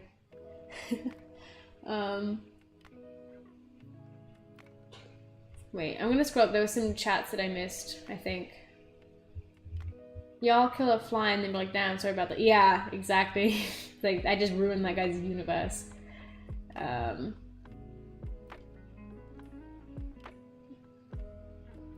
Oh my gosh, wow, it reminds me of the time I smashed a fly with my glasses and proceeded to be sorry about it and hate myself. Yeah, one time my mom killed a hornet that was like pestering us, and I was really upset at, like, I mean, I wasn't upset at her for doing it because, like, that's kill the hornet, but I was like, Mommy, you've got to make sure it's absolutely 100% dead. Like, it cannot be alive and suffering. And she's like, yeah, it's fine. Threw it in the trash. And then, like, a few days later, I come back and look in my trash can, like, to put something away, and I see the hornet still twitching, and I was, like, horrified. I was so upset that this poor thing, by mine and my mother's hand, was suffering the amount that it was suffering. It's, like, so pathetic and small, especially when in the grand scheme of things, like, a lot more is suffering at the hands of, like, for example, me buying things off Amazon because it's convenient for me, being, like, bad for Amazon workers, you know, so forth. Am I going to color in the tears? I'm debating it. So I have a couple other characters also crying, and I haven't colored in the tears because, like, it's just another thing for me to color, right? But I don't know. I think I'm gonna have to do some After Effects tests to see how it looks, because I don't want it to be, like, too shiny looking, but I also want that, like, wet, glassy-eyed look, and that might have to come with coloring it. It might come with not coloring it. It might come with making it lineless and just color. Like, that's something I'm unsure of at this moment in time. Also, this blush might be too intense, so I might have to tone it down in a moment. Yeah, have you seen Dr. Seuss Midnight Paintings? Really cool collection. Just remind me of it because we're a bunch of silly cartoons talking about existentialism. No, I haven't. I've never even heard of it. That's really interesting. Dr. Seuss's Midnight Paintings, you say? I'll have to check it out. Well, how about we move things along to something a little more jovial and lighthearted as I wrap up this stream and this drawing session. Well, not this drawing session, this, what's it called? What is this? Also, I think I'm not going to color in the nostrils, it takes too long. As I wrap up this page, let me think. I don't know, I'm trying to think of like an interesting question.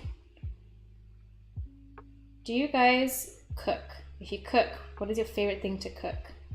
If you don't cook, what's your favorite thing to eat?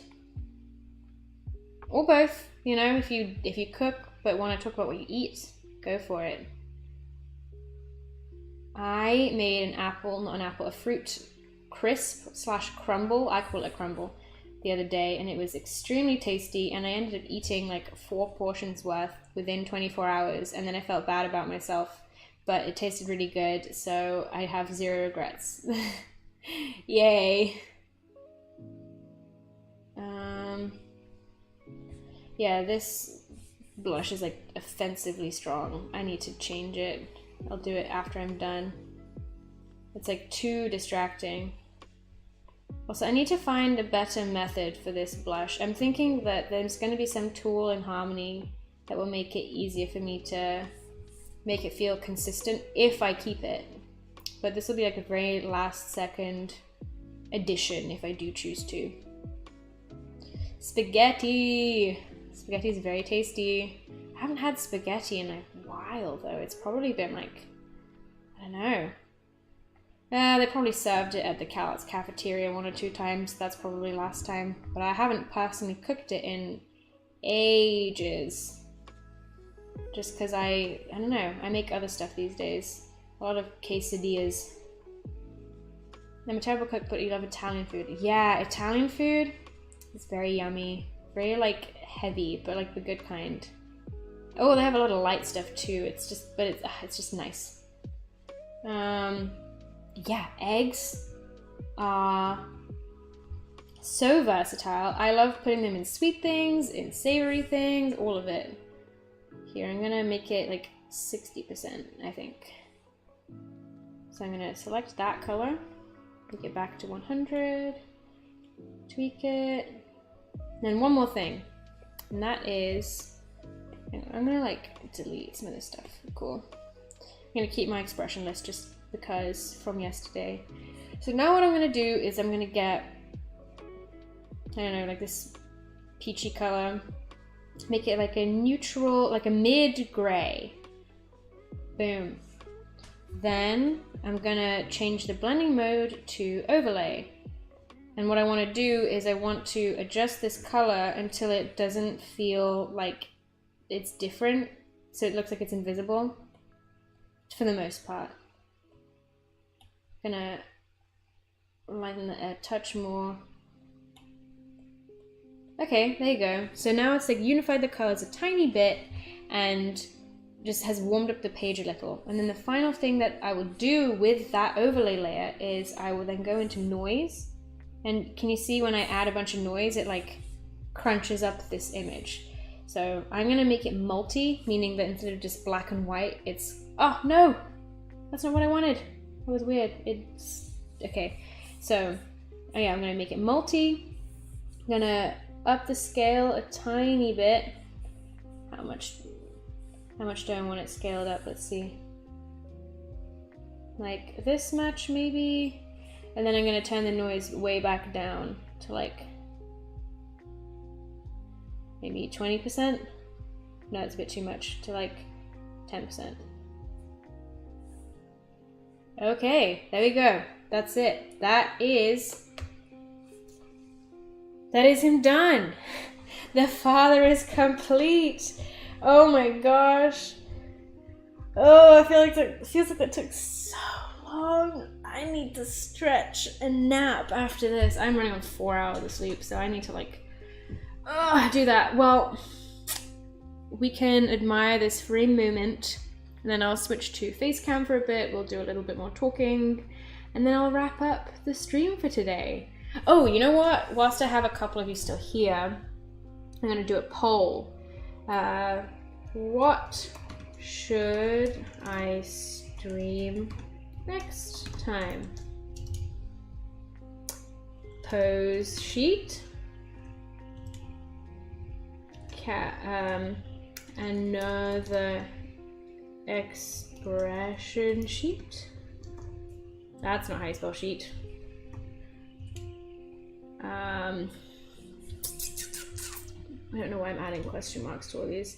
Pose sheet, another expression sheet. Oh wait, actually, hang on. Command C, Command V. Pose sheet.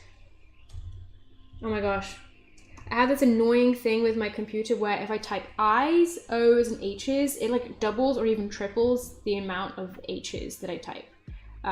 It's a total pain. Anyway, pose sheet, diff character.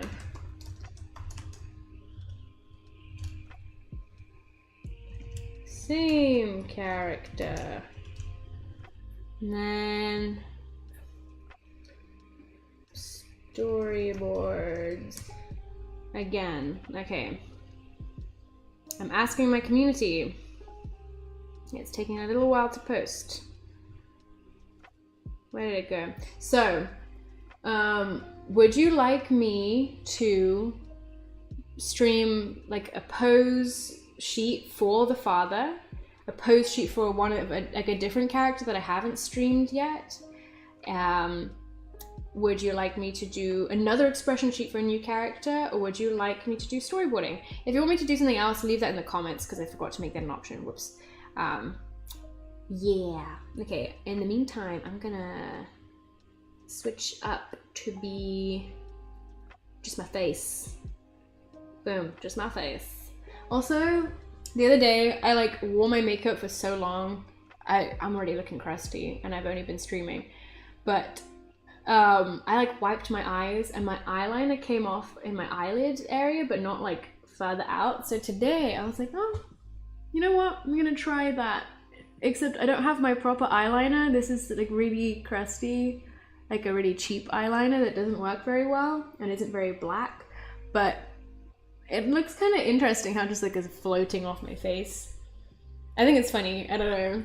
And then I have all these stars because I have a lot of spots at the minute that I was like, you know what, I want it to match my bralette. So yeah, I don't know. I don't know why I'm talking about this. Anyway, okay. Let's take a look at some more things people are saying. Adam says, you said a couple years ago that Netflix would be the #1 place you would want to take your story. Is that still true today, or the state of Netflix?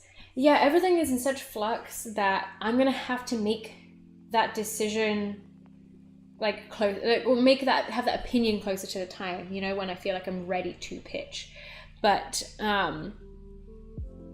yeah, I don't know. I think it still is my favorite place because I'm really loving the stuff Sony is working on right now, but Sony is a film company. I don't know if they're working on TV shows, and it's CG. I want 2D.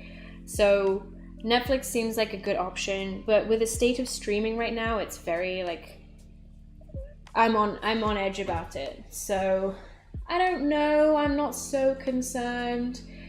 But at the end of the day, when you're pitching stuff, you kind of just have to hope for the best. Like, you just have to hope someone takes your project on. So I'm not worried. Yeah, because I just want my project to eventually happen and for it to not be royally screwed over by management. So that's my main thing. And you can get good management and bad management at any studio. What else? Nothing better than cooking pancakes in the morning. Pancakes are great. I love to eat pierogies. It's a food from the home country of my grandma. She's from Poland, and a special recipe that was from a grandma. Ah, pierogies are so good. Yes. Do you sketch with the ink bleed brush too? Yes, I do. I just turn the opacity down. I used to use just like one of the default pencils, but I realized it's a bit too fuzzy looking, and so I was like, oh, you know what? I love to ink and ink bleed. I might as well sketch in it too. Just, you know, have the opacity turned down so it feels less committed. Would you at some point do a live stream doing the backgrounds in Maya? That would be interesting and different. I would love to. The only problem is I don't think my computer has the manpower for it. And I want to finish them before summer. So, like, I might not what's it called? I might not be able to, what's the word? To like get that to work in time. So yeah, I don't know. OMG, yes, I would like to see how you make backgrounds as well. Okay, well, I don't think I'll be able to stream it, but my hope is that I will be able to screen record it, and in my making of video that I can talk about it. I've been trying to take like screenshots and saving multiple versions of each background, one to like as like a backup sort of scenario, but also to what's it called? But also just to see the progress. Have I seen Klaus? I have not seen Klaus, but I will say, maybe this is a hot take, I feel like the animation and the rendering was like almost uncanny. Like it was so close to being 3D that they may as well have made it 3D, kind of. It's like they were blurring the line in a way that I felt is very technically like next level, but wasn't quite visually like interesting or exciting to me. It felt like it was riding the fence, if that makes any sense. I don't know. It's all financials, to be honest. Netflix is willing to spend so much to develop interesting content, but their growth and spending cannot be infinite. Yeah, they spent a bunch of money on content and then a bunch of it got scrapped. It's like, well, like a certain project that I was talking about beforehand, I think it was like 3 years into production or 2 years into production, something like that. And there was not a single script that had been completed. Like, how does that happen? That's a lot of time. To the, like, as in over 2 years, didn't even build past a core team. Like, there was no art department. There was no, like, story department. It was just, like, a head person and then some writers, I think. I may be wrong though, this is just from whatever I know. And it's like, it's a shame because that's what all these budgetary constraints are for, you know? It's like, that's why so many studios go for really like low budget looking stuff and kind of cheap out on how many backgrounds they use and like economy of boarding, you know, like boring angles, boring backgrounds, which is why things look less cinematic, look less unique, and are more formulaic. But it's like, it's because you can afford to do that. When you are having something that's way more of a risk, more expensive, then it may not be as financially viable in general, which sucks. Hi from Mexico, just wanted to say thank you for the helpful content. Thank you for stopping by, and I'm glad that you enjoyed it. Hang on, let me take a look at this poll. I forgot that I made it. Why can I only see, oh, never mind, okay. So people are really interested in a pose sheet with a different character. Nice, okay. Well, that's what I'll do then. I think maybe, I don't know. Writing does take time. I'm very aware of that, don't worry. But when you're getting paid by a studio, like a lot of money to get something out, and you have a whole team depending on material from you, it's a problem. Trust me, I know writing takes time, but it's different depending on the circumstances. So, anyway, storyboards. Everyone's so interested in storyboards. Did you guys watch my storyboarding stream on Thursday? Like, did you find that interesting? I was so nervous that whole time, partly because I hadn't streamed in like over a year. Maybe I'll whip it up again and I'll feel more confident this time around. So I think maybe a pose sheet with a different character, and then the stream after that would either be finishing the pose sheet or storyboards. Yeah. Do you like BoJack Horseman? I love it. Do you know any show that is similar? Yeah, BoJack Horseman is like one of my favorites. I never watched the final season. I was like too scared. I don't know. I don't know if I was in the right emotional state at any point, and now it's been too long, and so I'm like, I guess I'm just gonna leave it off at season 5 in my head. I might watch it at some point, but that's definitely right up at the top. I think I said in yesterday's stream that if I could have a show that is a blend between the mystery of Gravity Falls, the world building of an Avatar, and the like gritty, like addressing of like real human issues of BoJack Horseman, that would be like the perfect show to me, truly. I kind of feel like in a weird way, Better Call Saul feels like that, which is why I really love Better Call Saul, arguably more than Breaking Bad. But that's not an animation, so gotta get some animated content that does it. In terms of other similar shows, I don't know any. I mean, Tuca and Bertie was made by like the same team, and but that's more of like a we're strong women feel, which is separate. Like, you know, it has a lot of like crossover, but it's not necessarily the thing that I was sticking around for. I don't know why, but I just find storyboards so fascinating. I'm glad. I love watching other people do storyboards, mostly because I feel like I don't know what I'm doing still. So, yeah, we can make that happen, for sure. I will be around. Bro, the 11th episode of last season of BoJack Horseman hits hard. Like, I'm scared. Yeah, I remember the, like, arc with him in New Mexico really hit me hard. Like, really messed me up. And I cannot fully explain why. I don't know. I think I can explain why, but I'm not going to dive into it. Anyway, I think that I'm going to wrap things up now. Thanks for the stream, Anya. Love you. Paka paka. Bye, Artyom. Yeah, it's, I think that's it for now. So thank you very much, all of you. Thank you. I am so happy that you have stuck around for almost 4 hours, right? Wait, or 3.5 hours? Oh, 4.5 hours? Bro, I've been streaming for so long. I don't know how my throat is still fine and intact. I literally had like 2 sips of tea this whole time and I'm fine. But, Wait, Lauren asks if I use pencil and paper sometimes. Yeah, sometimes, for sure. I do a lot of sketching and rough stuff, but I just haven't like finished up. Random question, is one of your professors Chris Mitchell? I was at Q-Pop shop in Tokyo a couple months ago and he said he teaches over at CalArts. I have not had him. I don't know what he teaches, but I would assume he stops by sometimes. We have a lot of adjunct faculty. Anyway, okay, alright. Actually ending the stream now.